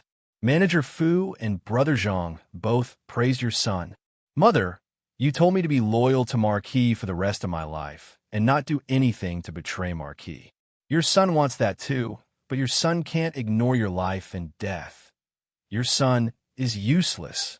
Mother, your son didn't do what you told me to do, and your son also couldn't save you. I heard that the Dragon God sect was annihilated by Marquis, and the Dragon God sect's head committed suicide in the palace. Mother, your son doesn't have the face to see Marquis again, let alone you. Your son will come down to find that bastard to avenge you. Your son won't let him off, even if I become a ghost. On the hill by the Feng River to the west of the Zhu family village, there were dozens of graves. Among them, there was a relatively new grave. In front of the grave, a middle-aged man in coarse, short clothes knelt, sobbing. After he finished speaking, a trace of determination flashed in his eyes. He directly picked up a dagger from the ground beside him and ruthlessly stabbed it into the left side of his chest. The man spat out a mouthful of blood. His eyes quickly became unfocused, and his head drooped. His whole body involuntarily leaned forward, but when he leaned forward to a certain angle, he stopped. His body was still in a kneeling position, as if he was apologizing for his sins, but also as if he was repenting. Caw, caw, caw. A few crows flew across the sky, and their low voices echoed in the mass grave, sounding inexplicably desolate. Giddy, giddy, giddy. At this moment, a group of knights appeared on the side of the path and rushed towards the hill. There's someone at the grave. Quick! This pair of people was Li Zixuan and Zhang Hongsheng. Li Zixuan's eyesight was very good. He could see clearly from afar that there was a person in gray kneeling in front of a grave. His heart tightened, and he hurriedly said, "It must be Zhu Cairong. That brat was about to do something stupid. Giddy up." Zhang Hongsheng only needed to look at the back of that person to determine that that person was Zhu Cairong. He exerted all his strength to lift the horse's belly and rushed towards the hill at even faster speed.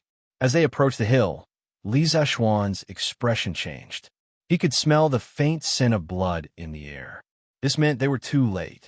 His heart sank when he thought of this. Soon, everyone arrived in front of the grave. Zhang Hongsheng was the first to jump off his horse and quickly walked to the man kneeling on the ground.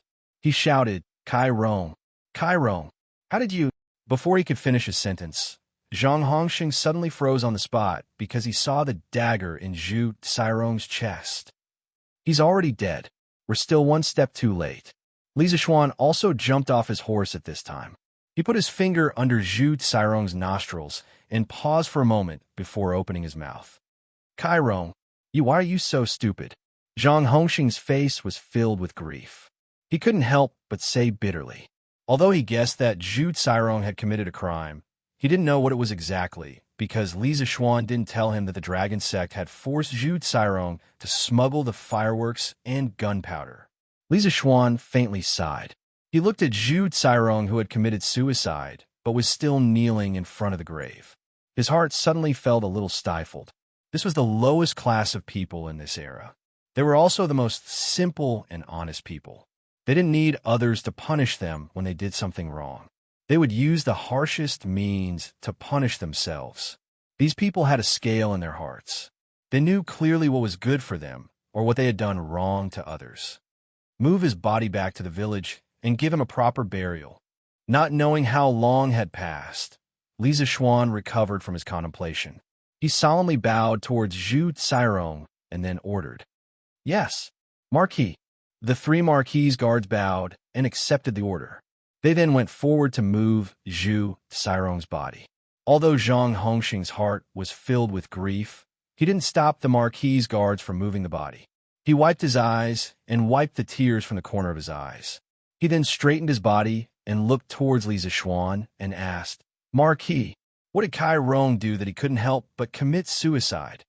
Li Zixuan first turned his head and glanced at Du Yi beside him with a complicated gaze. Then he said faintly, "When a person dies, their karma is gone. Since Zhu Cairong is already dead, it's meaningless to say these things. Let him go with dignity. Li Zishuan was very clear about his reputation among the people. If the people of Zhu village knew that Zhu Cairong had helped Dragon Sect smuggle the gunpowder from the workshop, Zhu Cairong wouldn't be able to rest in peace even if he died. Therefore, Li Zishuan decided to completely suppress this matter and not tell anyone. It could be considered as taking care of Zhu Cairong's face. Zhang Hongsheng was stunned for a moment. He roughly reacted and cupped his fist towards Li Zishuan with a complicated expression. Thank you, Marquis. Mother, your son is unfilial. Not only did I not save you, but I also betrayed Marquis. A few months ago, you told me that Marquis is a good person. To be able to work for Marquis is a blessing cultivated from 3 lifetimes. You repeatedly told your son to be diligent in the workshop and not play tricks. Your son has done all these. Manager Fu and Brother Zhang have praised your son. Mother, you also told me to be loyal to Marquis for life and not do anything that would let Marquis down. Your son also wants to be like this, but your son can't ignore your life and death. Your son is useless. Mother, your son didn't do what you told me to do. Your son also couldn't save you. I heard that Dragon Sect has been annihilated by Marquis. The head of Dragon Sect committed suicide in the palace. Mother, your son doesn't have the face to see Marquis again. Your son is going to find that bastard to avenge you. Your son won't let him off, even if I become a ghost. On the hill by the Feng River to the west of the Zhu family village, there were dozens of graves. Among them, there was a relatively new grave. In front of the grave, a middle-aged man in coarse, short clothes knelt, sobbing. After he finished speaking, a trace of determination flashed in his eyes. He directly picked up a dagger from the ground beside him and ruthlessly stabbed it into the left side of his chest.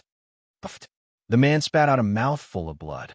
His eyes quickly became unfocused, and his head drooped. His whole body involuntarily leaned forward, but when he leaned forward to a certain angle, he stopped. His body was still in a kneeling position, as if he was apologizing for his sins, but also as if he was repenting. Caw, caw, caw. 2 or 3 crows flew across the sky, their low caws echoing in the mass grave, sounding inexplicably desolate. Giddy, giddy, giddy. At this moment, a group of knights appeared on the side of the path and rushed towards the hill. There's someone at the grave. Quick! This pair of people was Li Zishuan and Zhang Hongsheng. Li Zishuan's eyesight was excellent. From afar, he could clearly see a person in gray kneeling in front of a grave. His heart tightened as he hurriedly said, "That must be Zhu Cairong. That kid is going to do something stupid. Giddy." Zhang Hongsheng only saw the person's back and determined that it was Zhu Cairong. He exerted all his strength to lift the horse's belly and rushed towards the hill at an even faster speed. When they were about to reach the hill, Li Zishuan couldn't help but change his expression. This was because he smelled a faint scent of blood in the air. This meant that they were too late. Thinking of this, his heart sank completely.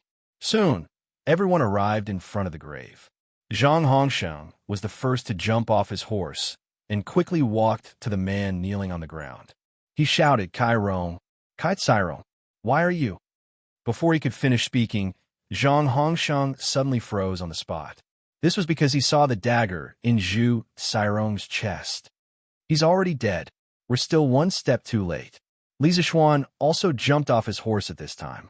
He put his finger under Zhu Cairong's nostrils and paused for a moment before opening his mouth. Cairong, why are you so stupid?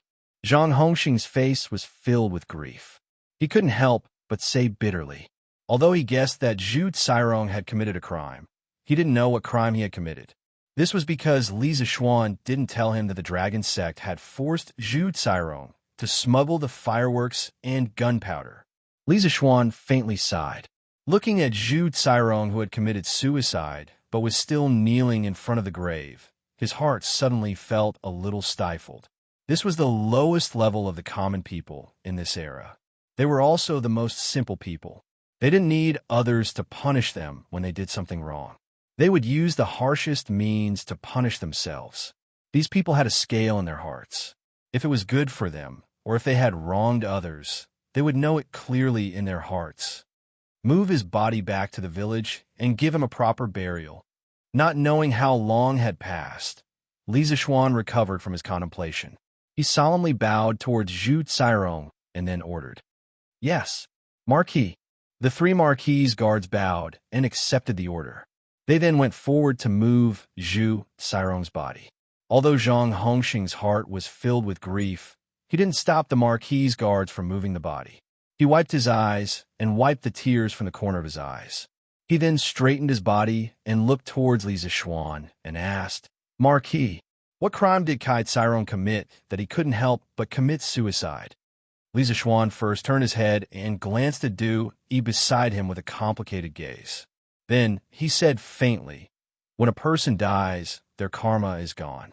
Since Zhu Cairong is already dead, it's meaningless to say these things. Let him go with dignity." Li Zishuan was very clear about his reputation among the common people. If the people of Zhu village knew that Zhu Cairong had helped Dragon Sect smuggle gunpowder from the workshop, even if Zhu Cairong died, he wouldn't be able to rest in peace. Therefore, Li Zishuan decided to completely suppress this matter and not tell anyone. It could be considered as taking care of Zhu Cairong's face. Zhang Hongxing was stunned for a moment. He roughly reacted and cupped his fists towards Li Zishuan with a complicated expression. "Many thanks to Marquis. Mother, your son is unfilial. Not only did I not save you, but I also betrayed Marquis. A few months ago, you told me that Marquis is a good person. To be able to work for Marquis is a blessing cultivated from 3 lifetimes. You repeatedly told your son to be diligent in the workshop and not play tricks. Your son has done all these. Manager Fu and Brother Zhang have praised your son. Mother, you also told me to be loyal to Marquis for life and not do anything that would let Marquis down. Your son also wants to be like this, but your son can't ignore your life and death. Your son is useless. Mother, your son didn't do what you told me to do. Your son also couldn't save you.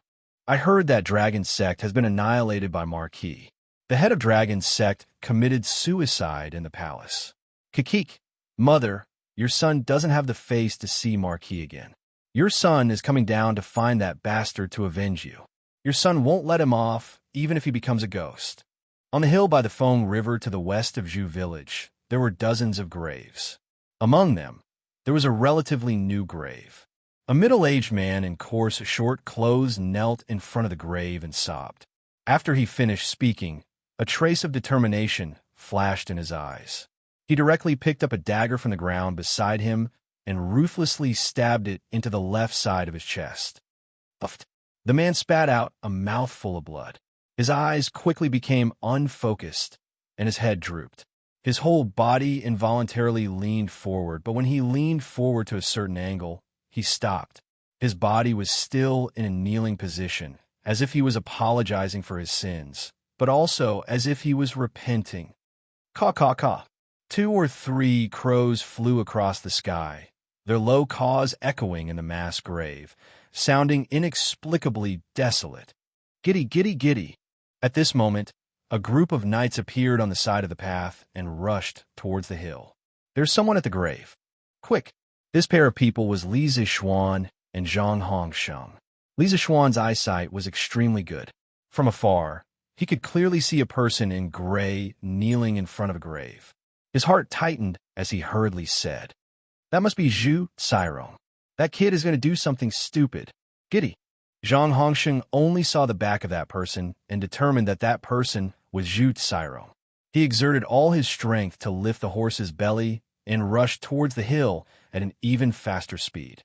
When they were about to reach the hill, Li Zishuan couldn't help but change his expression. This was because he smelled a faint smell of blood in the air. This meant that they were too late. Thinking of this, his heart sank completely. Soon, everyone arrived at the grave. Zhang Hongxing was the first to jump off his horse. He quickly walked to the kneeling man and shouted, "Kai Cairong, Kai Cairong, why are you?" Before he could finish speaking, Zhang Hongxing suddenly froze on the spot. This was because he saw the dagger in Zhu Cairong's chest.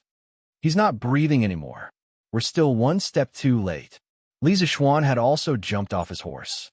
He put his finger under Zhu Cairong's nostrils and paused for a moment before speaking. Kai Cairong, why are you so stupid? Zhang Hongxing's face was filled with grief. He couldn't help but say bitterly. Although he guessed that Zhu Cairong had committed a crime, he didn't know what crime he had committed. This was because Li Zixuan didn't tell him that the dragon sect had forced Zhu Cairong to smuggle the fireworks and gunpowder. Chapter 1623. In fact, Li Zixuan had rushed back to Yinshan the night before.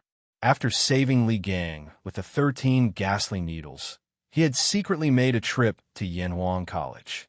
At that time, under the lead of Yin Shilu, some of the teachers in the college had met Li Zixuan. Moreover, Li Zixuan had also visited the students' dormitory. Students like Li Tai, Sun Zifan, and Yuqi Baoan all knew that he had returned from the north. However, that was not an official return because it was already late at night and many people were already asleep. Li Zixuan had only strolled around the college once before returning to rest. At that time, he had thought that he would officially return to the college the next day and make it in time for the first day of the college's final examination.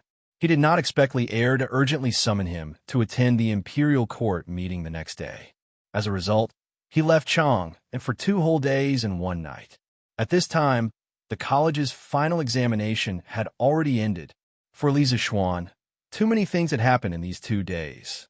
For the Tang imperial court and the people of Chang, and what had happened in these 2 days could be described as earth-shattering because the political situation of the Tang Empire had almost been overturned. However, even though there was a storm outside, Yunshan was still calm and peaceful. The rebellion of the dragon sect outside Chang and did not affect the college's final examination at all. In fact, no one knew about it because the students were busy with the exams and the teachers were busy invigilating the exams. No one from the college had left Yinshan in these 2 days. In the morning, Han Yushi and Li Jingma knew that Chang and was besieged by the rebels, but they did not announce it to the public because they did not want to affect the college's final examination. Therefore, the teachers and students of the college had no way of knowing about it. This was really ignoring the outside world and only focusing on reading the sages. Under the organization and leadership of Yin Shilu and the class teachers, the students quickly gathered at the field west of Guanghua Building and lined up according to class. According to the previous practice, after the end of term exams, the students would gather in the field to listen to the teachers talk about the things to take note of during the holidays. Then, the holidays would officially begin. Since the holidays were about to begin and there was no need for classes, the students were usually very excited. Although most of the students stayed in the academy during the last semester's winter break and participated in the warm winter operation, they were still very excited when they had a meeting on the field. But today was different from the past. This time, the students stood on the field, but they didn't feel the slightest bit of excitement for the holidays. It was mainly because the academy had been attacked a few days ago, and the students felt a heavy burden in their hearts. Previously, they had temporarily put down this burden in order to focus on the exams. Now that the exams were over, their hearts immediately became heavy and lost.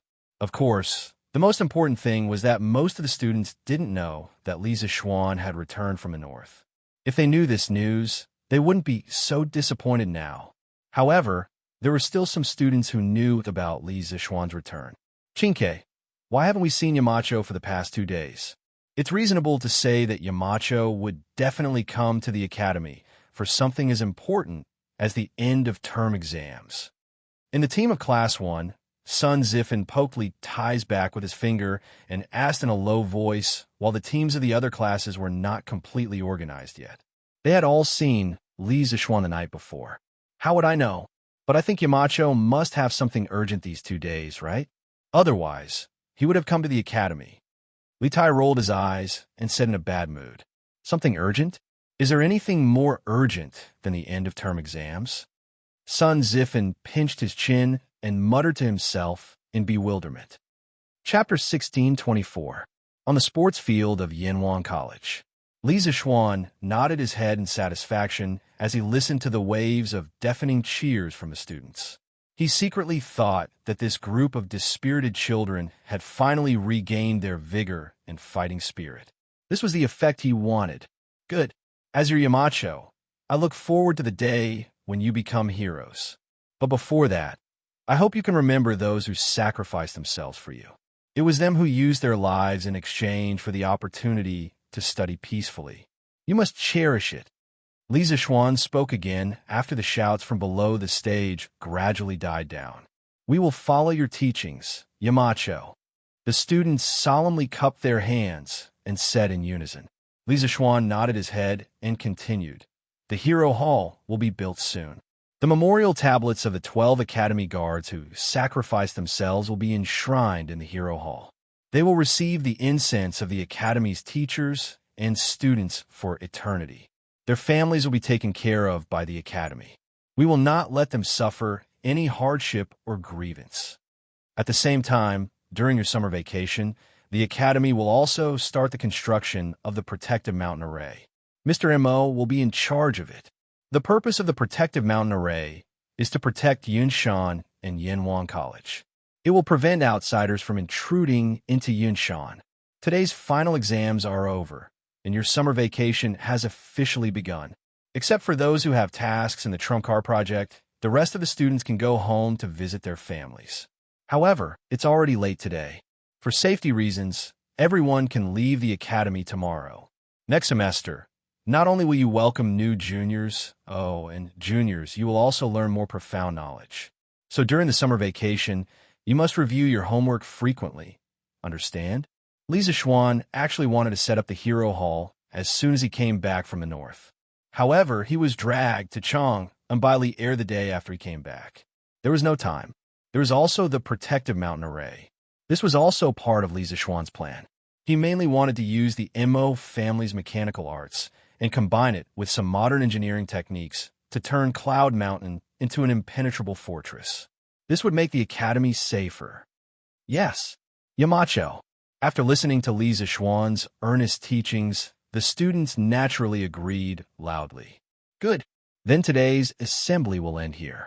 Students, wait, it's Mr. Wenji. Seeing that it was almost time, Li Zishuan was about to announce the end of the meeting. Suddenly, he saw an old man walking over from the side of the field. The setting sun elongated the old man's shadow, and the smile on the old man's face became even brighter. Li Zishuan's eyesight was very good, and he was looking down from above.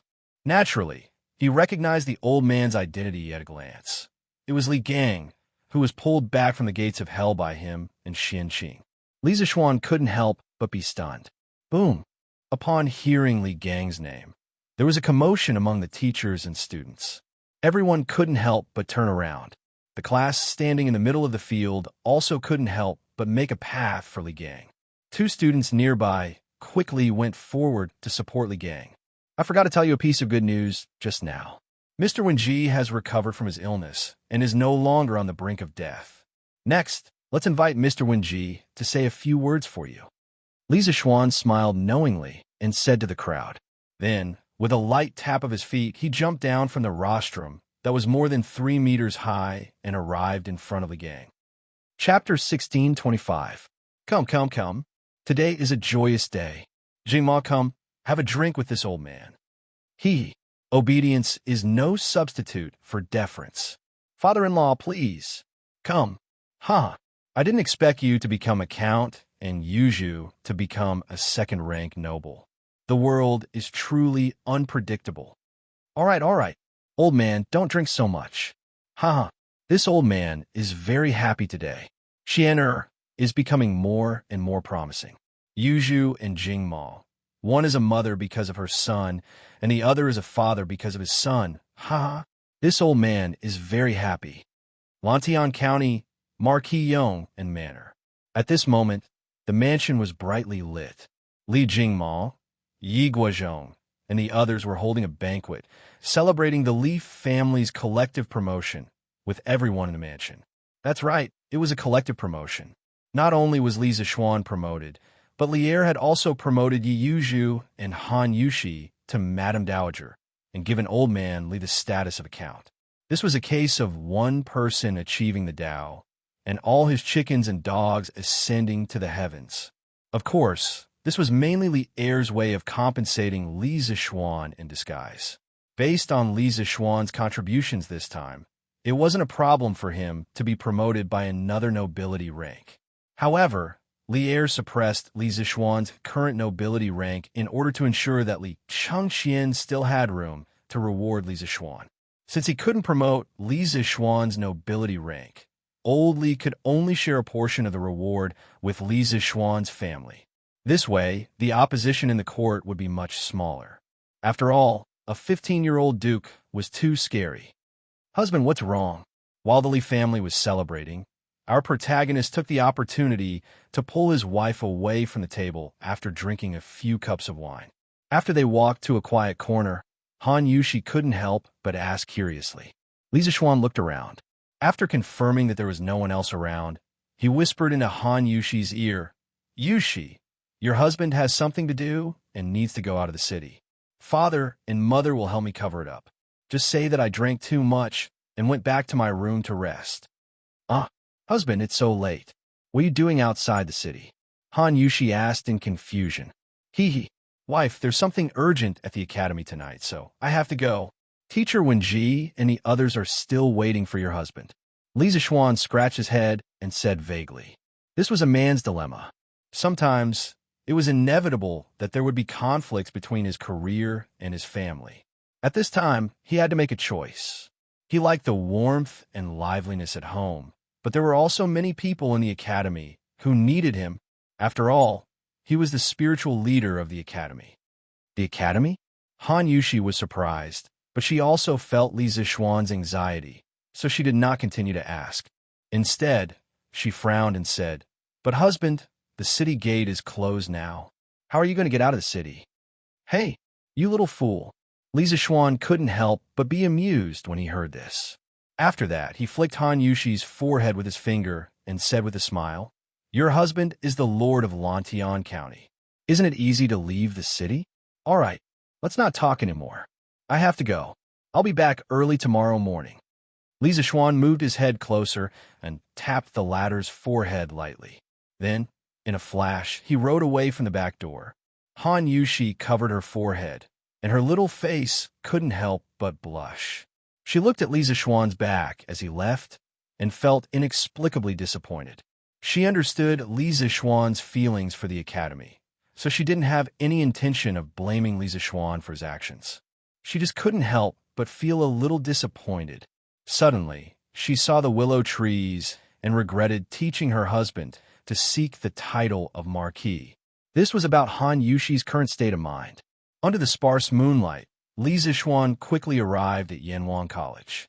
At this time, the chefs in the cafeteria had already prepared the dinner. As soon as Li Zishuan arrived, the dinner began immediately.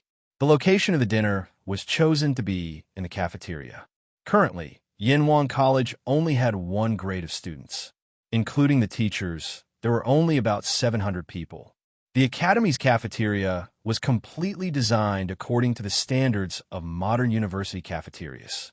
There was no problem at all in accommodating more than 700 people at the same time. Perhaps the only trouble was that the students had to share their own tables.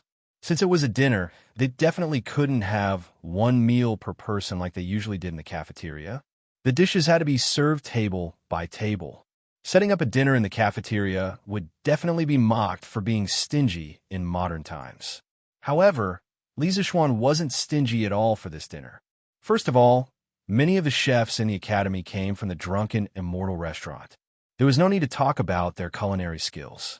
The dishes they made were definitely more delicious than more than 80% of the restaurants in Chang and City. Moreover, the variety of ingredients for this dinner was quite rich. There were all kinds of chicken, duck, and fish. There were more than 10 main dishes and more than 10 side dishes on each table. There was definitely enough variety and quantity. Come, let's toast to Teacher Wenji. To celebrate Teacher Wenji's recovery. Teacher Wenji, you can use tea instead of wine. The teachers of the academy were all sitting on the second floor of the cafeteria. This wasn't to divide the classes. If the teachers and students sat at the same table, the students wouldn't be able to eat freely. It was better to let the children have their fun on the first floor. During the dinner, Li Zishuan stood up and raised his cup. Good. Teacher Wenji has just recovered from serious illness. It's time to celebrate. Hearing this, all the teachers on the second floor of the cafeteria stood up and raised their cups to Li Gang to toast. Li Gang quickly stood up and said, "Ha ha! It was all thanks to Yamacho's acupuncture that I saved him. This old man can't hold his liquor, so I can only use tea instead of wine." After saying that, the old man picked up his teacup and drank it in one gulp. Good. The teachers of the academy followed suit and drank the wine in their cups. Li Zishuan didn't sit down. He poured himself another cup of wine and raised his cup to the crowd. This second cup of wine is a toast to all of you gentlemen. During my absence, the academy has relied on all of you for your efforts. After saying that, Li Zishuan raised his head and drank the wine in his cup. Haha, Yamacho's words are too serious. Everyone declined and downed the wine in their cups in one gulp. Li Zishuan smiled and said, "All right, everyone, don't stand on ceremony. Sit down and eat to your heart's content. Tonight, we won't go home until we're drunk." Good. We won't go home until we're drunk. The teachers cheered and the dinner officially began. With the two old drunkards, Wang Ji and the bearded man, taking the lead, the atmosphere at the table was quickly lifted. Thus, on the second floor of the cafeteria, there were many toasts and toasts. It was very lively. At the same time, on the first floor of the cafeteria, the students were not to be outdone. After experiencing Li Zishuan's encouragement in the afternoon, the students had already regained their usual vigor. At this moment, the students on the first floor were eating and drinking heartily while bragging. It was very lively. Oh, if Chonyo was here, it would be even livelier. Don't you think so, Xianxia? On the first floor of the cafeteria, Wuxia Baolin said regretfully as he stuffed steamed pork trotters into his mouth. Li Tai rolled his eyes and said, "Huh? Baolin, if Chonyo was here, I think our table of dishes would have been cleaned out by him." Yes, that's right." Sun Zifan desperately stuffed the meat into his mouth and said with a buzzing voice, "Oh, I just found out that our academy chef can cook so well. It seems like they were hiding their strength from us." Facing the two gluttons beside him who did not care about their image, Li Tai was speechless. However, he had to admit that without Chung Chumo, the academy seemed to have lost a lot of fun. More than half a month without him, he was starting to miss Chung Chumo. Yamacho, his Highness King of Shu, Chumo, and the rest. When will they be back? On the second floor of the cafeteria, Mo Huai asked a question that Li Tai and Wuxia Baolin wanted to ask. Li Zishuan pondered for a moment and said, "The locust extermination mission has ended. Counting the days, Xiaoka and Chumo should be back in 3 or 4 days. Also, isn't Kushirqing still in Sichuan? Call him back, and the academy will arrange for Wenhao, Iron Egg, Xiaoka, Chumo, and Kushirqing to take the makeup exams." Although he encouraged the students to diversify their development, he would not limit them to the academy. As long as there was a good place to practice, he would even encourage the students to practice outside. For example, Kushirqing had not returned since he went to Sichuan. Another example was Li Ku, who is now taking over some of the affairs of the bank. However, in principle, every student had to participate in the academy's final exams. At most, if you failed a certain course, the academy would give you a few extra points based on your daily practical performance. Of course, if your results were too bad and you were less than 10 points away from passing, the academy could do nothing about it. You would have to give up your practical experience outside, come back to take a makeup exam, or re-study. Yin Silu stroked his beard and said, "Yamacho is right. As for Kushirqing, I have already sent a letter to him half a month ago to inform him to come back and take the final exams. He should be in Chang'an soon." "Good. Mr. Konggue is so thoughtful," Li Zishuan exclaimed in admiration. After a brief discussion of the academy's affairs, everyone continued to drink. The banquet continued until the moon was high in the sky. Naturally, the students and teachers returned to their own dormitories. Although some of the teachers were already dead drunk, their dormitories were not far from the cafeteria. In theory, there should not be any accidents. Li Zixuan accompanied Mo Huai to send Li Gang back to the courtyard. Although the old man did not drink, Li Zixuan was still worried about letting him go back alone. Yamacho, now that you have returned to Cloud Mountain, let's bury the academy guards who were sacrificed in the previous battle tomorrow. The weather is hot now, so the questions cannot be left for too long. After sending Li Gang home, Mo Huai accompanied Li Zixuan on a small path in Cloud Mountain.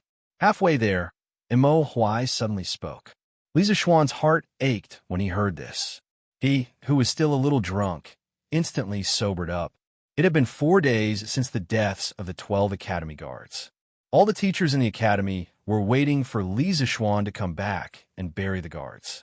In order to prevent the questions from rotting, Han Yushi specially ordered the craftsmen in the workshop to build 12 ice coffins to store the questions of the academy guards. The word shirdi seemed to be a Chinese word now. To be safe, it could only be replaced with a homophone. Yes, let's do it sooner rather than later. We will open a mourning hall in the academy tomorrow and bury them as soon as possible. After a moment of silence, Li Zixuan spoke. Although he spoke well, when he persuaded the students to cheer up on the playground in the afternoon, he could not help but feel a dull pain in his heart when he thought of the 12 dead guards of the academy. This was probably what it meant to be able to save others, but not oneself. That's right. When we have time tomorrow, Marshal Uncle and I will treat Mr. Mo's injuries together. This way, you can recover faster. Li Zixuan suddenly thought of something and hurriedly said. The night he returned to Cloud Mountain, he had planned to treat Mo Huai's injuries the next day. However, he was called to Chang and by Li Er the next day, and the matter had been delayed until now. Yamacho, there's no need to trouble you and Taoist Master Xianxia. This old man will recover by himself after a few days of recuperation. Mo Huai hurriedly waved his hand. He was a martial artist and naturally was not as weak as Li Gang. Although he had been seriously injured that night, after Sun Simiao's treatment, his external injuries had basically healed. Although his internal injuries would take some time and effort, they would not affect his daily life. It was just that he could not easily use his vital qi now. Li Zixuan insisted, Mr. Mo, you have to listen to me on this matter. You were injured because you were protecting the academy. I will definitely not stand by and watch. Mo Huai was stubborn and could only nod. Okay, then this old man will thank Yamacho and Taoist Master Xianxia in advance. Chapter 16:26. The moon slowly moved to the west. Obviously, it was late at night, but there was a person lying in bed, tossing and turning, unable to fall asleep. That person was Du. Now that he was Li Zixuan's servant, he naturally followed wherever Li Zixuan went. Li Zixuan returned to Yinshan Villa to rest after attending the academy's banquet tonight. Naturally, he followed him to Yinshan Villa. Since the moment he set foot on Yinshan Villa, he was at a loss in the face of the novel buildings and unfamiliar environment. He did not know if he had come to the Immortal Palace. Because he had never seen any of the buildings on Yinshan Villa, he could only call it the Immortal Palace. The reason why he could not fall asleep was that his mind kept replaying the scenes that he had encountered when he was with Li Zixuan, such as Zhu Cairong committing suicide in front of his mother's grave, Li Zixuan returning to Yanhuang College to speak to the students, and the academy's banquet tonight. Some of these events were directly related to while some had nothing to do with him. But it was through these events that recognized himself and had a deeper understanding of Li Zixuan. Used to be the second in command of the Dragon Sect, but now he had become Li Zixuan's servant. Of course, he had a lot of resistance in his heart at first. Even though he appeared to be happy to accept and enjoy it, he did not think so in his heart. Today, when he saw Zhu Cairong committing suicide in front of his mother's grave, on one hand, he was shocked by the Tang's staunchness. On the other hand, he could not help but feel guilty. To some extent, Zhu Cairong's experience was very similar to Yi's when he was young. Their parents were both killed by thieves, but they chose different paths because of this. Zhu Cairong committed suicide because of self-blame, while Yi became bloodthirsty and ruthless because of hatred. If victory was determined by life and death, Yi did win, but he did not feel any joy of victory at all. In the evening, Li Zixuan returned to Yinshan Villa and spoke to all the teachers and students of the academy on the sports ground. He heard every word clearly. He still clearly remembered the craziness and worship of more than 700 teachers and students on the sports ground when they shouted at Li Zixuan. Although he did not understand engineering, he had a hunch that Yanhuang College would definitely become an existence that the whole world would tremble and fear in less than 5 years. Of course, today's speech also made he have a clear understanding of Li Zixuan's personality charm. At night, Li Zixuan and all the teachers and students held a banquet in the academy's canteen. The lively and warm atmosphere made Dewey envious. Xian, where did you go last night? How come I can't see you even after 9 o'clock? The next day, Li Zixuan rubbed his sleepy eyes and came to the front hall to have breakfast with his family. As soon as he entered the door, Li Jingma could not help but ask. Hearing this, Li Zixuan opened his mouth and hurriedly said, yes. The next day, Li Zixuan rubbed his sleepy eyes and came to the front hall to have breakfast with his family. As soon as he entered the door, Li Jingma could not help but ask. Hearing this, Li Zixuan opened his mouth and hurriedly said, yes. The next day, Li Zixuan rubbed his sleepy eyes and came to the front hall to have breakfast with his family. Hearing this, Li Zixuan opened his mouth and hurriedly said, yes. Chapter 16:27. Li Zixuan left the morning hall after burning a stick of incense for each of the memorial tablets. It wasn't that he wasn't sincere, but the atmosphere here was too oppressive. It was so oppressive that he couldn't breathe. After leaving the academy, Li Zixuan went straight to Xianxing's courtyard. He called Xianxing, and the two of them went to Mo Lingwei's courtyard together. It was worth mentioning that Xianxing did not like the noise in the mansion. Instead, he especially liked the quiet environment and warm atmosphere of Yinshan. Therefore, when Li Jingma and the others returned to Lantian County yesterday, Xianxing did not agree even though they repeatedly invited him. In the end, he stayed in Yinshan. Li Zixuan immediately ordered people to clean up a courtyard for Xianxing. After all, whether it was the predecessor or the present, Xianxing was quite good to himself. Li Zixuan did not care much about a courtyard. On the contrary, as long as Xianxing liked to live in Yinshan, Li Zixuan was willing to give him 100 courtyards, let alone one. If there was a supermaster like Xianxing in Yinshan, Li Zixuan would not have to worry about the safety of Yanhuang College. Li Zixuan was still thinking about what he saw and heard in the morning hall. Xianxing did not like to talk, so the two of them kept silent all the way. Soon, they arrived at Mo Lingwei's courtyard. Mo Huai, the bearded man, and Li Gang were all in the courtyard. They were drinking tea in the pavilion in the front yard. Li Zixuan wanted to talk to them, but a woman suddenly stopped in front of him. Mountain Elder, I remember you said that you would give little Ningzi and I a congratulatory gift on our wedding day. Now that little Ningzi and I have been married for quite some time, where's your gift? You are the marquis of a dynasty and the leader of a mountain. You can't go back on your words. The person who blocked Li Zixuan's path was Mo Lingwei.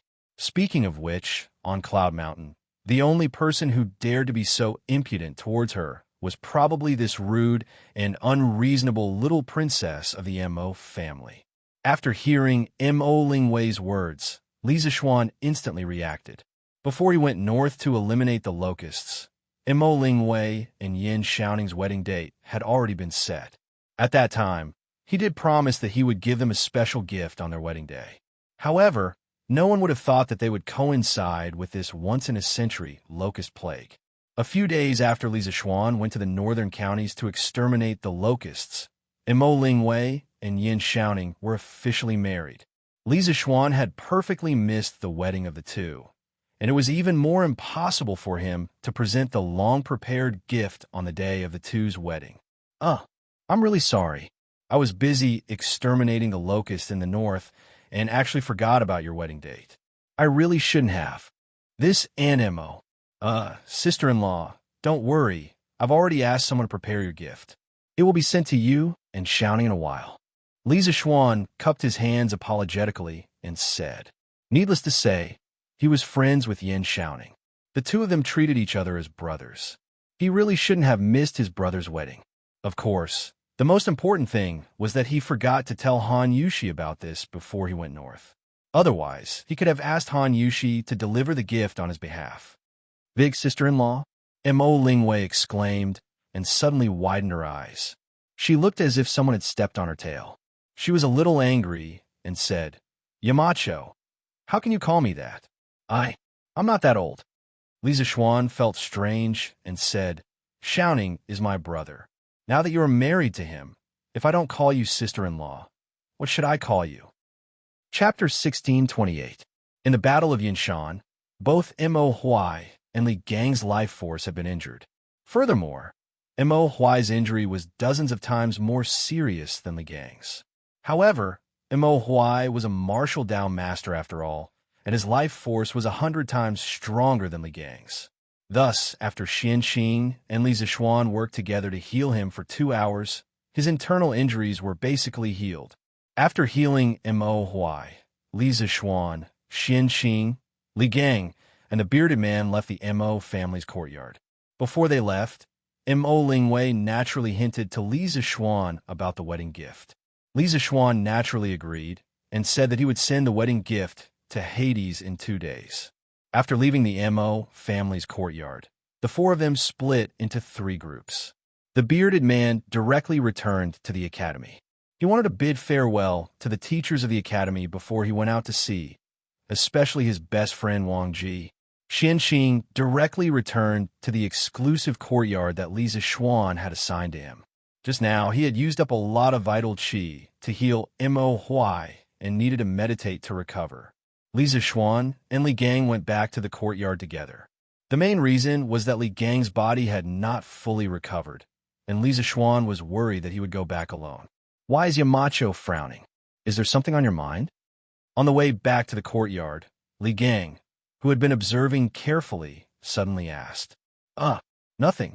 I'm just thinking about some things. Li Zishuan was stunned when he heard this, and then he shook his head. Li Gang obviously did not believe him. After a moment of silence, he said, Yamacho should be thinking about the academy guards or Mr. Mo, right? As for those academy guards who sacrificed their lives, the Hill elders still can't let go of them. Am I right? When Li Zishuan stepped into the Mo family's courtyard, Li Gang had already sensed that although Li Zishuan looked normal on the surface, his mood seemed to be somewhat depressed. Thinking that Li Zishuan had just returned from the academy before coming to the Mo family's courtyard, Li Gang roughly guessed it in his heart, mainly because he was very familiar with Li Zishuan's temperament. Li Zishuan was shocked. He did not expect that Li Gang would see through some things that he had concealed very well. It had to be said, under normal circumstances, a person's experience and vision was directly proportional to their age. Yes, Mr. Wenji's guess is right. Although I have given some compensation to the families of the dead guards, and asked people to enshrine their memorial tablets in the Academy's Hall of Heroes to enjoy the incense and glory of the Academy, when I think of the women and children in mourning in front of the Memorial Hall, I feel that I owe those guards a lot. After all, they lost their precious lives for the Academy, and I only compensated their families with some money. In the Battle of Yinshan, both Mo Huai and Li Gang's life force was injured, and Mo Huai's injury was dozens of times more serious than Li Gang's. However, Mo Huai was after all a contemporary Wu Dao master, and his life force was 100 times stronger than Li Gang's. Therefore, after being treated by Li Zishuan and Xianxia for 2 hours, his internal injuries were basically healed. After treating Mo Huai, Li Zishuan, Xianxia, Li Gang, and the bearded man left the Mo family's courtyard. Before leaving, Mo Lingwei naturally hinted to Li Zishuan about the wedding gift. Li Zishuan naturally agreed, and said that he would send the wedding gift to Hell in 2 days. After leaving the Mo family's courtyard, the 4 of them split into 3 groups. The bearded man directly returned to the academy. He wanted to bid farewell to the teachers of the academy before going out to sea, especially his best friend Wang Ji. Xianxia directly returned to the exclusive courtyard assigned to him by Li Zishuan. Just now, he had used a lot of vital energy to treat Mo Huai's injury, and he needed to meditate to recover. Li Zixuan and Li Gang went back to the courtyard together. The main reason was that Li Gang's body had not fully recovered, and Li Zixuan was worried about him going back alone. Why is Yamacho frowning? Is there something on your mind? On the way back to the courtyard, Li Gang, who had been observing carefully, suddenly asked, Nothing. I'm just thinking about some things. Li Zixuan was stunned when he heard this, and then he shook his head. Li Gang obviously did not believe him. After a moment of silence, he said, Yamacho should be thinking about the Academy guards or Mr. Mo, right? As for those Academy guards who sacrificed their lives, the Hill Elder still can't let go of them. Am I right? When Li Zixuan first stepped into the Mo family's courtyard, Li Gang had already sensed that although Li Zixuan looked normal on the surface, he seemed to be a little depressed. Thinking about how Li Zixuan had just returned from the academy before coming to the Mo family's courtyard, Li Gang roughly guessed it in his heart. The main reason was that he was very familiar with Li Zixuan's temperament. Li Zixuan was shocked. He did not expect that Li Gang could still see through some things that he had concealed very well. It had to be said that under normal circumstances, a person's experience and eyesight were really proportional to their age. Yes, Mr. Wenji guessed correctly. Although I gave some compensation to the families of the dead guards and asked people to enshrine their memorial tablets in the Academy's Hall of Heroes to enjoy the incense and glory of the Academy, when I think of the women and children in mourning clothes in front of the Memorial Hall, I feel that I owe those guards a lot. After all, they lost their precious lives for the Academy, and I only compensated their families with some money. In the Battle of Yinshan, Mo Huai and Li Gang both suffered injuries to their life force. Moreover, Mo Huai's injuries were dozens of times more serious than Li Gang's injuries. However, Mo Huai was after all a contemporary martial arts grandmaster, and his life force was 100 times stronger than Li Gang's. Therefore, after being treated by Li Zixuan and Xianxia for 2 hours, his internal injuries were basically healed. After treating Mo Huai, Li Zixuan, Xianxia, Li Gang, and the bearded man left the Mo family's courtyard. Before leaving, Mo Lingwei naturally hinted to Li Zixuan about the wedding gift. Li Zixuan naturally agreed and said that he would send the wedding gift to Hell in 2 days. After leaving the Mo family's courtyard, the 4 of them split into 3 groups. The bearded man directly returned to the academy. He wanted to bid farewell to the teachers of the academy before going out to sea, especially his best friend Wang Ji. Xianxia directly returned to the exclusive courtyard that Li Zixuan assigned to him. Just now, he had used a lot of vital energy to treat Mo Huai's injuries and needed to meditate to recover. Li Zixuan and Li Gang went back to the courtyard together.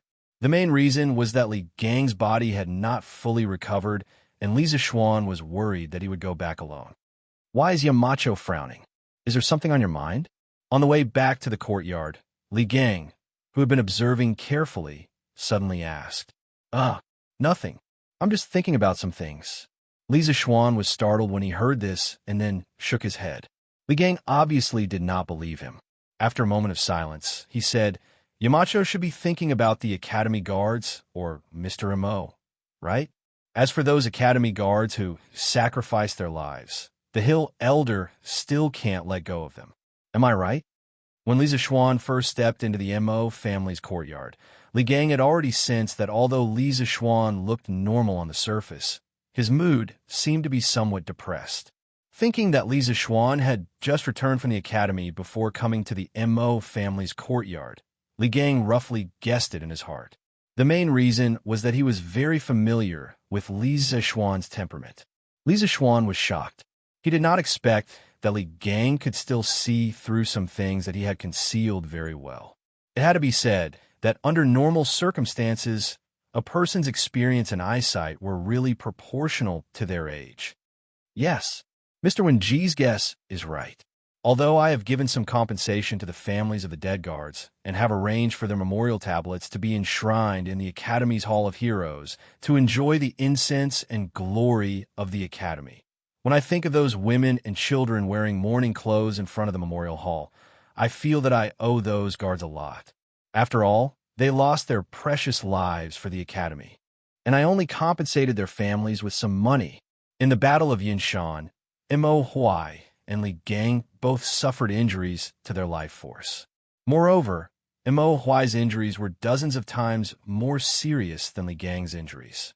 However, Mo Huai was after all a contemporary martial arts grandmaster, and his life force was 100 times stronger than Li Gang's. Therefore, after being treated by Li Zixuan and Xianxia for 2 hours, his internal injuries were basically healed. After treating Mo Huai, Li Zixuan, Xianxia, Li Gang, and the bearded man left the Mo family's courtyard. Before leaving, Mo Lingwei naturally hinted to Li Zixuan about the wedding gift. Li Zixuan naturally agreed and said that he would send the wedding gift to hell in 2 days.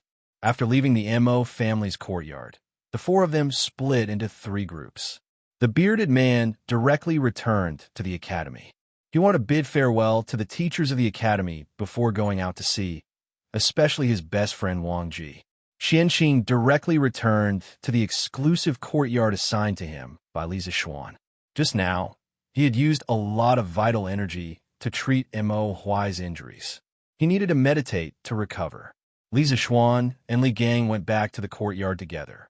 The main reason was that Li Gang's body had not fully recovered, and Li Zixuan was worried about him going back alone. Why is Yamacho frowning? Is there something on your mind? On the way back to the courtyard, Li Gang, who had been observing carefully, suddenly asked, Nothing. I'm just thinking about some things. Li Zixuan was stunned when he heard this, and then he shook his head. Li Gang obviously did not believe him. After a moment of silence, he said, Yamacho should be thinking about the academy guards or Mr. Mo, right? As for those academy guards who sacrificed their lives, the Hill Elder still can't let go of them. Am I right? When Li Zixuan first stepped into the Mo family's courtyard, Li Gang had already sensed that although Li Zixuan looked normal on the surface, he seemed to be a little depressed. Thinking that Li Zixuan had just returned from the academy before coming to the Mo family's courtyard, Li Gang could roughly guess it in his heart. The main reason was that he was very familiar with Li Zixuan's temperament. Li Zixuan was shocked. He did not expect that Li Gang would still see through some things that he had concealed very well. He had to admit that under normal circumstances, a person's experience and judgment were really proportional to their age. Yes, Mr. Wenji guessed correctly. Although I gave some compensation to the families of the dead guards and had their memorial tablets enshrined in the Academy's Hall of Heroes to enjoy the incense and glory of the Academy, when I think of those women and children in mourning clothes in front of the Memorial Hall, I feel that I owe those guards a lot. After all, they lost their precious lives for the Academy, and I only compensated their families with some money. In the Battle of Yinshan, Mo Huai and Li Gang both suffered injuries to their life force. Moreover, Mo Huai's injuries were dozens of times more serious than Li Gang's injuries. However, Mo Huai was after all a contemporary martial arts grandmaster, and his life force was 100 times stronger than Li Gang's. Therefore, after 2 hours of treatment by Li Zixuan and Xianxia, his internal injuries were basically healed. After treating Mo Huai, Li Zixuan, Xianxia, Li Gang, and the bearded man left the Mo family courtyard. Before leaving, Mo Lingwei naturally hinted to Li Zixuan about the wedding gift. Li Zixuan naturally agreed and said that he would send the wedding gift to Hades in 2 days. After leaving the Mo family's courtyard, the four of them split into 3 groups. The bearded man directly returned to the academy. He wanted to bid farewell to the teachers of the academy before going out to sea, especially his best friend Wang Ji. Xianxia directly returned to the exclusive courtyard assigned to him by Li Zixuan. Just now, he had used a lot of vital energy to treat Mo Huai's injuries and needed to meditate to recover. Li Zixuan and Li Gang went back to the courtyard together. The main reason was that Li Gang's body had not fully recovered, and Li Zixuan was worried about him going back alone. Why is Yamacho frowning? Is there something on your mind? On the way back to the courtyard, Li Gang, who had been observing carefully, suddenly asked, Nothing. I'm just thinking about some things. Li Zixuan was startled when he heard this and then shook his head. Li Gang obviously did not believe him. After a moment of silence, he said, Yamacho should be thinking about the Academy guards or Mr. Mo, right? As for those Academy guards who sacrificed their lives, the Hill Elder still has a hard time letting go of them. Am I right? When Li Zixuan first stepped into the Mo family's courtyard, Li Gang had already sensed that although Li Zixuan looked normal on the surface, his mood seemed to be somewhat depressed. Thinking about how Li Zixuan had just returned from the academy before coming to the Mo family's courtyard, Li Gang could roughly guess it in his heart. The main reason was that he was very familiar with Li Zixuan's temperament. Li Zixuan was shocked. He did not expect that Li Gang would still see through some things that he had concealed very well. He had to admit that under normal circumstances, a person's experience and eyesight were really proportional to their age. Yes, Mr. Wenji's guess is right. Although I have given some compensation to the families of the dead guards and had their memorial tablets enshrined in the Academy's Hall of Heroes to enjoy the incense and glory of the Academy, when I think of the women and children in mourning in front of the memorial hall, I feel that I owe those guards a lot. After all, they lost their precious lives for the Academy, and I only compensated their families with some money. Chapter 16:29. Before Li Zixuan went to the north to eliminate the locusts, he had given Faubert a stack of drawings about the new electric scooter. At that time, he had wanted to give it to Yin Xiaoning and Mo Lingwei as a wedding gift. However, there had been a huge locust plague, and he had organized the Sky Rooster Brigade to go up north to eliminate the locusts. Because of that, the gift had been delayed. Now that he had returned from the north, it had been more than a month since he had asked Faubert to build the new electric scooter. Of course, the electric scooter had been completely completed. Young master, actually, the scooter had been built at the end of last month. However, you were in the north at that time, so this scooter was sealed by me. I didn't allow anyone to see or touch it. Today, young master, you could try it out to see if it works. When they arrived at the innermost courtyard of the workshop, Uncle Fu said as he led the group forward, Faubert, you've worked hard. Li Zixuan nodded and replied with satisfaction.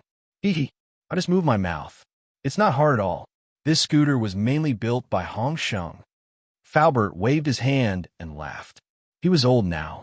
Although he had not experienced any major disasters or illnesses, and his body was still considered healthy, once he started working, his physical strength was far inferior to a young man like Zhang Hongsheng. He would feel tired after working for a short period of time. Therefore, Faubert had gradually begun to consciously share part of the heavy work in his hands with the outstanding craftsmen in the workshop. And Zhang Hongsheng was the most outstanding one among the younger generation in the workshop. While they were talking, they had arrived at a warehouse-like house in the north. Faubert took out a long key from the bundle of keys at his waist. Then, he stepped forward and opened the door.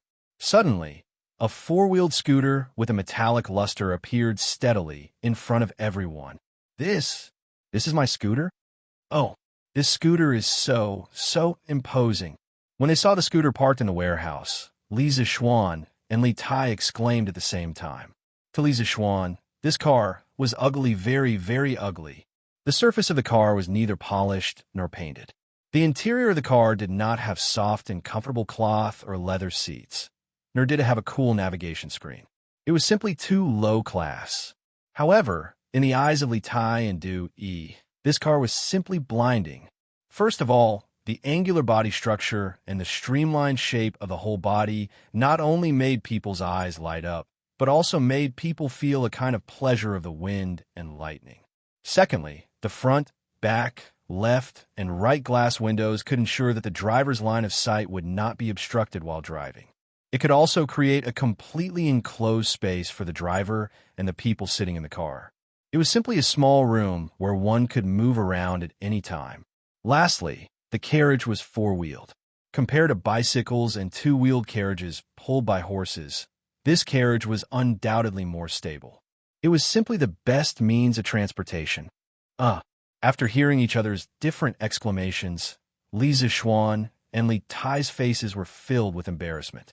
After a while, Li Tai came back to his senses and asked puzzledly, Yamacho, this scooter is so mighty and domineering. Why do you look like you're not satisfied with it? Why is that? When Fauber heard this, he quickly looked over. After all, he was the one who built the scooter. If Li Zixuan was not satisfied with it, it would be his dereliction of duty. Chapter 16:30. Hey, make way. The old man in front, please make way. Today, on the cement road from Lantian County to Chang'an City, there was a strange sight. An oddly shaped iron shell was driving quickly on the cement road. Once there were pedestrians within 10 feet of the road, a little fatty sitting in the front row of the iron shell would stick his head out of the window and loudly signal for the pedestrians to make way in advance. Although the iron shell that could run at high speed looked quite cool, the action of the little fatty sticking his head out of the window was quite funny. So much so that the pedestrians who were initially paying attention to the electric car began to talk about the little fatty. What's that iron shell? How can it run so fast? It must be the latest car invented by Marquis Chi Chu Pavilion Workshop. Didn't you see the two-wheeled car that the workshop came up with more than a month ago that can run on electricity? This four-wheeled car must be similar to that. What? This car runs on electricity? Oh my God, how much electricity would it take to run such a heavy car? Why do you think the young man in the car is sticking his head out? Probably to warn the pedestrians to make way. Ha! It's just that this kid's actions are a bit silly. Ha ha! That's right, that's right. Shoo! Do you know who that young man is? Who is he? That's the current Prince of Wei. So don't talk nonsense. What? The Prince of Wei? Phew! Luckily, the Prince of Wei didn't hear what I said just now. The electric car attracted a lot of attention along the cement road. However, Li Tai, who was called silly by others, was not as happy as he was when he first came out. Yamacho, is there any water in the car? My throat is going to smoke from all the shouting. Li Tai retracted his head back into the car and looked at Li Zixuan bitterly. To think that he, a prince, was being treated as a human-shaped car horn. This situation was too tragic. This is a new car, and it's the first time we're on the road. How can there be water for you to drink? Hold on a little longer. We'll reach Chang'an City soon. Li Zixuan steered the steering wheel while glancing at Li Tai. Hey, make way. The old man in front, please make way. Today, on the cement road leading from Lantian County to Chang'an City, there was a strange sight. An oddly shaped iron shell was speeding along the cement road. Once there were pedestrians within 100 feet of the cement road ahead, a little fatty sitting in the front row of the iron shell would stick his head out of the window and loudly signal the pedestrians to make way in advance. Although this iron shell that could run fast looked quite cool, the little fatty's action of sticking out the window was a little funny. So much so that the pedestrians who were initially paying attention to the electric car began to talk about the little fatty. What is this iron shell? How can he run so fast? It must be the latest car invented by Marquis Chi Chu Pavilion. Didn't you see the workshop produce a two-wheeled vehicle that can run on electricity more than a month ago? This four-wheel vehicle must be similar to that one. What? Is this car powered by electricity? Oh my God, how much electricity would be needed to drive such a heavy car? Why do you think the young man in the car is sticking his head out? Probably to warn the pedestrians to make way? Ha! It's just that this kid's actions are a little silly. Ha! That's right, that's right. Shoo! Do you know who that young man is? Who is he? That's the current Prince of Wei, so don't talk nonsense. What? The Prince of Wei? Phew! Luckily, the Prince of Wei didn't hear what I said just now. The electric car attracted a lot of attention along the cement road. However, Li Tai, who was called silly by others, was not as happy as when he first came out. Yamacho, is there any water in the car? My throat is going to smoke from all the shouting. Li Tai retracted his head back into the car and looked at Li Zixuan bitterly. To think that he, a prince, was being treated as a human-shaped car horn. This situation was too tragic. This is a new car, and it's the first time we're on the road. How can there be water for you to drink? Bear with it. We're almost at Chang'an City. Li Zixuan looked at Li Tai as he steered the car. Hey, make way. Old man in front, make way.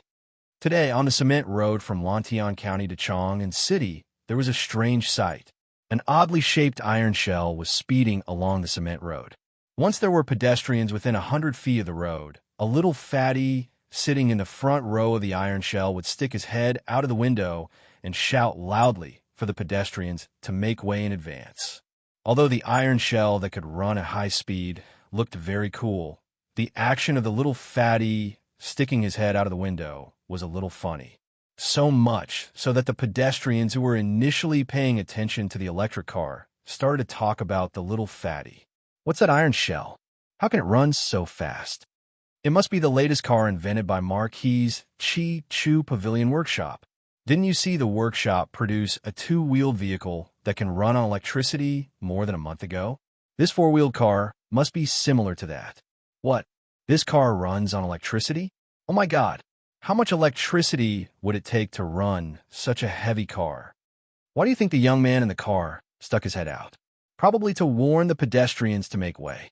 Haha, it's just that this kid's actions are a little silly. Haha, that's right. Sure. Do you know who that young man is? Who is he? That's the current Prince of Wei. So don't talk nonsense. What? Prince of Wei? Phew. Luckily, Prince of Wei didn't hear what I said just now. The electric car attracted a lot of attention along the cement road. However, Li Tai, who was called silly by others, was not as happy as when he first came out. Yamacho, is there any water in the car? My throat is smoking from all the shouting. Li Tai retracted his head back into the car and looked at Li Zishuan bitterly. To think that he, a prince, was being treated as a human-shaped car horn. This situation was too tragic. This is a new car, and it's the first time we're on the road. How can there be water for you to drink? Bear with it. We're almost at Chang'an City. Li Zishuan looked at Li Tai as he steered the car. Hey, make way. Old man in front, make way. Today, on the cement road leading from Lantian County to Chang'an City, there was a strange sight. An oddly shaped iron shell was speeding along the cement road. Once there were pedestrians within 100 feet of the cement road ahead, a little fatty sitting in the front row of the iron shell would stick his head out of the window and loudly signal for the pedestrians to make way in advance. Although the iron shell that could run at high speed looked very cool, the action of the little fatty sticking his head out of the window was a little funny. The pedestrians who were initially paying attention to the electric car started to talk about the little fatty. What's that iron shell? How can it run so fast? It must be the latest car invented by Marquis Chi-Chu Pavilion Workshop. Didn't you see the workshop produce a two-wheeled vehicle that can run on electricity more than a month ago? This four-wheeled car must be similar to that. What? This car runs on electricity? Oh my God! How much electricity does it take to run such a heavy car? Why do you think the young man in the car is sticking his head out? Probably to warn the pedestrians to make way? Haha, it's just that this kid's actions are a little silly. Haha, that's right. Sure. Do you know who that young man is? Who is he? That's His Royal Highness King Wei. So don't talk nonsense. What? His Royal Highness King Wei? Phew. Luckily, His Royal Highness King Wei didn't hear what I said just now. The electric car attracted a lot of attention along the cement road. However, Li Tai, who was called silly by others, was not as happy as he was when he first came out. Yamacho, is there any water in the car? My throat is going to smoke from all the shouting. Li Tai retracted his head back into the car and looked at Li Zishuan bitterly. He was a prince, but now he was being treated as a human car horn. This situation was too tragic. This is a new car, and it's the first time we're on the road. How can there be water for you to drink? Bear with it. We're almost at Chang'an City. Li Zishuan looked at Li Tai as he steered the car. Hey, make way. Old man in front, make way. Today, on the cement road leading from Lantian County to Chang'an City, there was a strange sight. An oddly shaped iron shell was speeding along the cement road. Once there were pedestrians within 100 feet of the cement road ahead, a little fatty sitting in the front row of the iron shell would stick his head out of the window and loudly signal for the pedestrians to make way in advance. Although the iron shell that could run at high speed looked very cool, the action of the little fatty sticking his head out of the window was so funny that the pedestrians who were initially paying attention to the electric car started to talk about the little fatty. What's that iron shell? How can it run so fast? It must be the latest car invented by Marquis Chi-Chu Pavilion Workshop. Didn't you see the two-wheeled car that ran on electricity more than a month ago? This four-wheeled car must be similar to that. What? This car runs on electricity? Oh my God, how much electricity does it need to run such a heavy car? Why do you think the young man in the car is sticking his head out? Probably to warn the pedestrians to make way. Haha, it's just that this kid's actions are a little silly. Haha, that's right. Sure. Do you know who that young man is? Who is he? That's the current Prince of Wei. So, don't talk nonsense. What? Prince of Wei? Phew. Luckily, Prince of Wei didn't hear what I said just now. The electric car attracted a lot of attention along the cement road. However, Li Tai, who was called silly by others, was not as happy as when he first came out. Yamacho, is there any water in the car? My throat is going to smoke from all the shouting. Li Tai retracted his head back into the car and looked at Li Zixuan bitterly. To think that he, a prince, was being treated as a human-shaped car horn. This situation was too tragic. This is a new car, and it's the first time we're on the road. How can there be water for you to drink? Bear with it. We're almost at Chang'an City. Li Zixuan looked at Li Tai as he steered the car. Hey, make way. Old man in front, make way. Today, on the cement road from Lantian County to Chang'an City, there was a strange sight. A strange-looking iron shell was speeding along the cement road. Once there were pedestrians within 100 feet of the road, a little fatty sitting in the front row of the iron shell would stick his head out of the window and shout loudly for the pedestrians to make way in advance. Although the iron shell that could run at high speed looked very cool, the action of the little fatty sticking his head out of the window was a little funny. So much so that the pedestrians who were initially paying attention to the electric car started to talk about the little fatty. What's that iron shell? How can it run so fast? It must be the latest car invented by Marquis Chi Chu Pavilion Workshop. Didn't you see the workshop produce a two-wheeled vehicle that can run on electricity more than a month ago? This four-wheeled car must be similar to that. What? This car runs on electricity? Oh my God, how much electricity does it take to run such a heavy car? Why do you think the young man in the car stuck his head out? Probably to warn the pedestrians to make way? Huh, but this kid's actions are a little silly. Huh, that's right. Chill. Do you know who that young man is? Who is he? That's the current Prince of Wei. So don't talk nonsense. What? Prince of Wei? Phew. Luckily, Prince of Wei didn't hear what I said just now. The electric car attracted a lot of attention along the cement road. However, Li Tai, who was called silly by others, was not as happy as he was when he first came out. Yamacho, is there any water in the car? My throat is going to smoke from all the shouting. Li Tai retracted his head back into the car and looked at Li Zixuan bitterly. He was a prince, but now he was being treated as a human car horn. This situation was too tragic. This is a new car, and it's the first time we're on the road. How can there be water for you to drink? Bear with it. We're almost at Chang'an City. Li Zixuan looked at Li Tai as he controlled the steering wheel and said lightly, a little fatty will stick his head out of the window.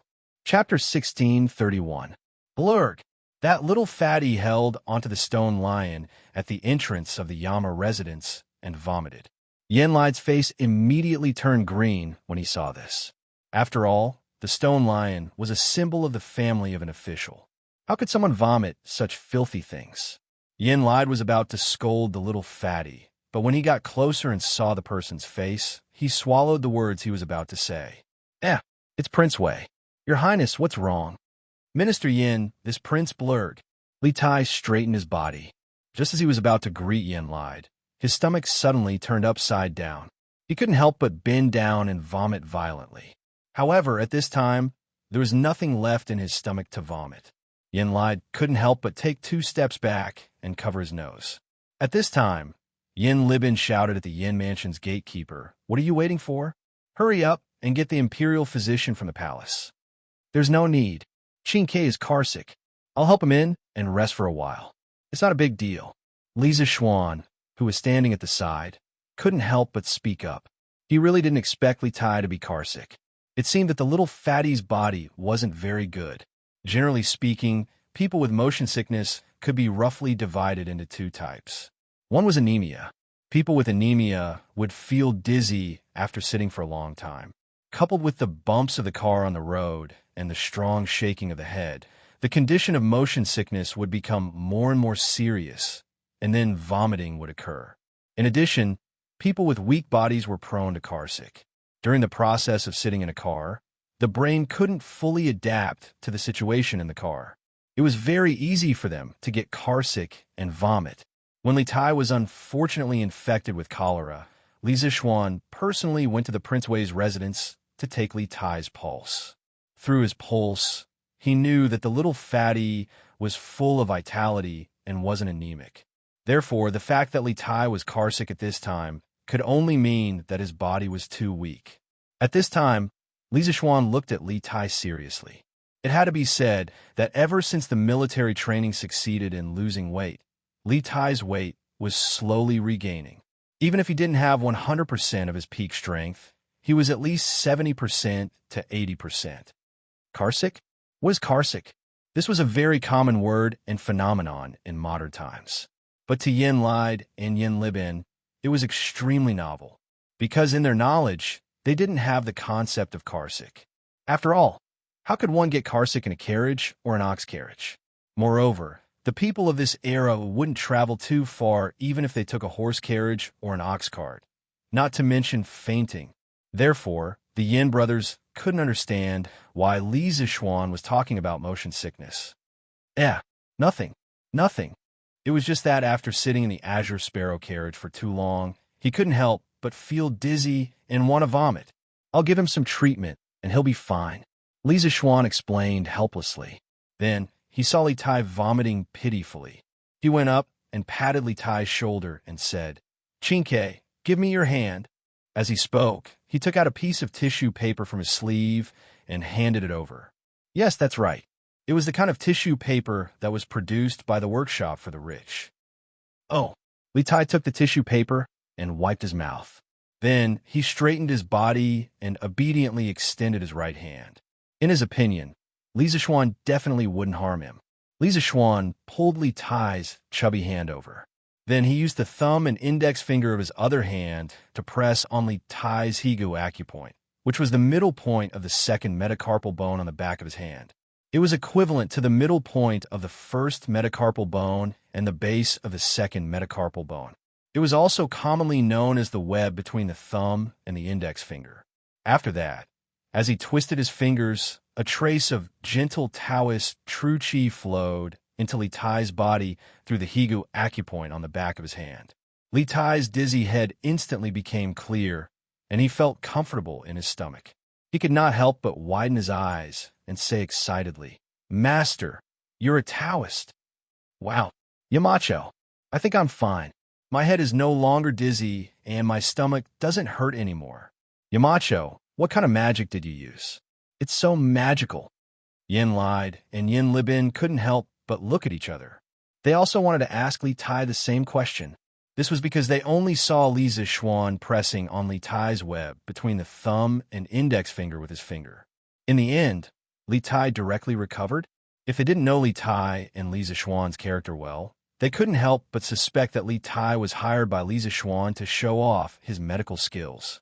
Li Zixuan said calmly, "What magic? I think you've read too many cultivation novels, haven't you? I just pressed on the Higu acupoint on your hand. There's nothing magical about it. If you get carsick in the future, remember to press on this acupoint yourself. It should help a lot." As everyone knew, Li Tai was one of the first batch of cultivation novels in the entire Tang dynasty. Therefore, this little fatty often fantasized about the magic of immortals. "Oh, so that's how it is." Li Tai scratched his head. He didn't know if he should be happy or disappointed. As for Yin Lide and Yin Libin, they looked at each other as if they didn't understand. After all, they weren't good at medicine. It was already very good that they could understand half of it. Xiaoxian, Xianxia, why are you guys here?" At this moment, Yin Xiaoning came out of the Yin residence with Mo Lingwei. When he saw Li Zixuan and Li Tai in front of the residence, he couldn't help but exclaim in surprise. This is a car?" Unlike Yin Xiaoning, Mo Lingwei's eyes instantly focused on the electric car parked in front of the door. She excitedly went forward to touch the cold car body. Then, She turned to Lisa Xuan and asked, Yamacho, is this the wedding gift you said you were going to give me? And shouting? Chapter 1632. Your Majesty, Marquis Yong, and in Prince Wei have entered the city in a strange car made of steel and glass. They are currently in Minister Yan's residence. Imperial Palace, Lijiang Hall. Li Er, who had just finished the morning court session, was currently chatting with Empress Xianxia in the Lijiang Hall.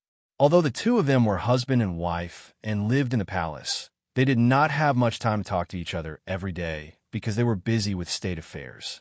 Just as Li Er and Empress Xianxia were talking happily, Zhao Song suddenly came in and reported to Li Er. A strange car made of steel and glass. Tell me, what's so strange about that car? Hearing that, Li Er frowned and could not help but ask. Zhao Song thought for a moment and described, Your Majesty, the body of the carriage is made of steel. There are glass windows on all four sides of the carriage, and there are four wheels under the carriage. This carriage doesn't need any external help to move like the wind. It's even faster than a normal horse.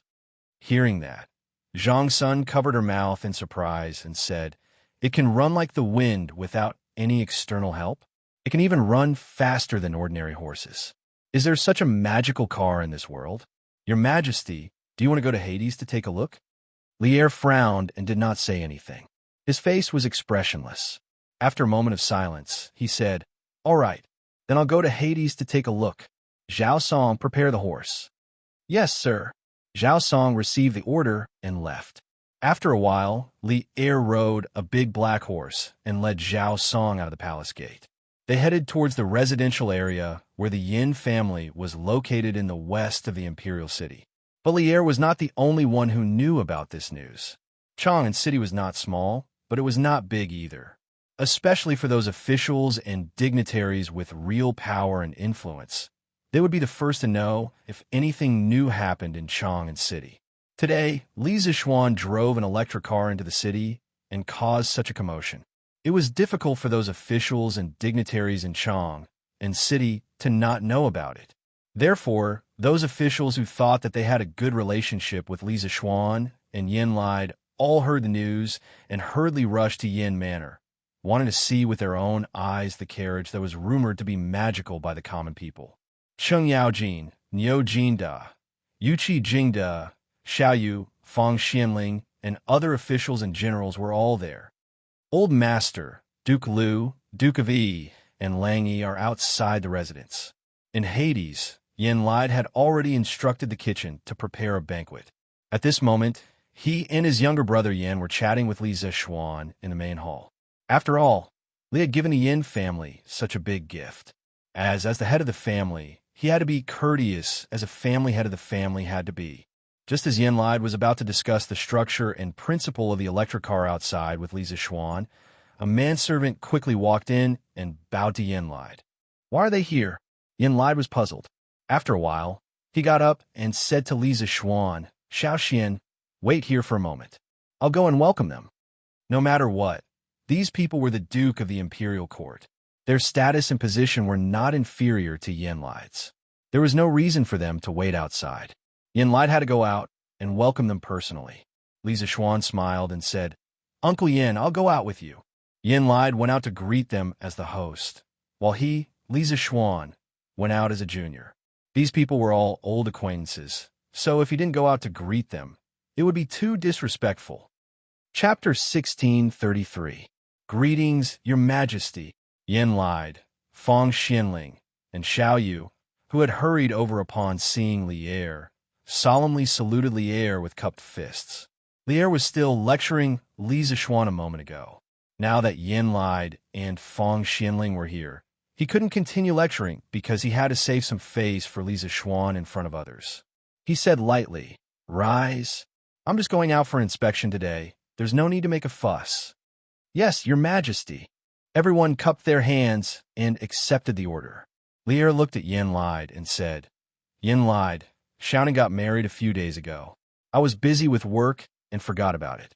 I'll get someone to give you a congratulatory gift later. Yin Lide was flattered and said, Your Majesty, you can't. You can't. My son's marriage is just a small matter. How can I let your majesty worry about it?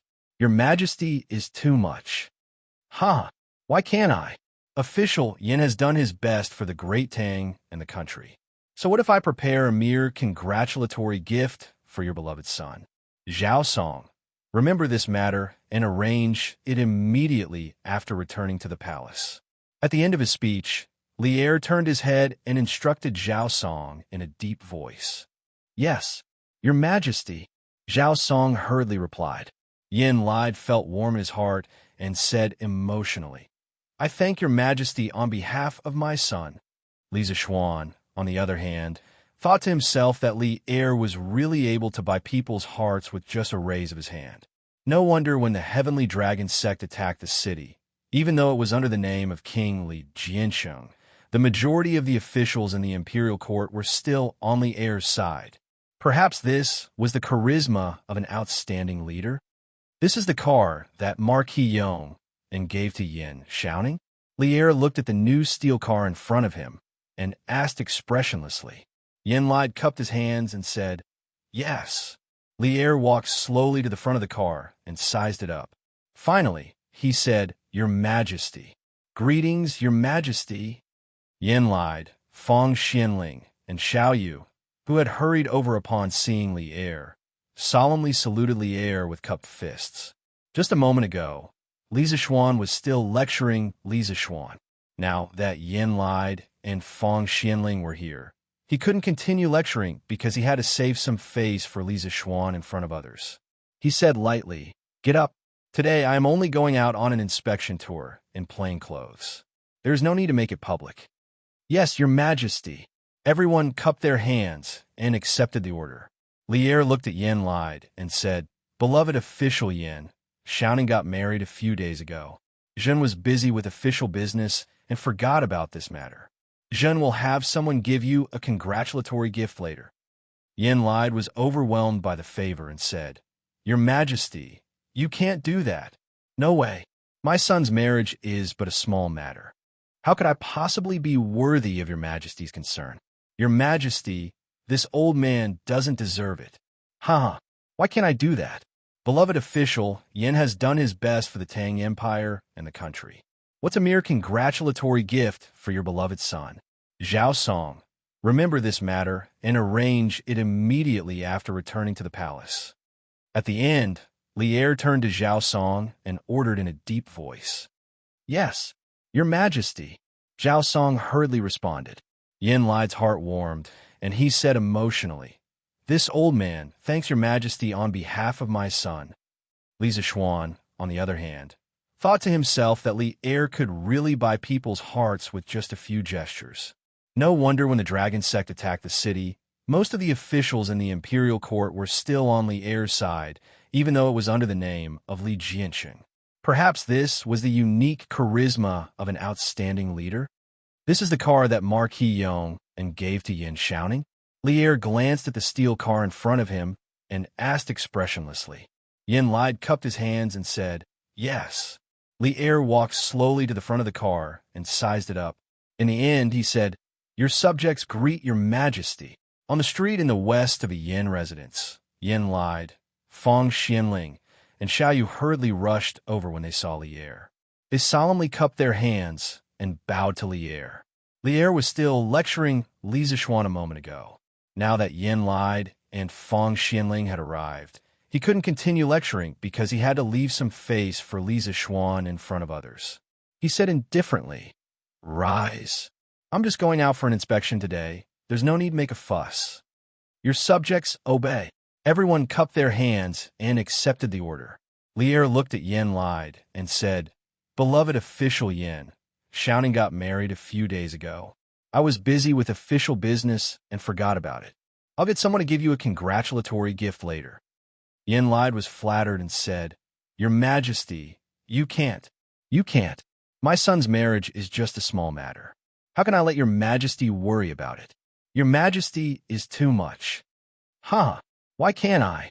Beloved official, Yin has done his best for the Tang dynasty and the country.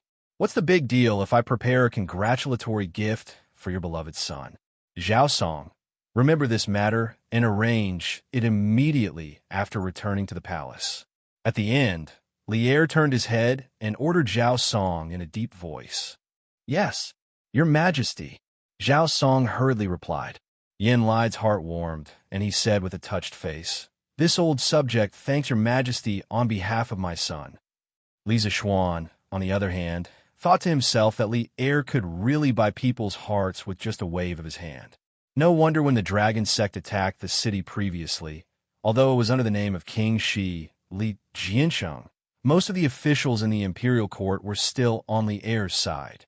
Perhaps this was the charisma of an outstanding leader? This is the carriage that Marquis Yong and gave to Yin, shouting. Lier glanced at the steel carriage in front of him and asked expressionlessly.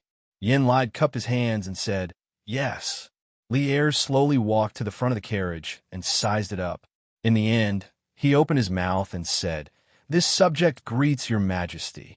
On the street in the west of the Yin residence, Yin Lide, Fong Xianling, and Xiaoyu hurriedly rushed over when they saw Lier. They solemnly cupped their hands and bowed to Lier. Lier was still lecturing Li Zishuan a moment ago. Now that Yin Lide and Fong Xianling had arrived, he couldn't continue lecturing because he had to leave some face for Li Zishuan in front of others. He said lightly, Rise.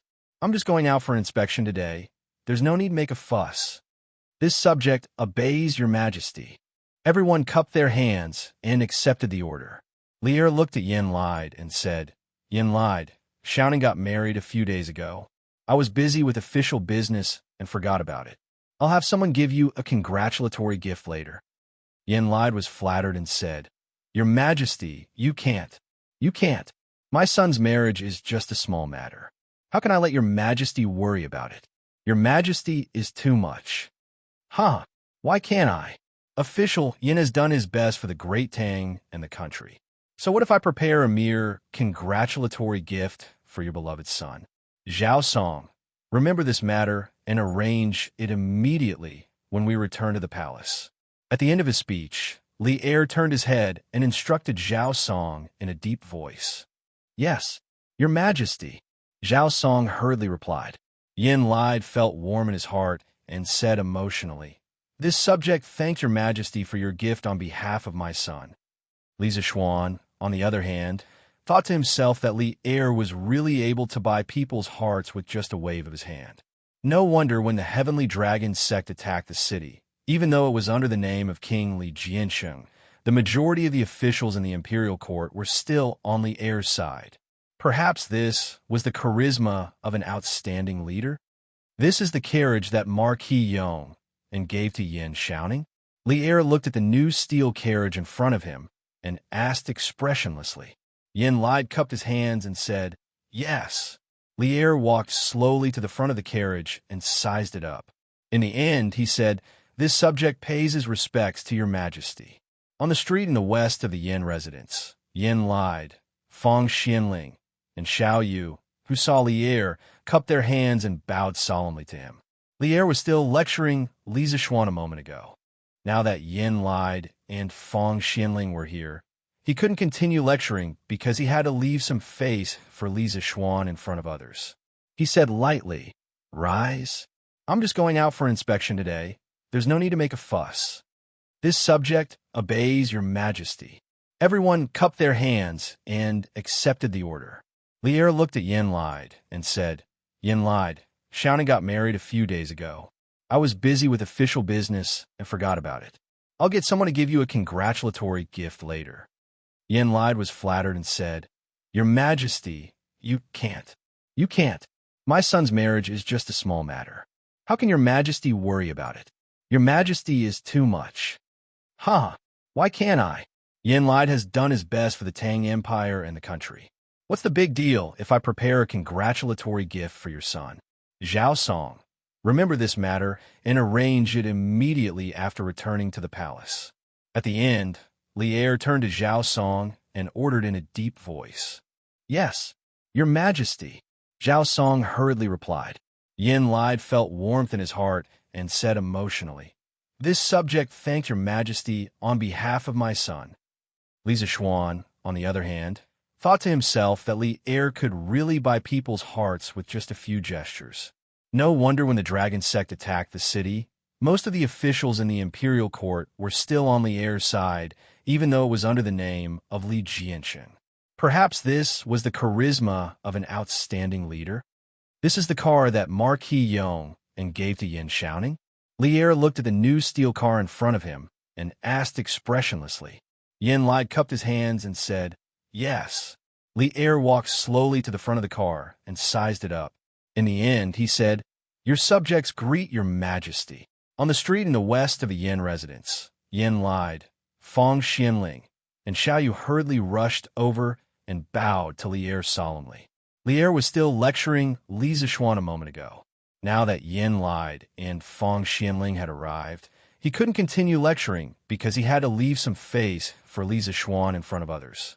He said indifferently, "Rise. I'm just going out for inspection today. There's no need to make a fuss." Your subjects obey. Everyone cupped their hands and accepted the order. Li Er looked at Yin Lied and said, "Yin Lied, Xiaoning got married a few days ago. I was busy with work and forgot about it. I'll get someone to give you a congratulatory gift later." Yin Lied was flattered and said, "Your Majesty, you can't. You can't. My son's marriage is just a small matter. How can I let your Majesty worry about it? Your Majesty is too much." "Huh, why can't I? Yin Lied has worked hard for the Tang Empire and the country. What's the big deal if I prepare a congratulatory gift for your son? Zhao Song, remember this matter and arrange it immediately after returning to the palace." At the end, Li Er turned to Zhao Song and ordered in a deep voice, "Yes, your Majesty." Zhao Song hurriedly responded. Yin Lied's heart warmed, and he said with a touched face, "This old subject thanks your Majesty on behalf of my son." Li Zixuan, on the other hand, thought to himself that Li Er was really able to buy people's hearts with just a wave of his hand. No wonder when the Heavenly Dragon sect attacked the city, even though it was under the name of King Li Jiansheng, the majority of the officials in the imperial court were still on Li Er's side. Perhaps this was the unique charm of an outstanding leader. This is the carriage that Marquis Yong and gave to Yin Xiaoning. Li Er glanced at the steel carriage in front of him and asked expressionlessly. Yin Lai cupped his hands and said, "Yes." Li Er slowly walked to the front of the carriage and sized it up. In the end, he said, "This subject greets your Majesty." On the street in the west of the Yin residence, Yin lied, Fong Xianling, and Xiaoyu hurriedly rushed over when they saw Li Er. They solemnly cupped their hands and bowed to Li Er. Li Er was still lecturing Li Zixuan a moment ago. Now that Yin lied and Fong Xianling had arrived, he couldn't continue lecturing because he had to leave some face for Li Zixuan in front of others. He said lightly, "Rise. I'm just going out for inspection today. There's no need to make a fuss." This subject obeys your Majesty. Everyone cupped their hands and accepted the order. Li Er looked at Yin Lied and said, "Yin Lied, Xiaoning got married a few days ago. I was busy with official business and forgot about it. Later, I'll get someone to give you a congratulatory gift." Yin Lied was flattered and said, "Your Majesty, you can't. You can't. My son's marriage is just a small matter. How can your Majesty worry about it? Your Majesty is too much." "Huh, why can't I? Official Yin has done his best for the great Tang and the country. So what if I prepare a mere congratulatory gift for your beloved son? Zhao Song, remember this matter and arrange it immediately when we return to the palace." At the end of his speech, Li Er turned his head and instructed Zhao Song in a deep voice. "Yes, your Majesty." Zhao Song hurriedly replied. Yin Lied felt warm in his heart and said emotionally, "This subject thanks your Majesty for your gift on behalf of my son." Li Zixuan, on the other hand, thought to himself that Li Er was really able to buy people's hearts with just a wave of his hand. No wonder when the Heavenly Dragon sect attacked the city, even though it was under the name of King Li Jiansheng, the majority of the officials in the imperial court were still on Li Er's side. Perhaps this was the charisma of an outstanding leader. This is the carriage that Marquis Yong and gave to Yin Xiaoning. Li Er looked at the new steel carriage in front of him and asked expressionlessly. Yin Lied cupped his hands and said, "Yes." Li Er walked slowly to the front of the carriage and sized it up. In the end, he said, "This subject pays his respects to your majesty." On the street in the west of the Yin residence, Yin lied, Fong Xianling, and Xiao Yu, who hurried over when they saw Li Er, solemnly cupped their hands and bowed to Li Er. Chapter 1634. Xiao Xian, why are you back? Seeing that Li Zixuan had returned, Cheng Yaojin couldn't help but ask in surprise. After Li Zixuan's surprise attack, the few officials who came to Yin Mansion were no longer in the mood to continue admiring the electric car. The reason why they didn't leave was because they were waiting for Li Zixuan to come back. This was because they all heard the displeasure in Li Zixuan's tone just now. After all, for these people to be able to get to their current positions, they were all shrewd people. Everyone knew that Li Zixuan would return to Yin Mansion after going to the palace, but they didn't expect him to come back so quickly. This amount of time was not enough for a round trip from Yin Mansion to the palace. Although Li Zixuan was a little depressed in his heart, he didn't show it on his face. Instead, he replied faintly, "His Majesty talked about some official business with me on the way back. After that, I came back." Official business? Hearing this, everyone couldn't help but be suspicious in their hearts. However, Li Zixuan obviously didn't want to talk about it in detail, so they didn't ask anymore. Yin Xiaoning's eyes flashed, and he asked in a deep voice, "Xiao Xian, did His Majesty blame you for giving me something as valuable as an electric car? If that's the case, then you should drive the car back later." Among the people in the room, Yin Xiaoning was the one who actually spent the most time with Li Zixuan. He could catch the slightest expression on Li Zixuan's face and guess what Li Zixuan was thinking. Just now, Yin Xiaoning could clearly see that Li Zixuan had a very forced smile on his face when he replied to Cheng Yaojin. That was why he said that just now. Hearing this, Li Zixuan quickly waved his hand and said, "Xiaoning, what are you talking about? What His Majesty said to me just now was some official business. What does it have to do with the electric car in front of the door? Don't think too much. Oh, that's right. Hasn't the kitchen in your mansion prepared the food yet? Hurry up and let them serve the food. Don't let everyone starve because of me." Yes, yes, yes. Old Yen, hurry up and let them serve the food. This old man's stomach is growling from hunger. At noon, I must have a good drink with old Fong and Sherwin. It's not easy for us old fellows to gather at the same table. Xiao Yu, courtesy name Sherwin. Cheng Yaojin's eyes flashed. He laughed and said loudly. Yin Lied immediately reacted and hurriedly shouted, "Butler, quick, tell the kitchen to serve the dishes." A moment later, the group of people sat together and began to eat heartily.